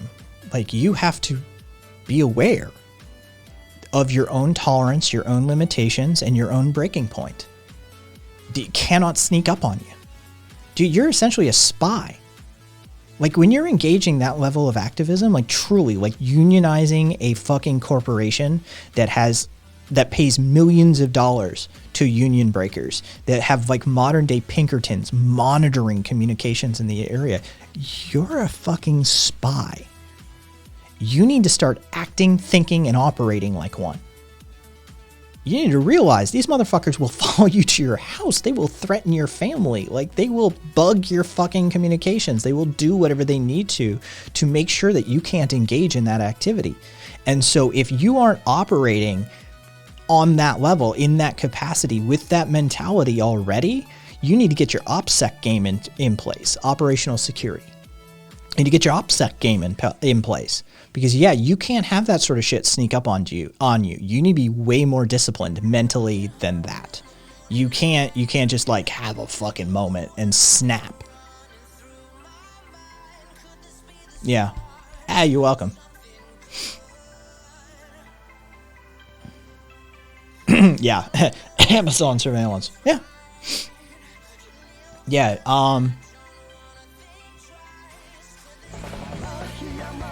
hey, thank you for the follow. Yeah, like that's, and if you need like operational security for the activist from a technological standpoint, I've got a video on the YouTube channel. It's literally called Operational Security for the Activist. Also, like within the next couple of weeks, there will be a series of guides up on the Discord server for like maintaining your operational security from an electronic and technological standpoint, if that's a fucking thing. If that's a concern for you in that regard. We're not doing a full OPSEC guide yet, but maybe one of these days. I sit down with right-wingers, some of them are open-minded, they're nice enough to hear a different perspective. I actually had a conversation with right-wing chief about American forest policy, and they agree with me on the fact that the United States supporting 80% of the... yeah, I mean, it's not terribly difficult to do, depending on.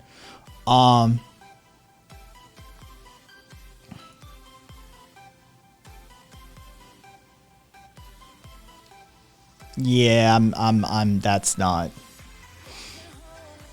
how I'd proceed in that situation. But, you know, I've got training in improv, so I'm comfortable. I'm comfortable playing. I wouldn't necessarily one-up them, but I'd join in. If I were truly doing something, yeah, I'd join in.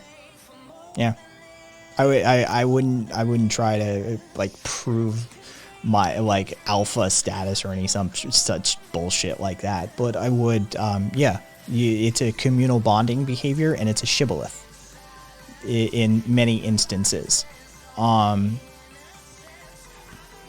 You're attempting to vet each other.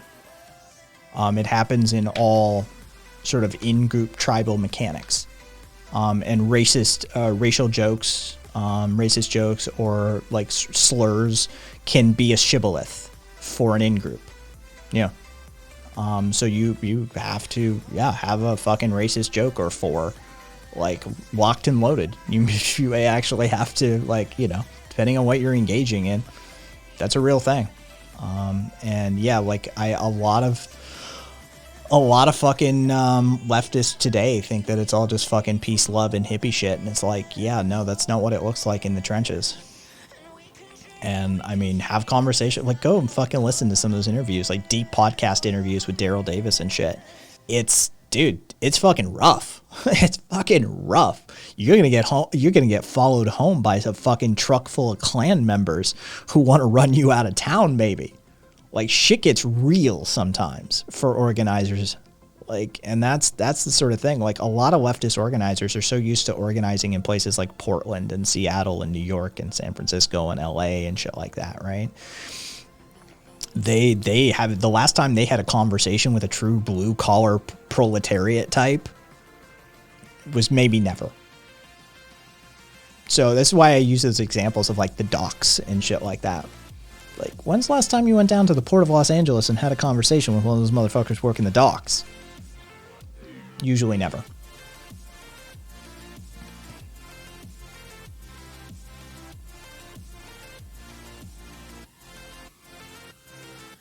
Yeah. Yeah, guy. For sure. Detroit, I mean, that's where Trumbleplex is, Wither. Trumbleplex is in Metro Detroit. They've been around for 27, 28 years now. They've got cooperative, Trumbleplex is an anarchistically organized group. They've got cooperative housing. They've got a library. They've got an art space. They've got a theater performance space. They did their own internet. The last few years, they've hooked up their own sort of internet system. But there's a group in Detroit that's been doing municipal internet, and they connected with them. And so they've got there's a fairly decent community of mutual aid types in and around the Detroit area that definitely thrived during the collapse of the sort of Detroit metro area.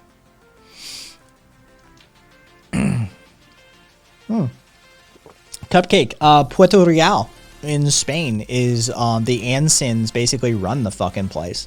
The anarcho-syndicalist organizers down on the docks in Puerto Real basically took over.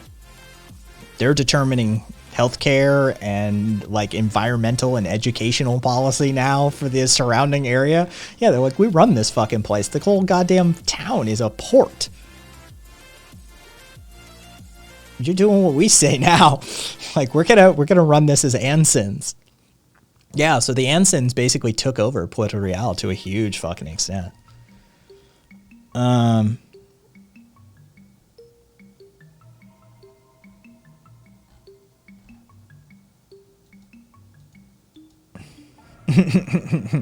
Beast. Solid.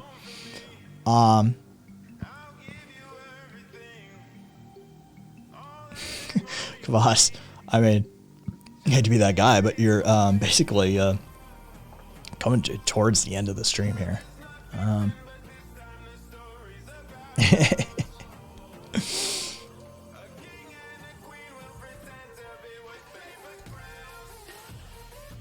What do I got? Whispers here. Thank you, Wither. Thank you kindly, Wither. I got your little kind note behind the scenes, Wither.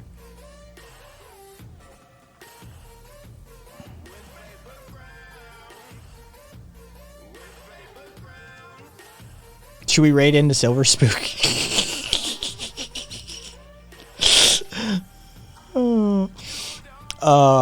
Fuck yeah. We're gonna raid into Silver Spook or Comrade Kenny. See if they have me outright banned still. Fucking CIA operative that I am. Oh God, they are adorable.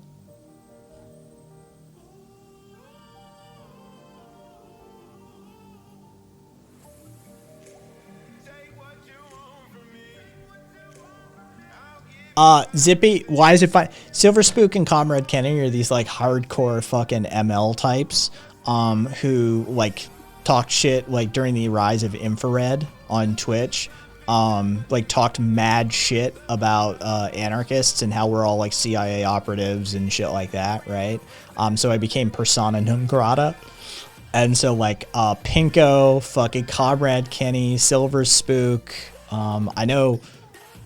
Oh, is it Silver Spook's a different one than Silver L, Estrella? Cool. All right, so then I'm mistaking that one for the other one. Then yeah, okay. So Silver Spook is not the other one. Silver, whatever the fuck the other one's name is. My bad on that one. Still funny.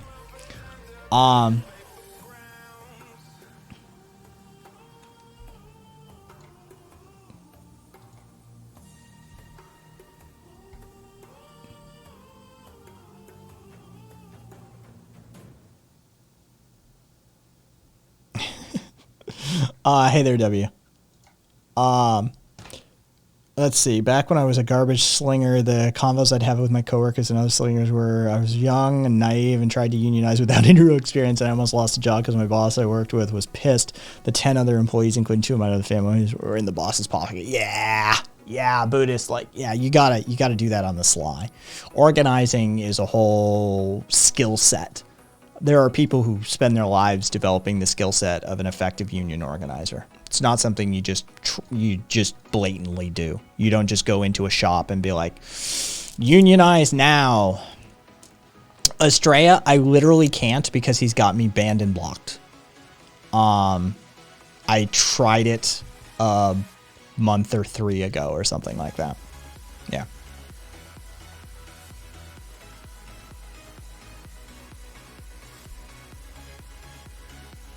Oh, so again, they're probably a fucking ML. I'm sorry. Like, that's, if they've got those fucking stances on China, then I'm just gonna,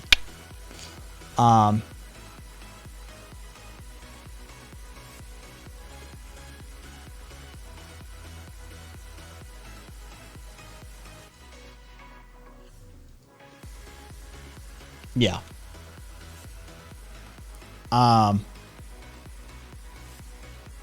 mean, to be fair, Civic, like, you know, Spectre of the Mind, aka a spook, was a sternerist term, so I don't know where they're deriving their name from, but I'm fully aware of the potential racial connotations of what's going on there. So I understand that. We already did that one way earlier in the stream. Fuck Che Guevara. Fuck him. Just take him and shove him up the ass. Fuck Che Guevara.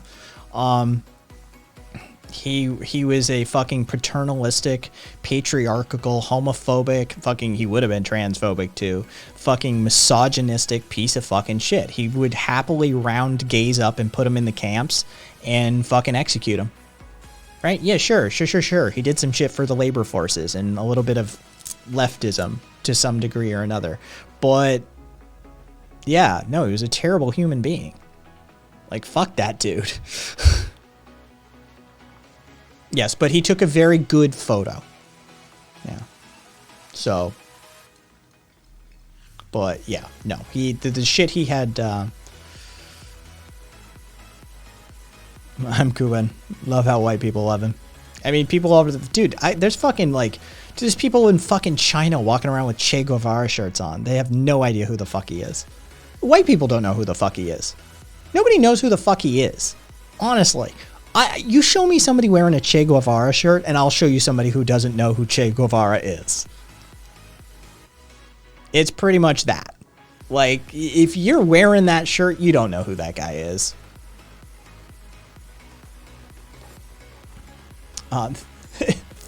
Thank you, Skeptic. Yeah, like, fuck Che Guevara.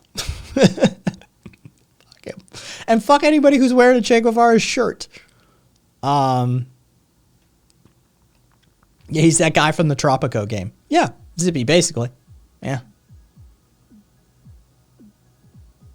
He honestly, Stellar, yeah, he wasn't a good person by any means.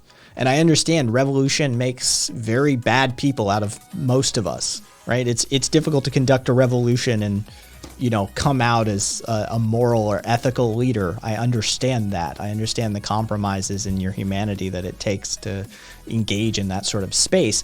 But the truth of the matter is that his statements on women and gays and fucking basically non-cisgendered, heteronormative, like Catholic, like non-Catholic people, like, it just, the guy was dog shit, man. By most modern leftist egalitarian Enlightenment era standards, Che Guevara was a piece of shit. I mean, you know, Skeptic, you still want to do him, I get it.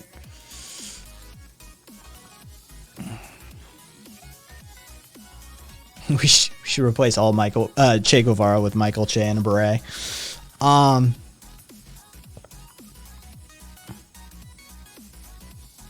Yeah, I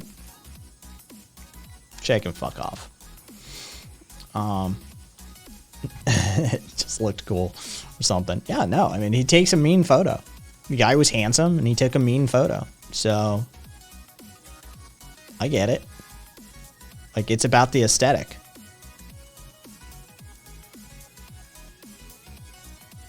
I fucking... Alright, so here's the option.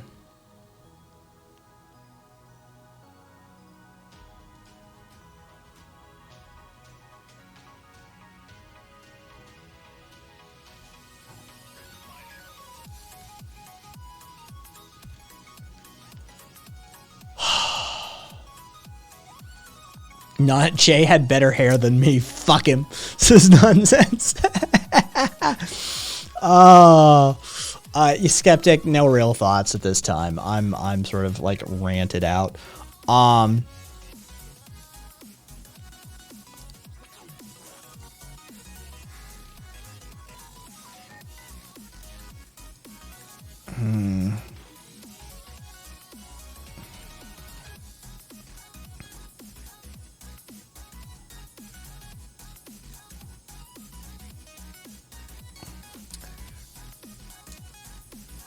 As a bald man with severe hair envy, fuck him harder. No, yeah, Kaiser, fucking, he was a decent looking dude. Yeah, Zippy, not a chance. But does anybody have anybody who like that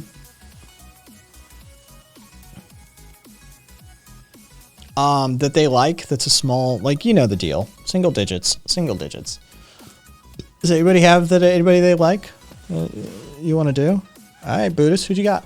What you got?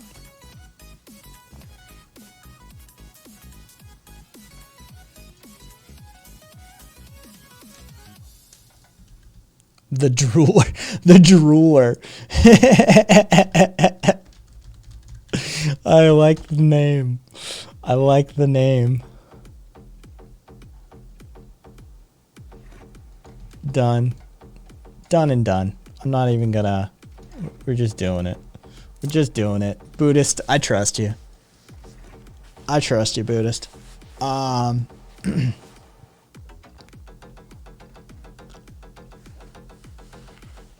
everybody, we're gonna go right over to the drooler. It's barely the absurd Buddhist's best friend. So let's go show him some love. Let's get him some follows. We'll fucking... God, that weird fucking divot in my hair. It's not a receding hairline. It's just a weird fucking divot in my hair. Like, that is my hairline, and it has been my hairline. Fucking weird as shit, man. My mom has that. I'm not kidding. My mom has that weird fucking divot in her hair, too. Anyway. Sorry. Just complete fucking left turn there. Yeah, thanks for hanging out. Tomorrow is an 11:30 stream. Yeah, I got blood work to do in the morning. So tomorrow, thank you, Civic. Tomorrow may be fucking weird. But yeah, we're gonna go over to the drooler, and who knows? Hope you guys are as well as you can be.